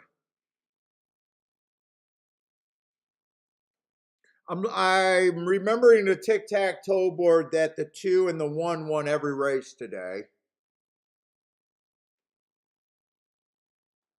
I was kind of hoping to see the favorite on the far outside and try to see if test the inside at a Gulfstream right now. But then, as soon as I looked at the betting and see that the 4 to 5 is in the 3 hole, that makes me to where you know what? I don't mind reaching for a bias or aiming a bet for a bias.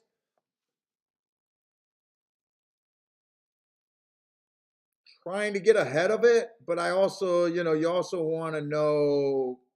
I'm not trying to reach for 4 to 5 on the inside.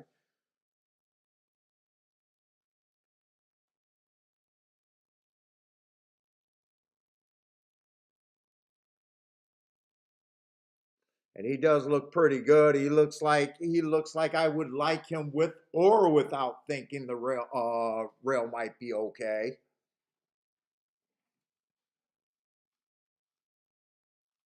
Like if he was on the outside, I would make that my reason to test the inside of the track, if that makes sense. I got a hunch that the inside might be playing really tough today.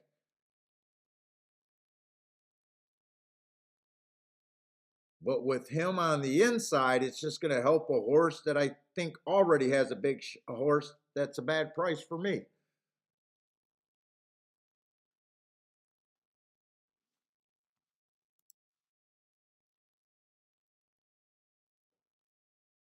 Let's see, buy stocks having a good year this year, and it's only January. Well, shit, fuck it, dudes. I bet some of these guys started out with our biggest hit. I put a question no one answered after that January 1st day that we had. I was curious how many people finally got their first real bankroll. There was a lot of guys that had 5,000 plus days on January 1st with us, but no one really said that they actually made their bankroll that day.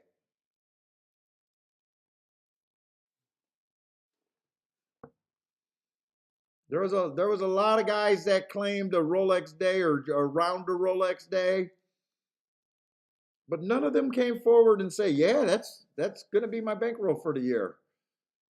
That's more than what I usually play with," or that's a good start to my bankroll.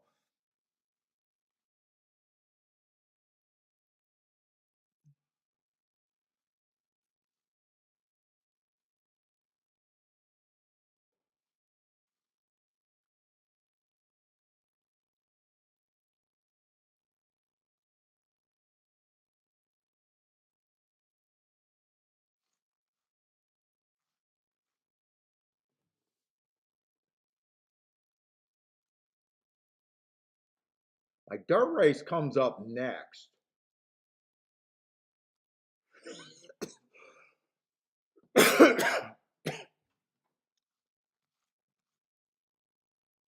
I'm curious to see what these doubles are playing to the inside of the track next race.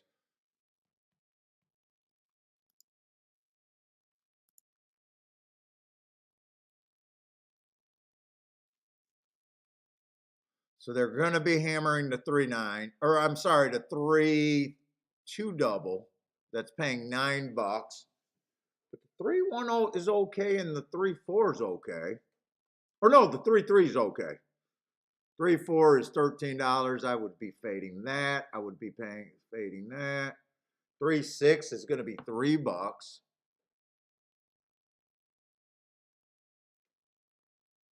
So the 2 looks like he's going to be favorite next race at Gulfstream.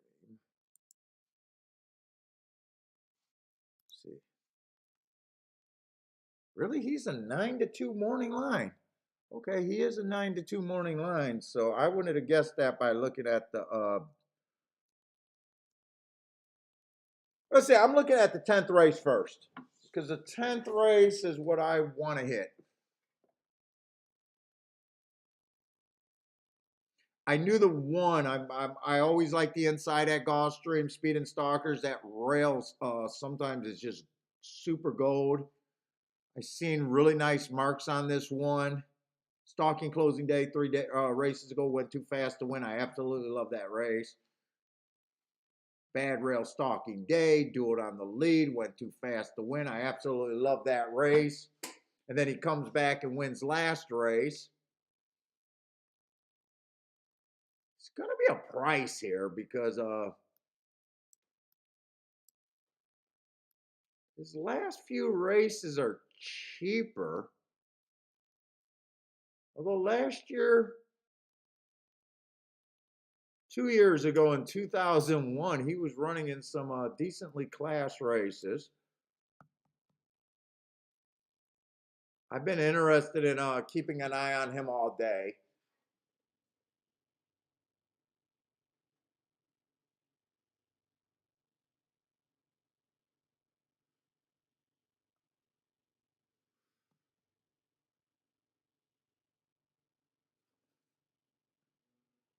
Two fits. Two's going to be coming off the pace, though. So one's advantage is he can get the lead, and if that inside is good like it has been. I'm getting cold down here.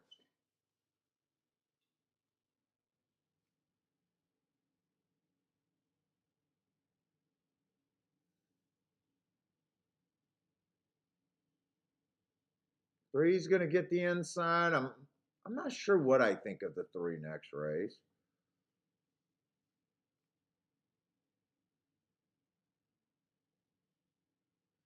Four got some class, but he was just at 25,000 for the win.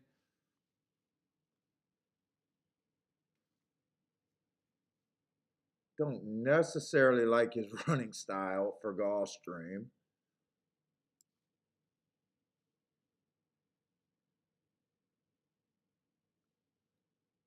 Two races ago, rail was bad and he earned a big speed figure on a bad rail day when he had the 6 hole. I think he can get beat.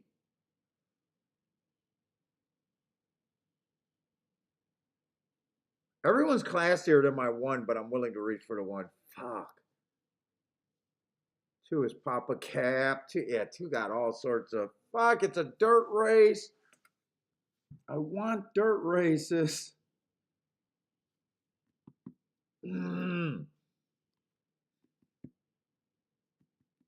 6 is a big question mark. Tons of class. Normally I want to bet against them. If a horse overcomes what I think is inside bias, yeah, Papa Cap is going to do it.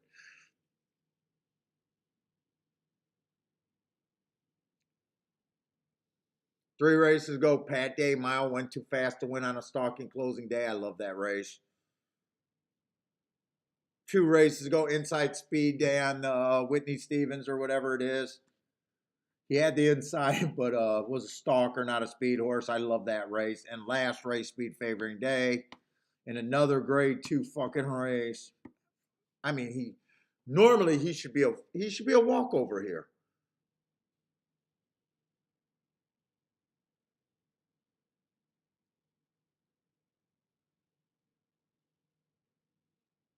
And now I gotta acknowledge that if one wins this race, I need more than a golden rail. I need a super highway on the rail. Fuck.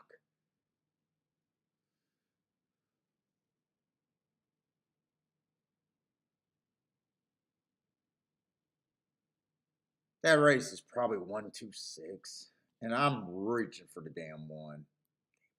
But one's the best fucking thing I got. 6, worst thing I got. Because he's gonna be fucking the favorite. Yeah, these races just aren't. I'm supposed to just be surviving today or losing a bit. All right, this race going to the 9th race. What do I come up here? I might want to make a move that the inside of the track is where I want to be. But if the inside is good, it could help the one. Ran against the speed favoring track last race. We seen the horses go wire to wire. We seen the inside play well. He's at least a good spot to try to get to.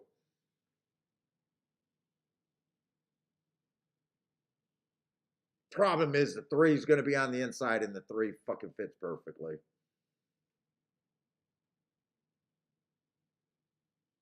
Maybe the 3 can do a passive ride like they did on the 2 last race.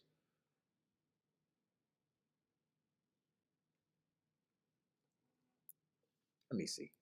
I'm interested in testing it out. I'm not doing a 3x3 double. Let's just see if any of these combinations make sense.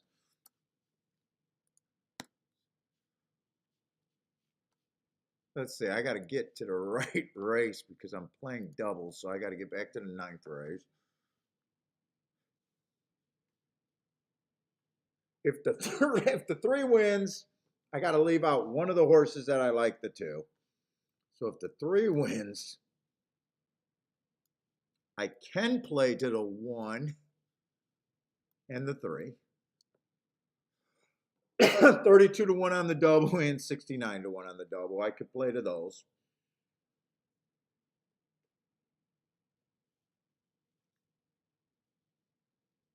If the 1 wins, I can argue you just take the win bet. The 1 wins, everything's good. The 2, the 1, the 6. The lowest one is 170 to 1. Yeah, I've won all of those. Why would I cut anything?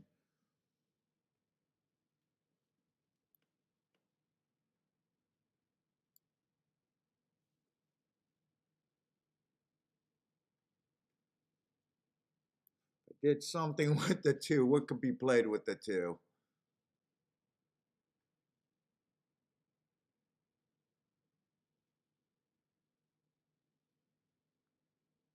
They can all be played with the 2. The lowest one is 60 some bucks.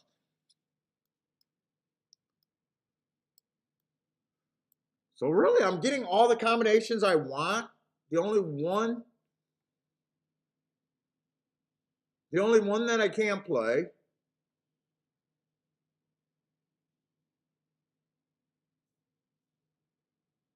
Oh wait, 3's a throwing horse in the next leg, so I can't play 3 to the 1 or the 6. So I got to beat the favorite in one of the 2 legs. Did I want this 3? 1 3.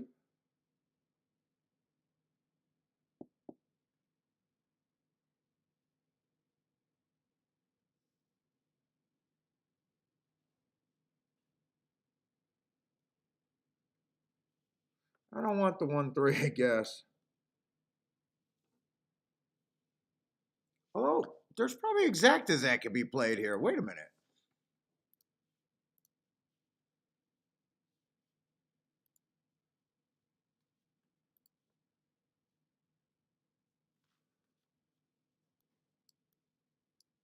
3-1 could definitely be played in the exacta.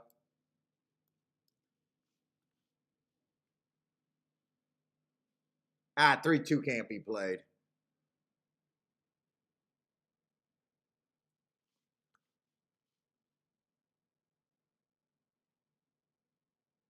Wait a minute, I'm looking at doubles. Hold up. Wait. 3-2 cannot be played. Only 3-1 in the exacta.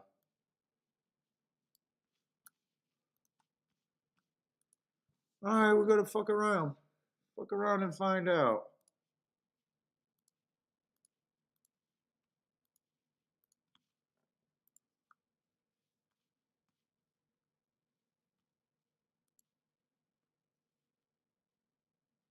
I need an inside to be great, and I need this 1-2 to get beat. I'm kind of in a.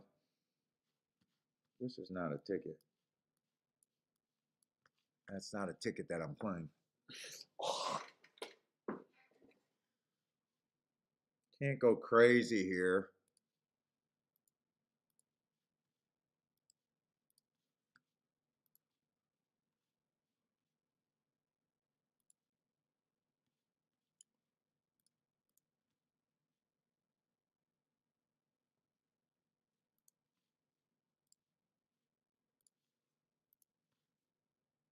I could do a win ticket on this too. Let me see something. Do I want to do a win ticket on the 2?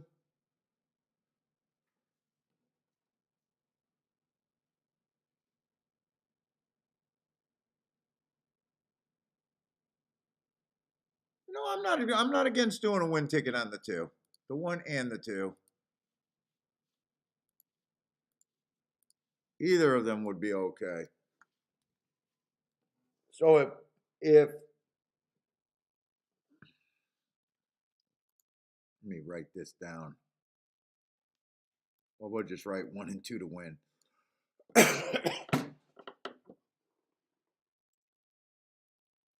So if the 3 wins here, the 2 and the 6 cannot win next leg. I need the 1. Those because those are trash.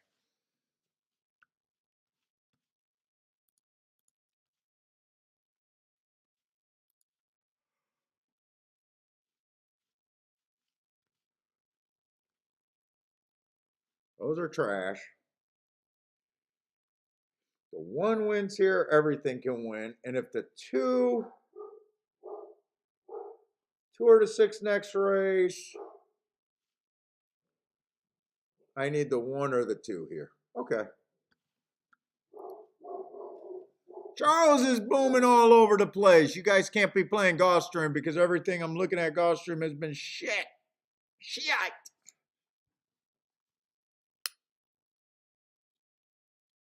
Let's see, Neil. I am often attracted to horses with major class sires, particularly if the trainer puts a top jock on it. I'd love your input. Happy New Year. Yeah, you know what?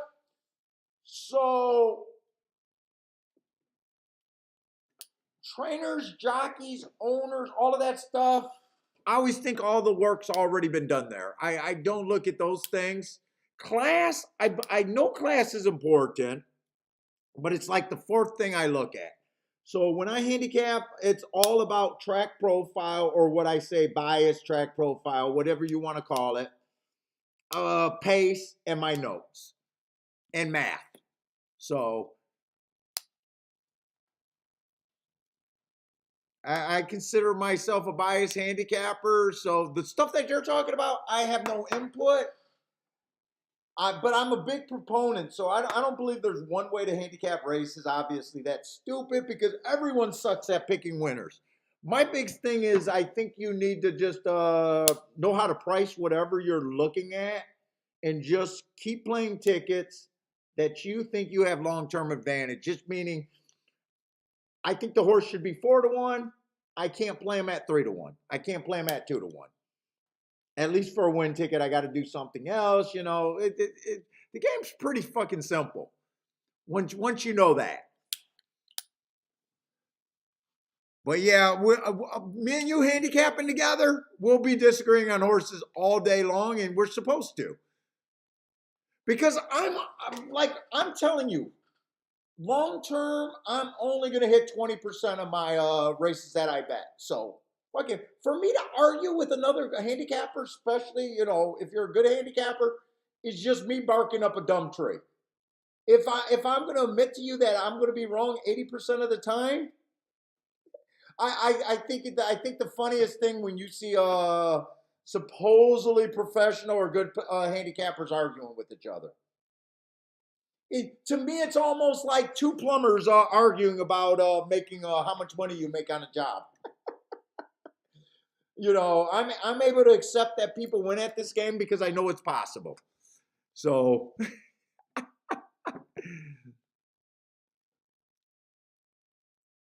but yeah, just what you're looking at, like to me, I don't believe in breeding, but if you know how to price it and it works for you, I would never talk.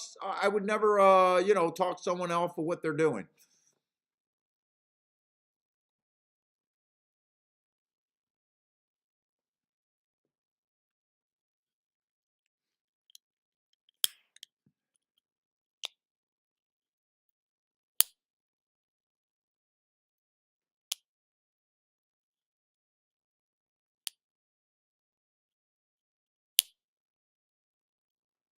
But I always say what's most important from me and the way that I do my handicapping is that I realize how important it is to be against the grain, how important it is to be outside of the box. But you still got to have a good enough opinion where it makes sense. Like you got to have enough success and a reason that's built in reality. Whatever that reason is, outside of the box, no one ever posts tickets of them being agreeing with the public with major scores.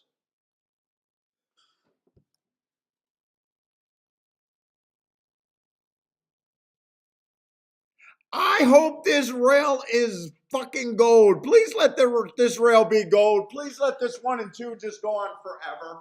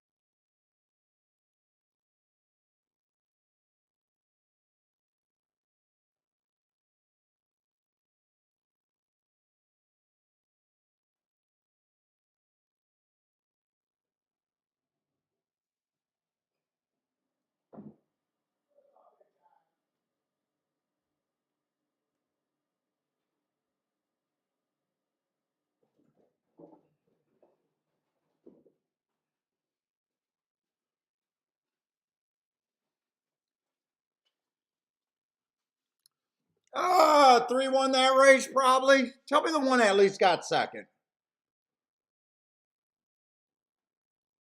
No, the one didn't get second. All right. I mean, I knew that was a big. By the way, that's not my betting line for this race. I didn't do a betting line this race. All right. I know 3 was a possibility. I need the one next race and only the one.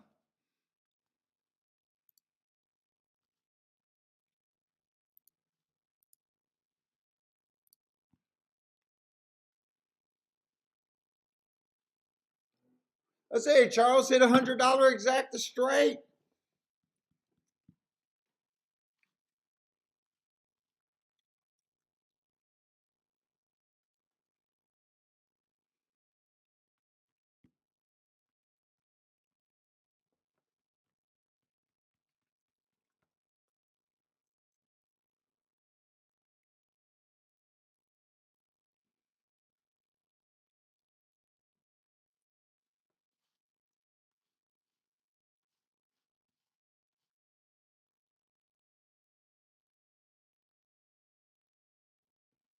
Cost Lloyd $1 to watch that race.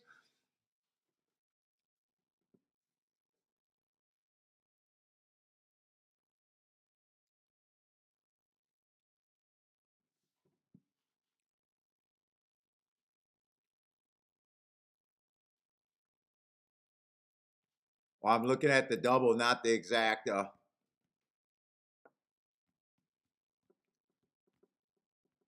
Yeah, with 3 winning, 1 was the only exacta that I could have played.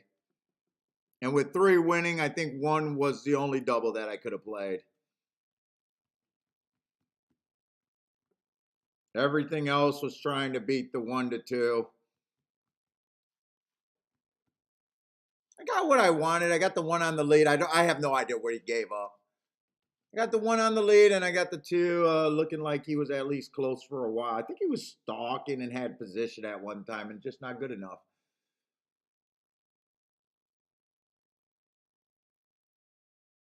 The inside, I'm not gonna say that the 3 at 1 to 2 is proof that the inside's good. I'm just gonna say we've seen 4 winners and nothing outside the 3-hole win today.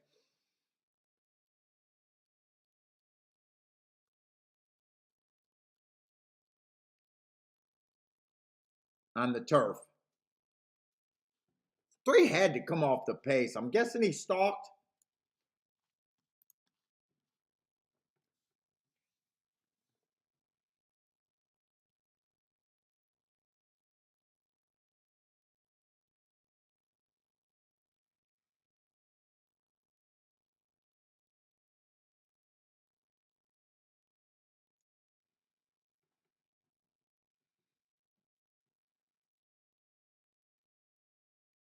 Not for me. Not for me. What's up, Roland? Any big one? I think Charles is probably having a pretty big day today. Charles seemed to be pretty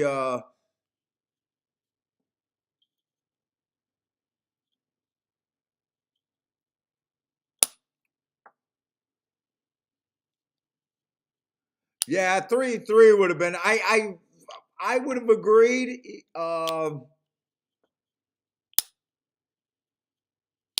But I take that 40 to 1 on the 1 for sure. And I even took the 13 to 1 on the 2. On paper, I could have beat him anyways. Other than me knowing what's horse racing and being able to just play tickets regardless of my opinion, just thinking that I got a math advantage long term. 3's very hard to beat on paper there.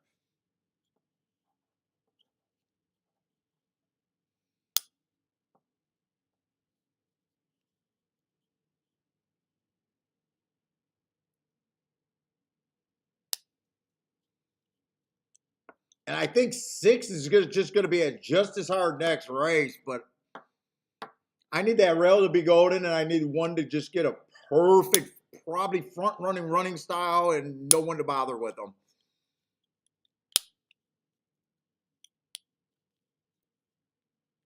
He's my only out next race.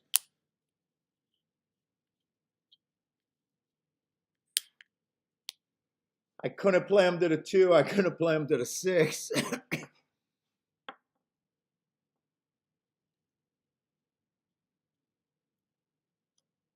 Yeah, I probably should have sat out a bit more today. I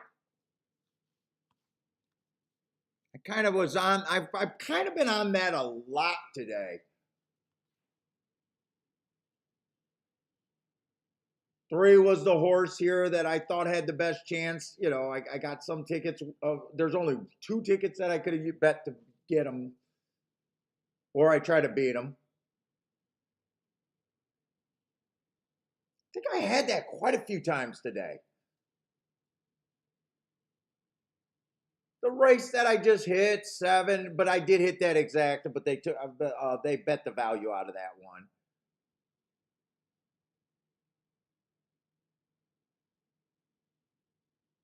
I can think of at least 3 or 4 of them. I don't remember what I did the 7th race, if anything.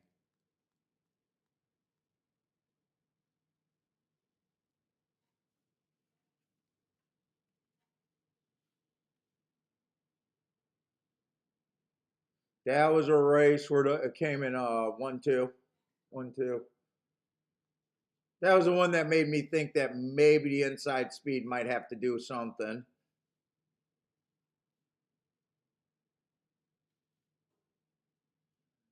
Let's go back.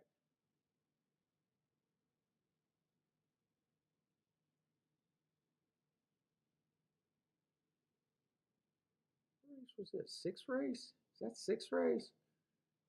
This was a race that I forced. Got beat by the first two stars, first time starters. Nothing I can do there. I take those shots and I'm wrong. This race, the 8 put me where I either got to hit little exactas or try to beat them or sit out.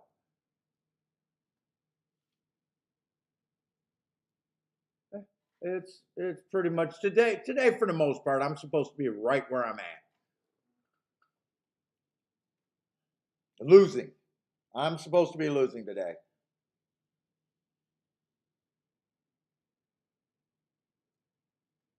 Which is actually easier mentally because it's not like I'm going not like I'm going back and saying, wow, I would have, could have, I made a wrong move. Actually, I think I made the right move to losing bets. The best I could have did was either sit out of I think there was 2 races I could have sit out.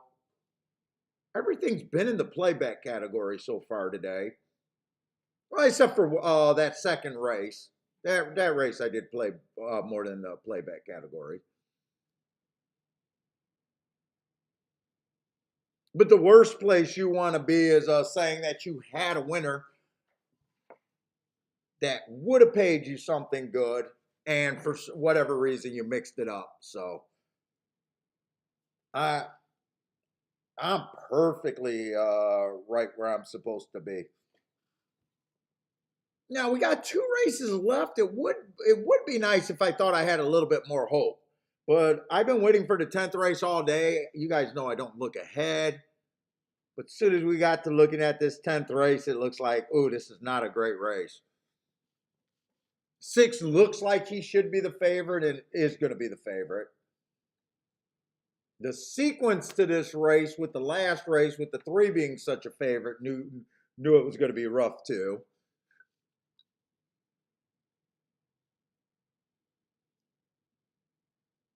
One's a long shot that I was interested. I'm alive to him on the double. He probably saved me where I don't have to bet anymore in this race, to be honest, is probably what I'm thinking. Let me see what these are paying. Oh, they even bet the hell out of that. I thought I was getting 38 to 1 and it went down to 28 to 1. All right. Would have been fucking just as good if I did not play the double and just waited to bet him to win if he stays at 13 to 1. I could have done that.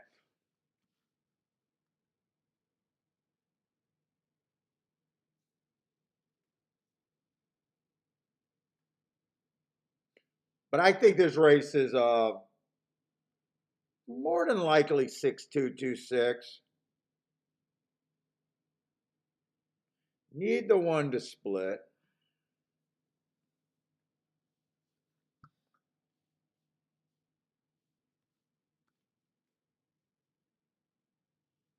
I'm going to go to the 11th race right now, Anthony, to see if it's not the greatest race for me. We kind of seen the inside win every race today. Fuck, I got 2 first-time starters on the inside. This is not a great race for me. I can make the argument that there's nothing left for me to do.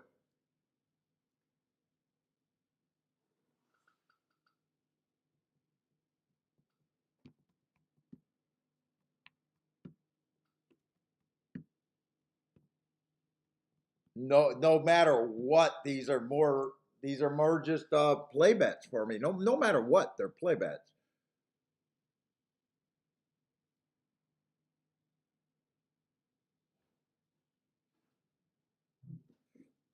Yeah, that's not it wasn't the latest great late late race sequence here.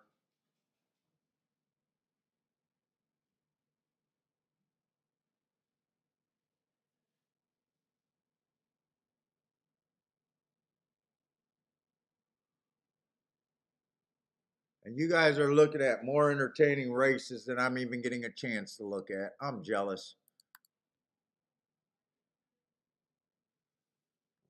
Yeah, this sequence.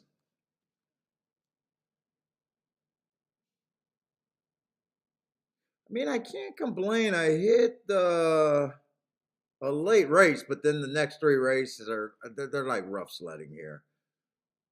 Let's see. I do got an out if I hit the double. I don't know if I can bet any more into this race. We'll see.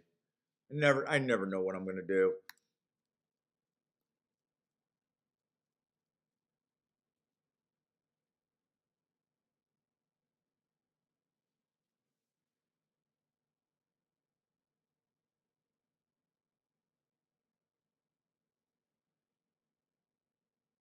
Let's see. I'm looking at Tampa.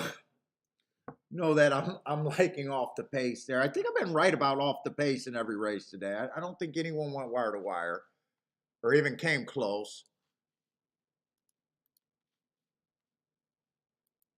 I don't need to look that up. I don't care. I'm probably not going to bet races that I don't have marks in, anyways. Let's see. The 8 is scratch. I'm just trying to see if there's something I can possibly make something make sense just with because I do think I know how the track's playing there, but let's see if there's anywhere I can get to. Yeah, 1's lightly raised, 3's a first time starter.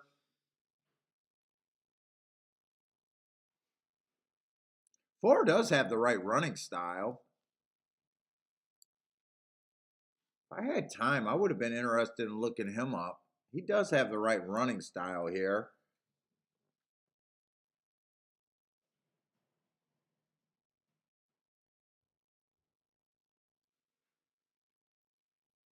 If you like the 4 or you like the 5, you should like them both. They're both coming out of the same race. They both possibly got the same running style. 4's a better price. 5's lightly raised. 5 might have more upside, but as a gambler, the better price is better on the 4.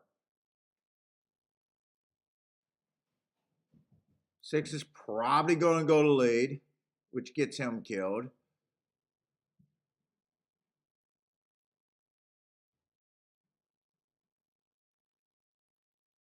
7 rates might be interesting. See, all of these horses came out of December 3rd. Can I look at these? How many horses came out of December 3rd?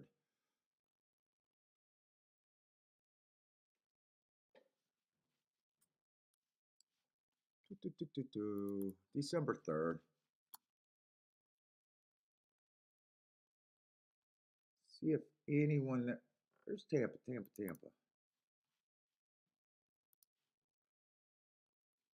Bad rail stalking closing. Does anyone improve off that? No. Bad rail stalking closing?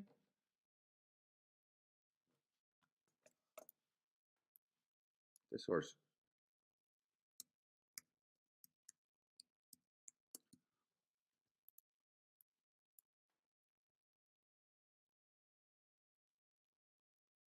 That's actually a race with some upside. That's a race with some decent upside. And I'm not jumping in anywhere for 5-2. Not against a dangerous race. Bad rail stalking closing day, so he would not have got an asterisk, the 9, coming out the same race. Bad rail stalking closing, he would not have got an asterisk. 6 would have got an asterisk. Bad rail stalking closing, tried to go wire to wire, but he feels like a fucking reach.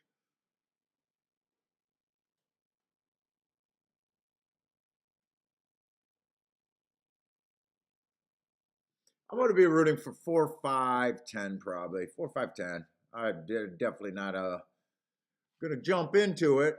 4, 5, 10. Oh boy, oh boy.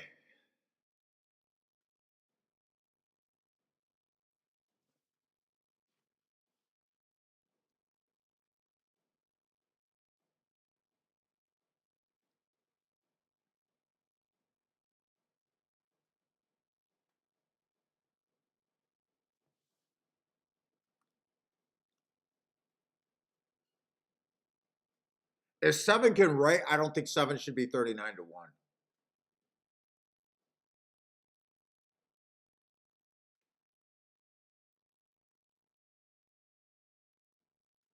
Eight's out, right? Yeah, eight's out.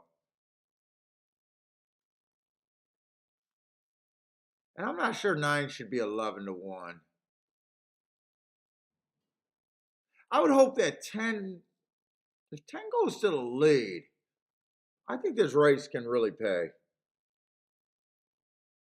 There's not much here. He might be close to the pace and could get possibly beat. The 9's an interesting long shot. The 4's an interesting long shot, and I don't think the 7 should be 42 to 1.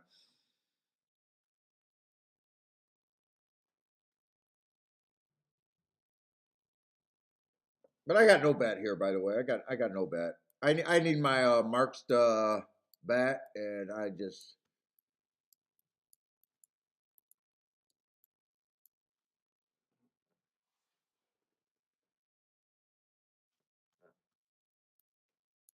4, 5, 9, 7, 10 are the horses that I like.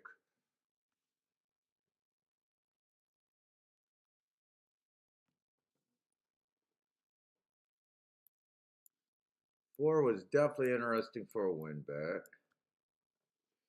7, I would be forced to bet a win bet, but smaller, which would be still be a bigger hit. Combinations could be any of that group. Except I would not own the 5, 10, 10, 5.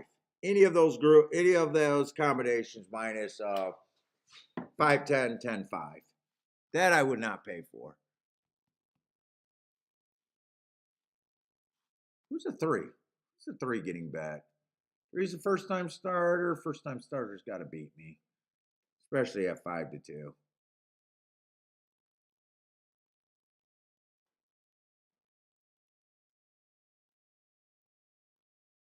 And in fact, 9 could have also been bet, and you could have Dutched this. 4 and 9, more money to win on the 4 and the 9, less to win on the 7. I box those 3, do all sorts of crazy shit. Why is Papa Cap in this race? So I can't get any value in the so I can't get a bailout, Charles. That's why I think he's in the race today. I haven't had a losing day in the new year. I had a few break-even days and a couple winning days. I think it's time for Gulfstream to kick me in the nuts for a day. That's why Papa Cap's in the race. What's up, first-time starter?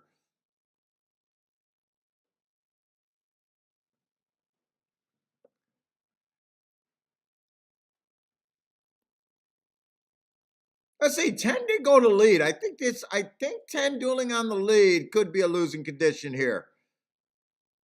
Let's see, 9's running. 5's there. 4's too far back, and so is a 7. I don't know if this horse is going to get tired here, and I would not own put it this way, I would not own a 10-5, 5-10. That I would not own. It's probably a winning combination unless the 9 splits them. 3 would have had to beat me.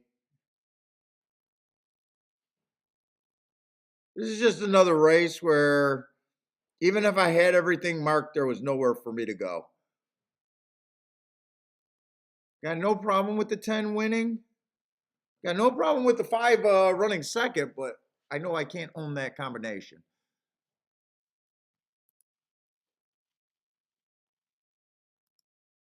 Oh, wait, Gulfstream's creeping up. Let's see. That's done. I'm not sure if I've given up completely.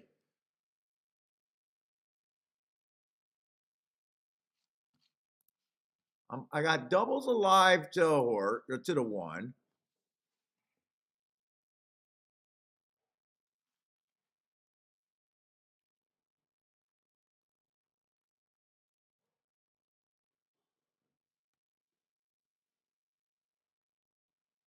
Two's still viable to bet to win. I mean, 2 I can still bet to win here.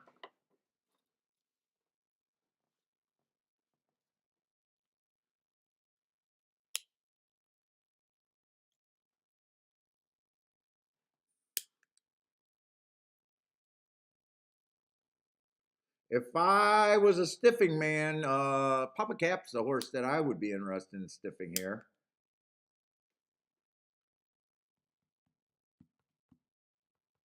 Dude, he just lays over the field. It's like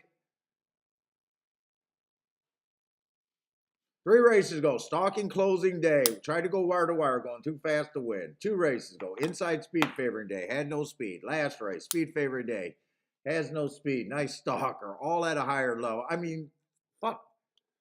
What am I supposed to do?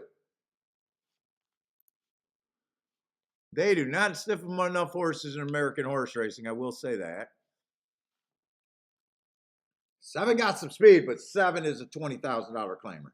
If 7 does anything here, he's not supposed to. He's in great form, but he's not supposed to run. Plus, the 7 hole sucks at Gulfstream. It's not supposed to be the 7.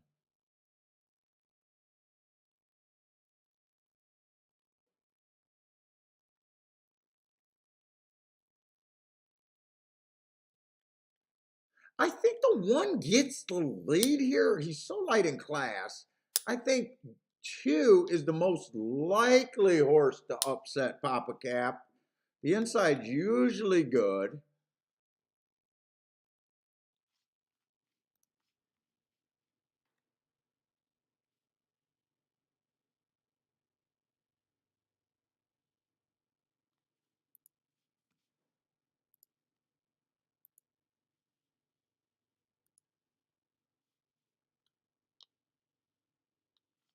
Look at some doubles.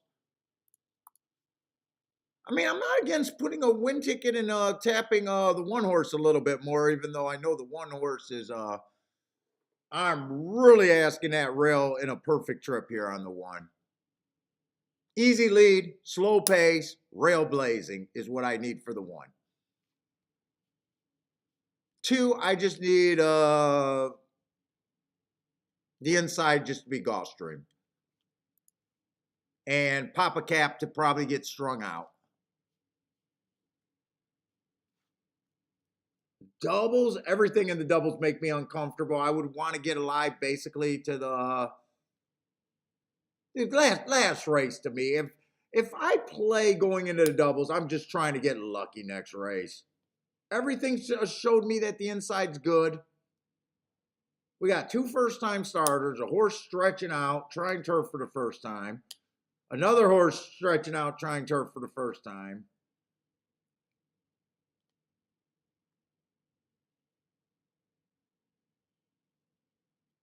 Is 9 supposed to be a price next race?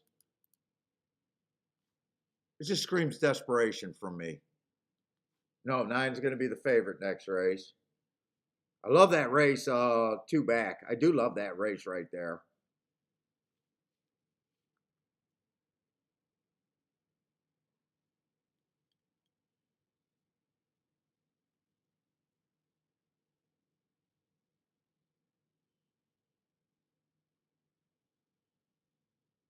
Like, I would have to single to either the 9 next race or try to get lucky with blind inside calls.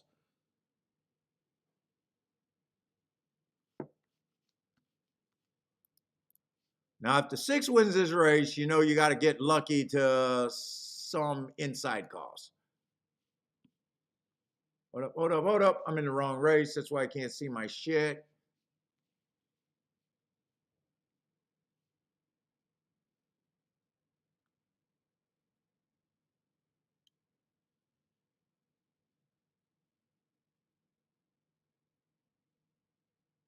I try to get lucky here. I cannot believe what these exact our doubles are paying. I think I'm getting suckered in right now.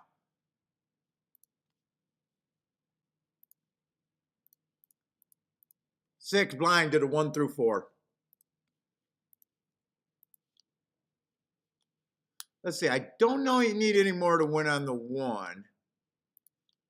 But I will bet the 2 to win.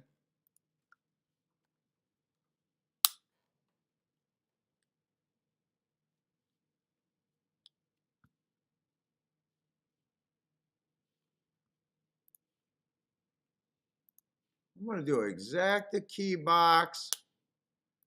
1 first and second with the 1 in the. I didn't even check that. I did it. I did it. This is blind. I couldn't believe what the inside is playing to the six. I had to take that. Six to the 1 through 4.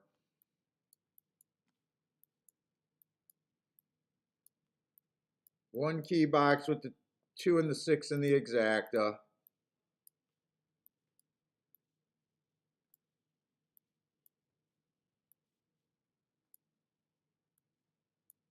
Two to win.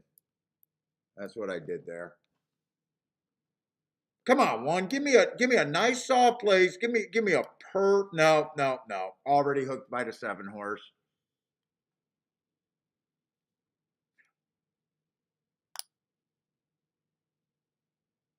Anyway, this one got horse because 7 had to work. Come on, one. I think I'm getting excited for nothing. I need either the. I probably need. I'm not sure if I need the 2 or the 6 here right now. 2 gives me a win ticket instantly. Where 6, I have to hit the double. Keep plugging away on this one. Keep plugging away on this one for me.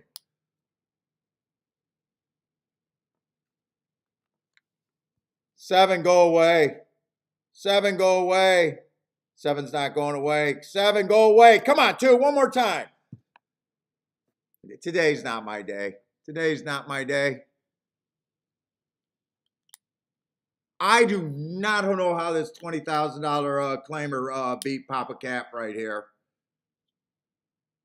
I have no clue. Oh, the horse is sharp as hell. I have no clue how this is the horse that beat him.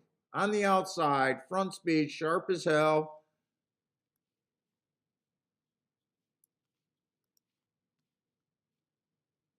It just keeps being a same trainer that blows up horses' hearts.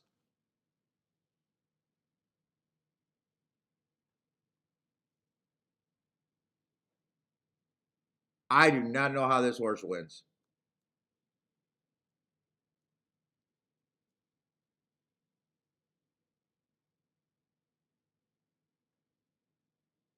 Papa Cap either's not that good.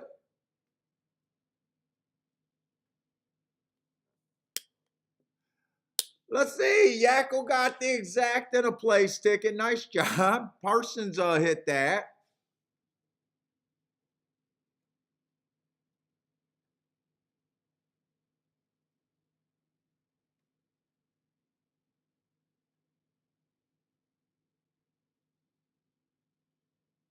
I mean, the horse is in sharp form, but ooh.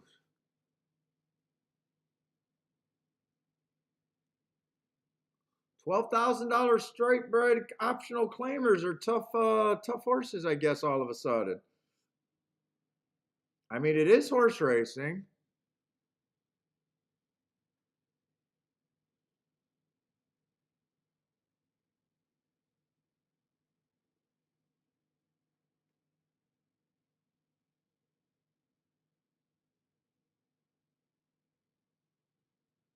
He is in sharp form. I will give him that. He's in sharp form.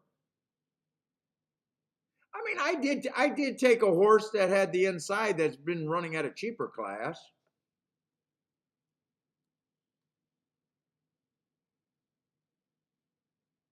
Who's tried some stakes races in a grade 3 race at Ascot.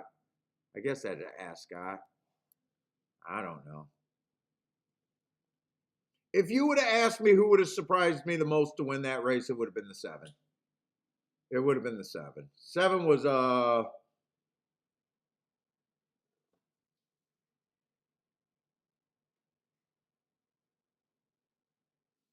yeah, Staffy exacta. He got a good stuff.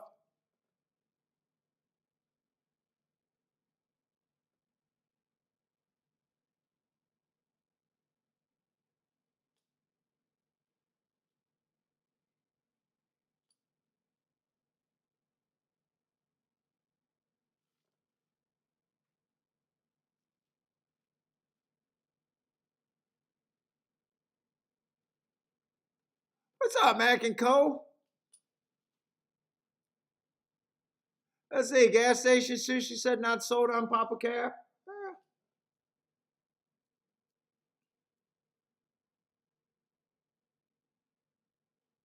I mean, they are offering him for 60,000. Is he protected here? Was he protected? I mean, he doesn't. If he's not protected, he doesn't have to be cranked up. He was protected. He hasn't raced since July, so I do get the argument. He doesn't have to be cranked up. They can't lose him.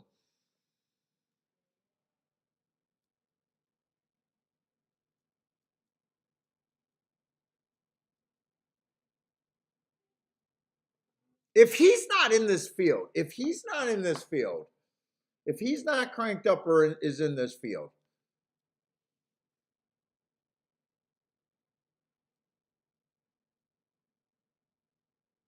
really my big concern about the 7, all honesty, and I'm trying to be dead honest, is the outside of the track. Feels cheap outside of the track. I would have said that he still felt cheap. I would have still played the 1 horse, hoping that the 1 horse get the lead. 2 needs horses to get. Everyone else needs horses to get tired in front of them.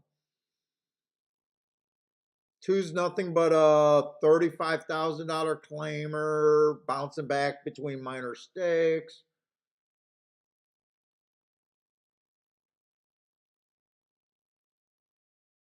3's nothing but a minor stakes horse. I say he makes more sense there, but he's still stepping up to 60,000, which is kind of rough for him. But none of the horses got any real speed.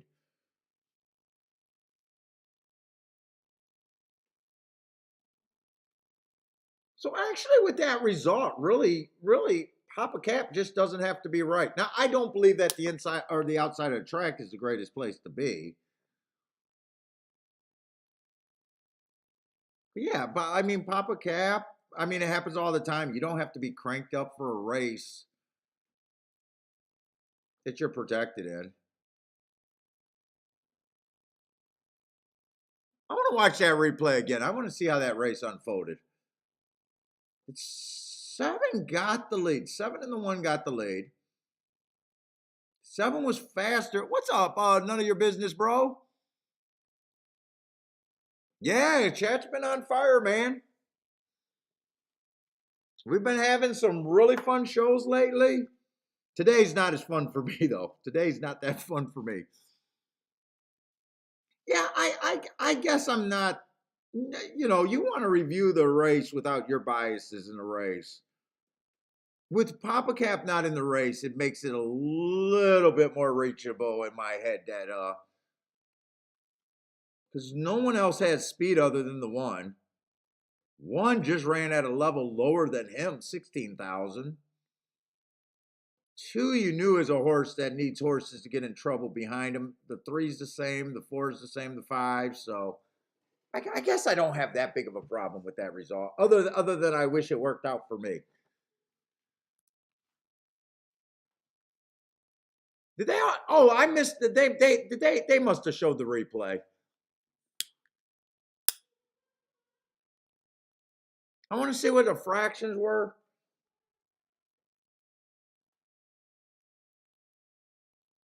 He's definitely in super sharp form. I said that. So I mean, sharp horses with speed are always dangerous. Stepping up in class and stuff. It's just hard for me to get to him at 7-2. Let's see. He got the lead right away. He was able to cross over.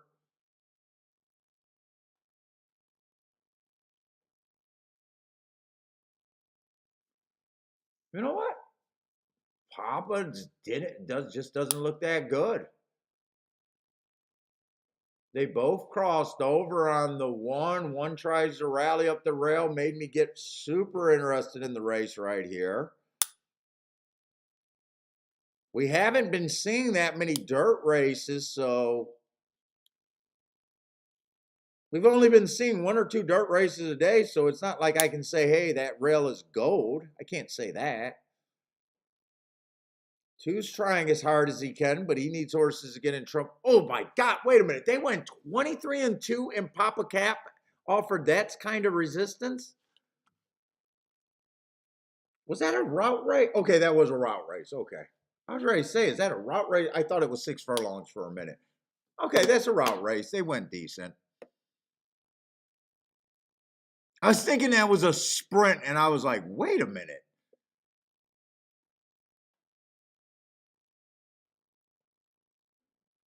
You know what? The one wasn't as good as I thought he was. 6 might not have been cranked up. 2 needed, everyone else needed help. And a horse that got the lead just went wire to wire. I guess I'm not that upset about that other than it's been a rough day for me. You know, at first I was like, hey, I'm really angry. That guy got great juice. You know what? I take all of that back. I even take that guy got great juice back.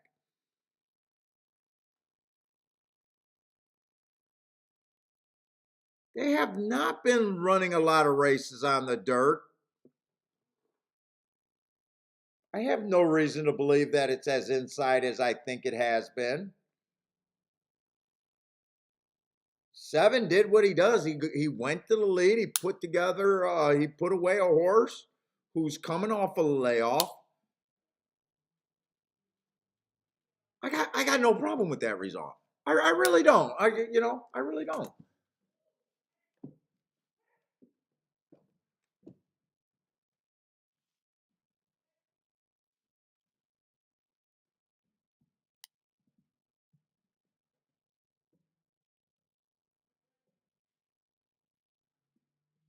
More like Papa Rat.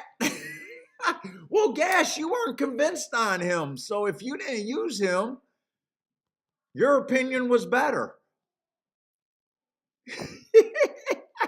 You said you weren't sold on him, meaning you could have got to the right place.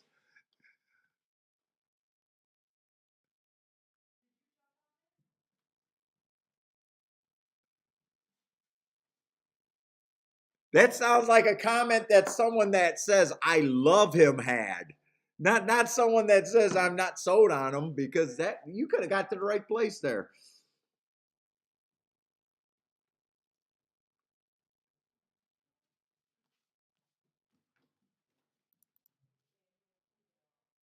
Kiki, I think I'm gonna have my first bad day on for the year. Oh, it's her Christmas, by the way, Orthodox people. Merry Christmas. It's a happy, Merry Orthodox Christmas.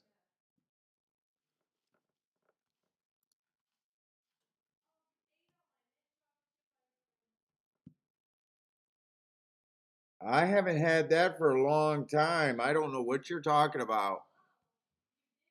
Yeah, I have no idea what you're talking about. I haven't had mint chocolate chip ice cream. It's probably unopened. It's virgin ice cream. I don't think I can play this last race. I think I just accept where my day is. I tried to do a reaching bet, playing some doubles here, just through 1 through 4. And then the inside horses. No, I didn't even do the 1 and the 2 with the 9. I thought I did, but I didn't.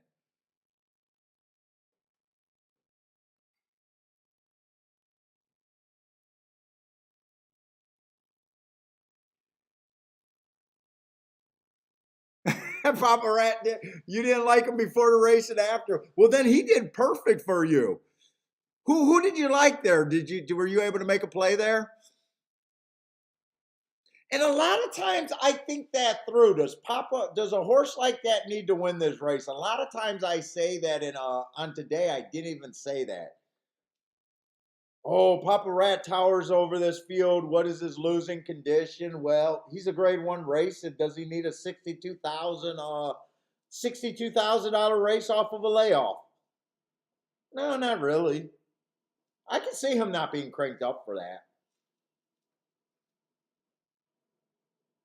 And in fact, we say that so many times.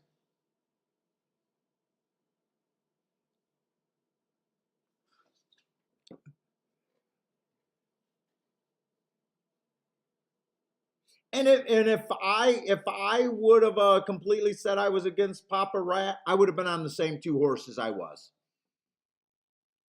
The one and the two. In fact, I would have been on the one more.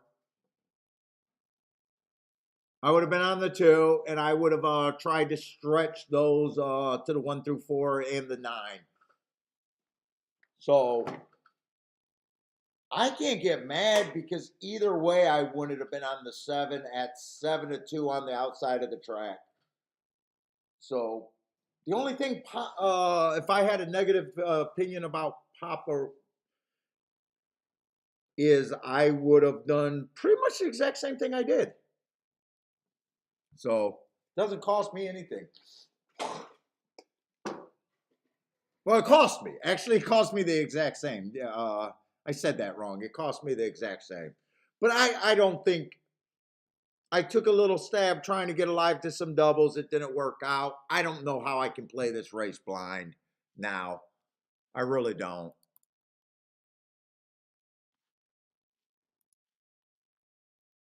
Kathy's just sharing her knowledge today.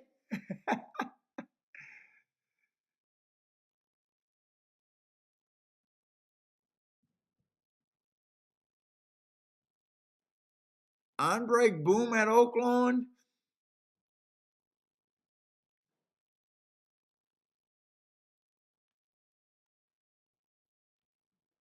Who else got some business, someplace here?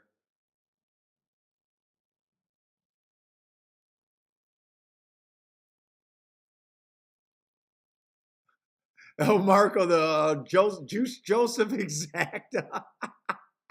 I do take that back. I do take that back. I should have said that. Sometimes you get cranky and angry. I don't mind throwing out allegations, but it probably wasn't warranted there. 7 was sharp. I think I'm okay with him winning. Today is exactly what it's supposed to be. I'm supposed to be losing. It's just how much.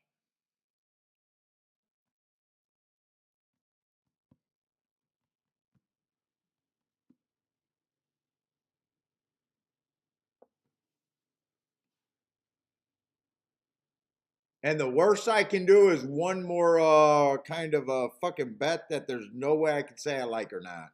Jesus Christ, 9 is. They're trying to tempt me. Part of me thinks that the inside is really good at Gulfstream. But the one's a first time starter, who knows? Two's a first time starter, who knows? But they're both on the inside. 3 only ran one race, never ran on the turf, ran on an early pressing day, ran against the bias, slow, slow, slow. I mean, could be a turf horse. I don't know. I'd look at this like this is his first race out.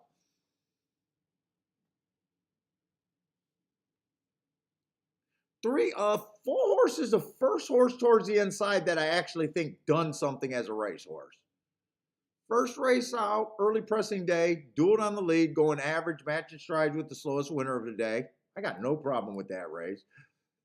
Comes back, improves the speed figure. Early pressing day was more of a closer that day. I still gave him an asterisk. Said it got steadied at the straight. Still ran 2x1. I think that's a very nice race. And then last race, 1 tick slower than the fastest winner, average match strides with the slowest winner of the day. I got no problem with that race. Stretching out, trying turf for the first time. If he goes wire to wire towards the inside and get the rail, I probably is going to be like fucking would have, could have, should have, but I'm not sure I really want to do anything here. But he's at least interesting. Gonna have to like the turf though, and gonna have to do the stretch out.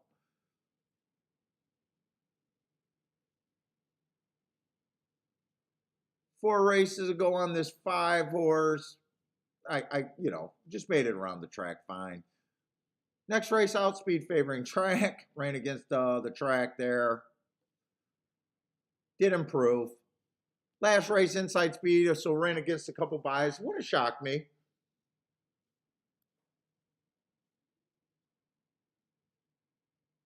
Five horse ran, or is that six? 6 horse ran a race where I could see some improvement could come. Early pressing day was a closer that day. Slow average, almost got in position at the top of the stretch.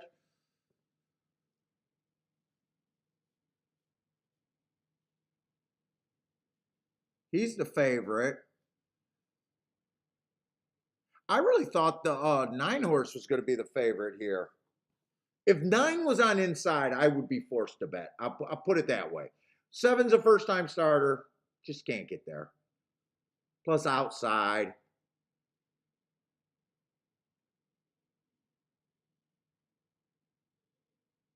I love that race 2 back on the 9 horse. If he was on the inside today, I would bet him. I would probably say 7-2. I got to play him. 2 races ago, stalking closing day, ran against the bias, went too fast to win. We see speed horses win today. I love the Hearts. He comes back. Bad rail day. Had the 9-hole. That doesn't bother me. Average slow. Was a little bit slow. Got in position at the top of the stretch. Still, remember, I do my marks for only the first six furlongs. But obviously, he was a runner there. He got in position at the top of the stretch and still messed by a K-hair.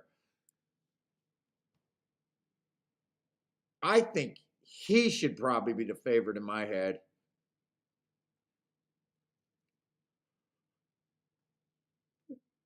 They're looking at the speed figure, making the 6th favorite.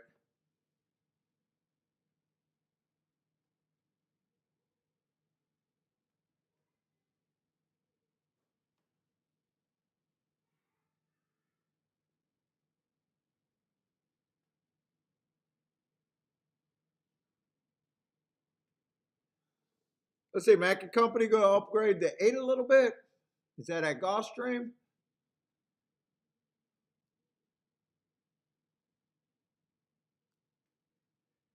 And the double I was just trying to get alive to was just because I thought the inside of the track was running extremely well.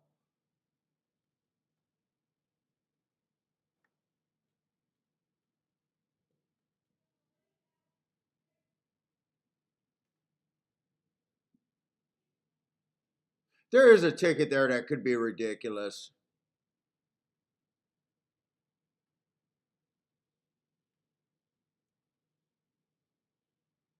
Four, 5, 9 in a box. 4, 5, 9.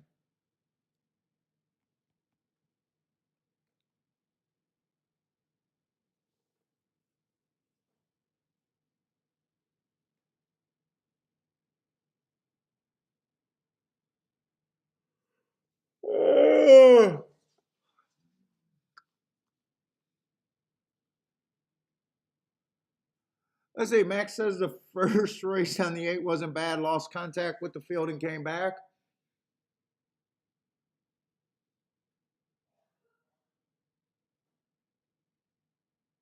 Yeah, I think he ran on a bad rail last race. The first race I can forgive. First race I can forgive. I can forgive anyone first race out. Just the results today on the inside have been like really making me want to be on the inside of the track. But at the same time, I don't feel like I could bet this race.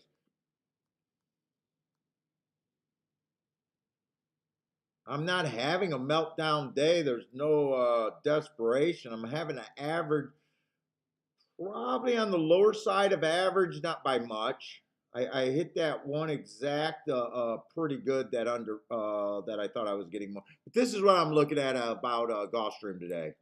Nothing outside the 3-horse one on the turf. That is pretty damn inside. And I got fat prices towards the inside. But I do feel like I'm bet out. I can't make a. Not only am I a little bet out right now and just done with it today. The other thing that's keeping me is I really can't do a betting board here. Okay, if I'm right about the rail being good. If I'm right about the rail being good, it's still not like I know what the 1 and the 2 are. They're just horses that never ran before that just happened to be on the inside for me.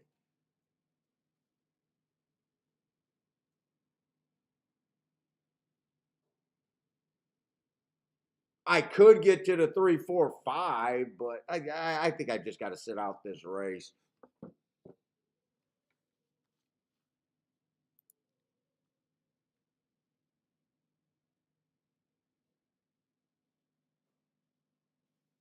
Nine, I would say on a fair track or a track that I think is at least kind of everything. Nine to me is the horse that I would be most interested in betting, but not at 5-2. I can say that. Not at 5-2. So nine's actually losing some of his glamour just because of price to me. With me thinking that the inside of the track is possibly better, I would have to get rid of the 9 at that price. Let's see. Gas. What is gas looking at? 2, 4, 11, 12. 2, 4, 11, 12. Is that right? I can't figure out what that is. Oh, 11 and first. Or is that 1 and 11 and first with the 2, 4, 11, 12?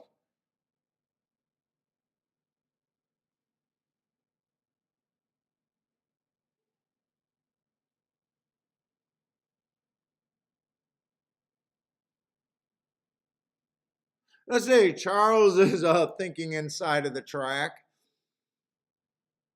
I don't think that's a bad place to think.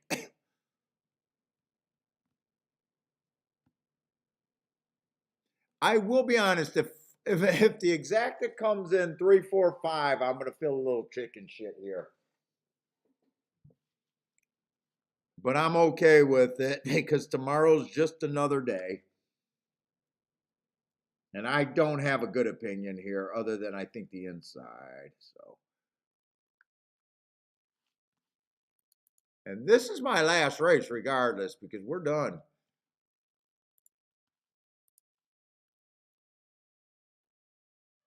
Oh, race number 11. Okay, 2, 4, 11, 12. Gotcha.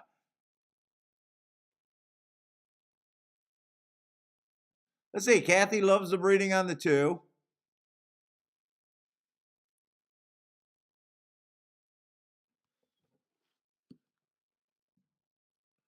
Yeah, I got no bet here. No bet.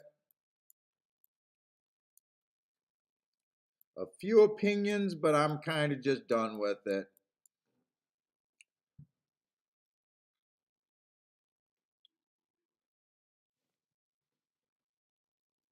Oh, and talking about the pricing, the 4-horse, he would have to like the turf and the stretch out. I think it's a possibility. Same with the 5.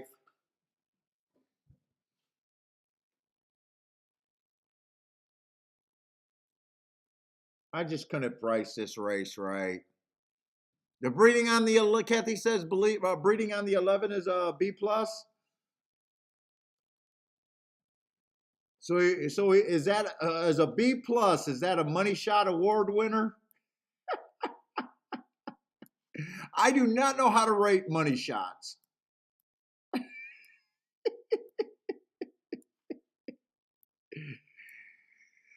That's all I know. Jeff likes the 8. I think Mack and Company like the 8 also. Oh, Charles loved the breeder on the 11. Caught 2 horses earlier today with the same sire. Let's see, gas station sushi chaos race right here. I kind of agree. Chaos, what was that? When there's more unknowns, right? You love the unknown races.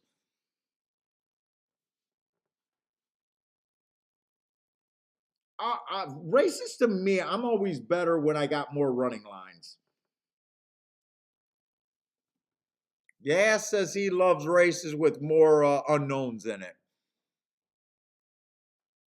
Yeah, Nathan, I tried to clean it up with the money shot. You liked when I just straight up called it a cum shot?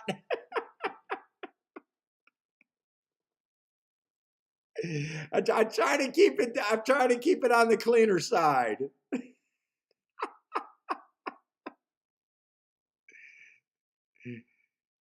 Shit, Kathy's a country girl. She's working on a barn. I don't think stuff like that bothers Kathy.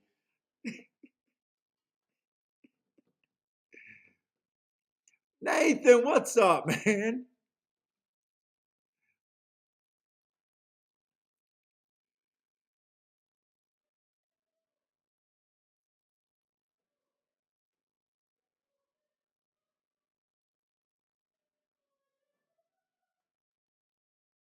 Let's see.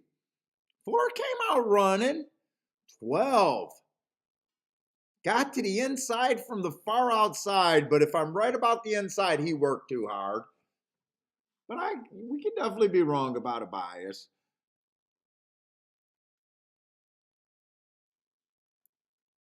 Sprinter stretching out, trying turf for a first time with an excuse last race. Awkward start. Well, today he did not have an awkward start.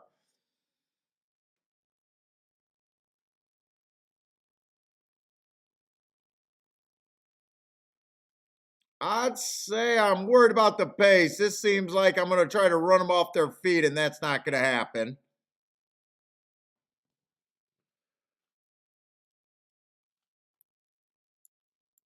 $23 and 2. Come on, bring this 4, bring this 2, nothing but inside horses. 4, 2, ooh, 12 kept it going again. Dude, this is, 6 is the outside, 6 is coming.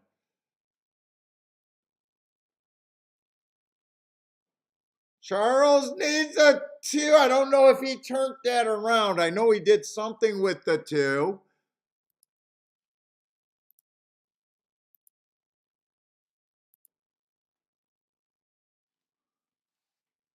Who's the 6? A first-time starter, or what was the 6? Oh, 6 was the horse that was the favorite early. I'm not sure. They got off of him. Got no problem with the 6 winning. I kind of forgot about the 6, but I was never really thinking about making a bet.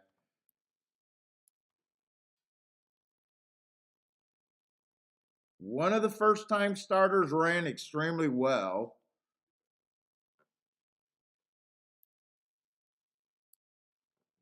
Almost looked like a winner. Actually, the 3 ran well. 6, the biggest speed figure horse, won the race. That was just a solid sit out. 5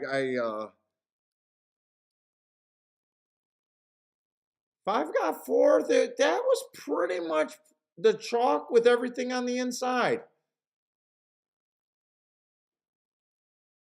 That really was the chalk with their and 6 would have been in the 5. Well, wait a minute. No, I was thinking there was scratches towards the inside. No, there was just first time starters towards the inside. So 6 would have been in the 6 hole. 6 would have been to the inside. In the 6 hole. That's right.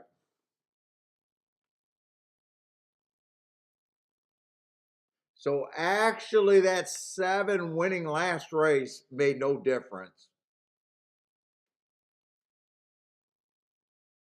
Because I would not have the double. Me not betting this race was the right move. But anyways, that's it for me. I'm done, and I'm kind of happy to get done with the day.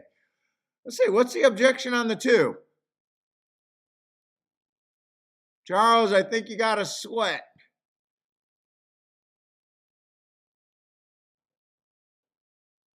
Yeah, hopefully tomorrow I come back with a little bit more energy and I'm fucking, dude, I really don't feel like marking anything right now. I don't know. Parsons, if you feel like marking something, whatever you mark, I'll be willing to do. I got Gulfstream. Let me tell you. Let me see. I don't even know if he's still here. Let me see how much work I got at Gulfstream.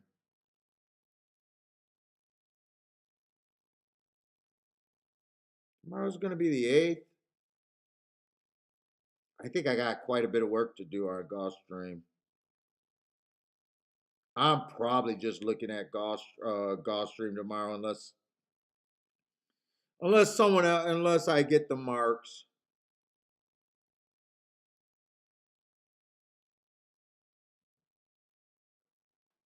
Unless I get the marks.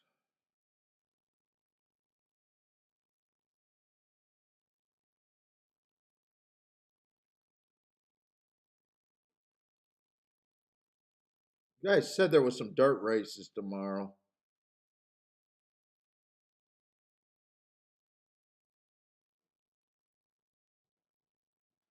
Oh, wow, there's a pretty big card, at least race wise. There's 10 races tomorrow. Not bad. Ah, thanks, Jeff. I wish I would have had better insight today, but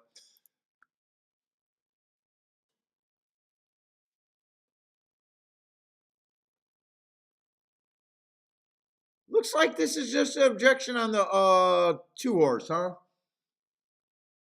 Charles think it's come down. I didn't even get to see it. Charles, are you sandbagging right there? Are you doing the reverse psychology, rooting against yourself? Take it easy, Gas. Thank you, guys. Yeah, it's just y'all two is all over the place. Charles, you can't complain, right? I think you got lucky on that two horse earlier. I think you got lucky earlier. This one I'm not sure about. This one looks bad. This one actually looks worse.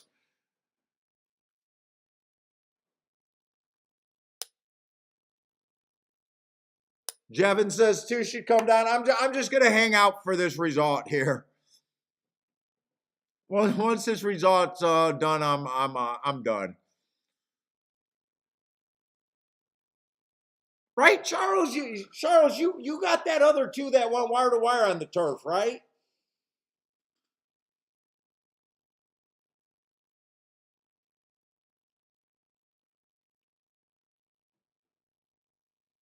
Yeah, this one's much worse for you.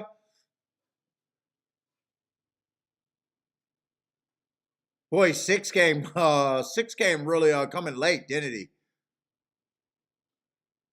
It looked like it was going to be 2-3-5. I don't know where the hell that six came from. Six is six that horse like 20 wide?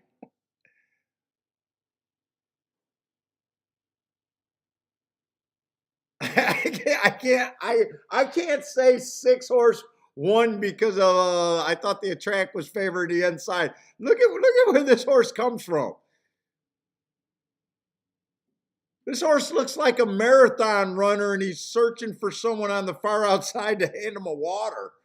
Holy shit, he came from about 20 wide.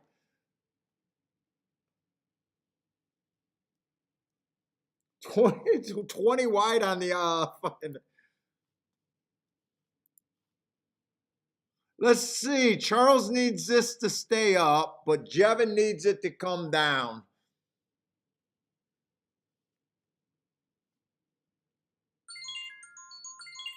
Hold up, let me see what Matt's gonna do. What's up, man? Oh, that's good. That's good.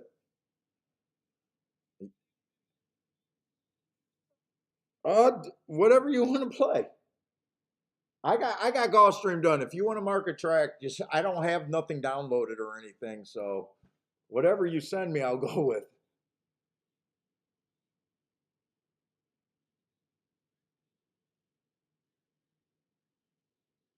I think Fairgrounds. I think Fairgrounds is so unplayable lately that I can't even look at it.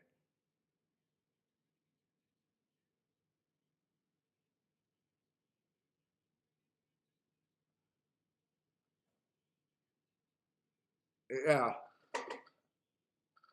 yeah. Speed and stalkers are good there, but fuck, it's garbage. Yeah, I mean every race is like 2-1, 3-1. Every once in a while they pop a 4-1. It's just yeah.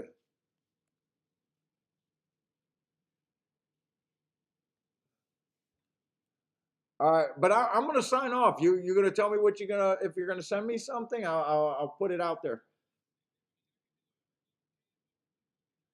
I don't think Tampa run on Sunday. Okay, pick between those two. I don't care. Or Oakland. I don't care. Does Oakland start at the same time? Do one of the early ones because I don't want to be on super late. Dude. I've been getting worn out on these shows. I just get tired. All right, man. Thanks. All right. Yep. All right. He's gonna try to get me either Aqueduct or Turfway or Tampa. I don't care. Aqueduct or Tampa tomorrow. But anyways, we'll be doing a show tomorrow. Did Charles stay up? I think Charles stayed up, which hurts Jevin. But anyways, guys, thanks for hanging out with me. Sorry, couldn't do better, but it is what it is. Uh, Matt told me the chat room was on fire, so you guys don't give a shit either way. But anyways, guys, thanks for hanging out with me. I'll be coming on tomorrow, Gulfstream, and if I get the other track, Parsons should be able to send me. But good luck if you guys are still playing, and hope to see everyone tomorrow. Take it easy, everybody.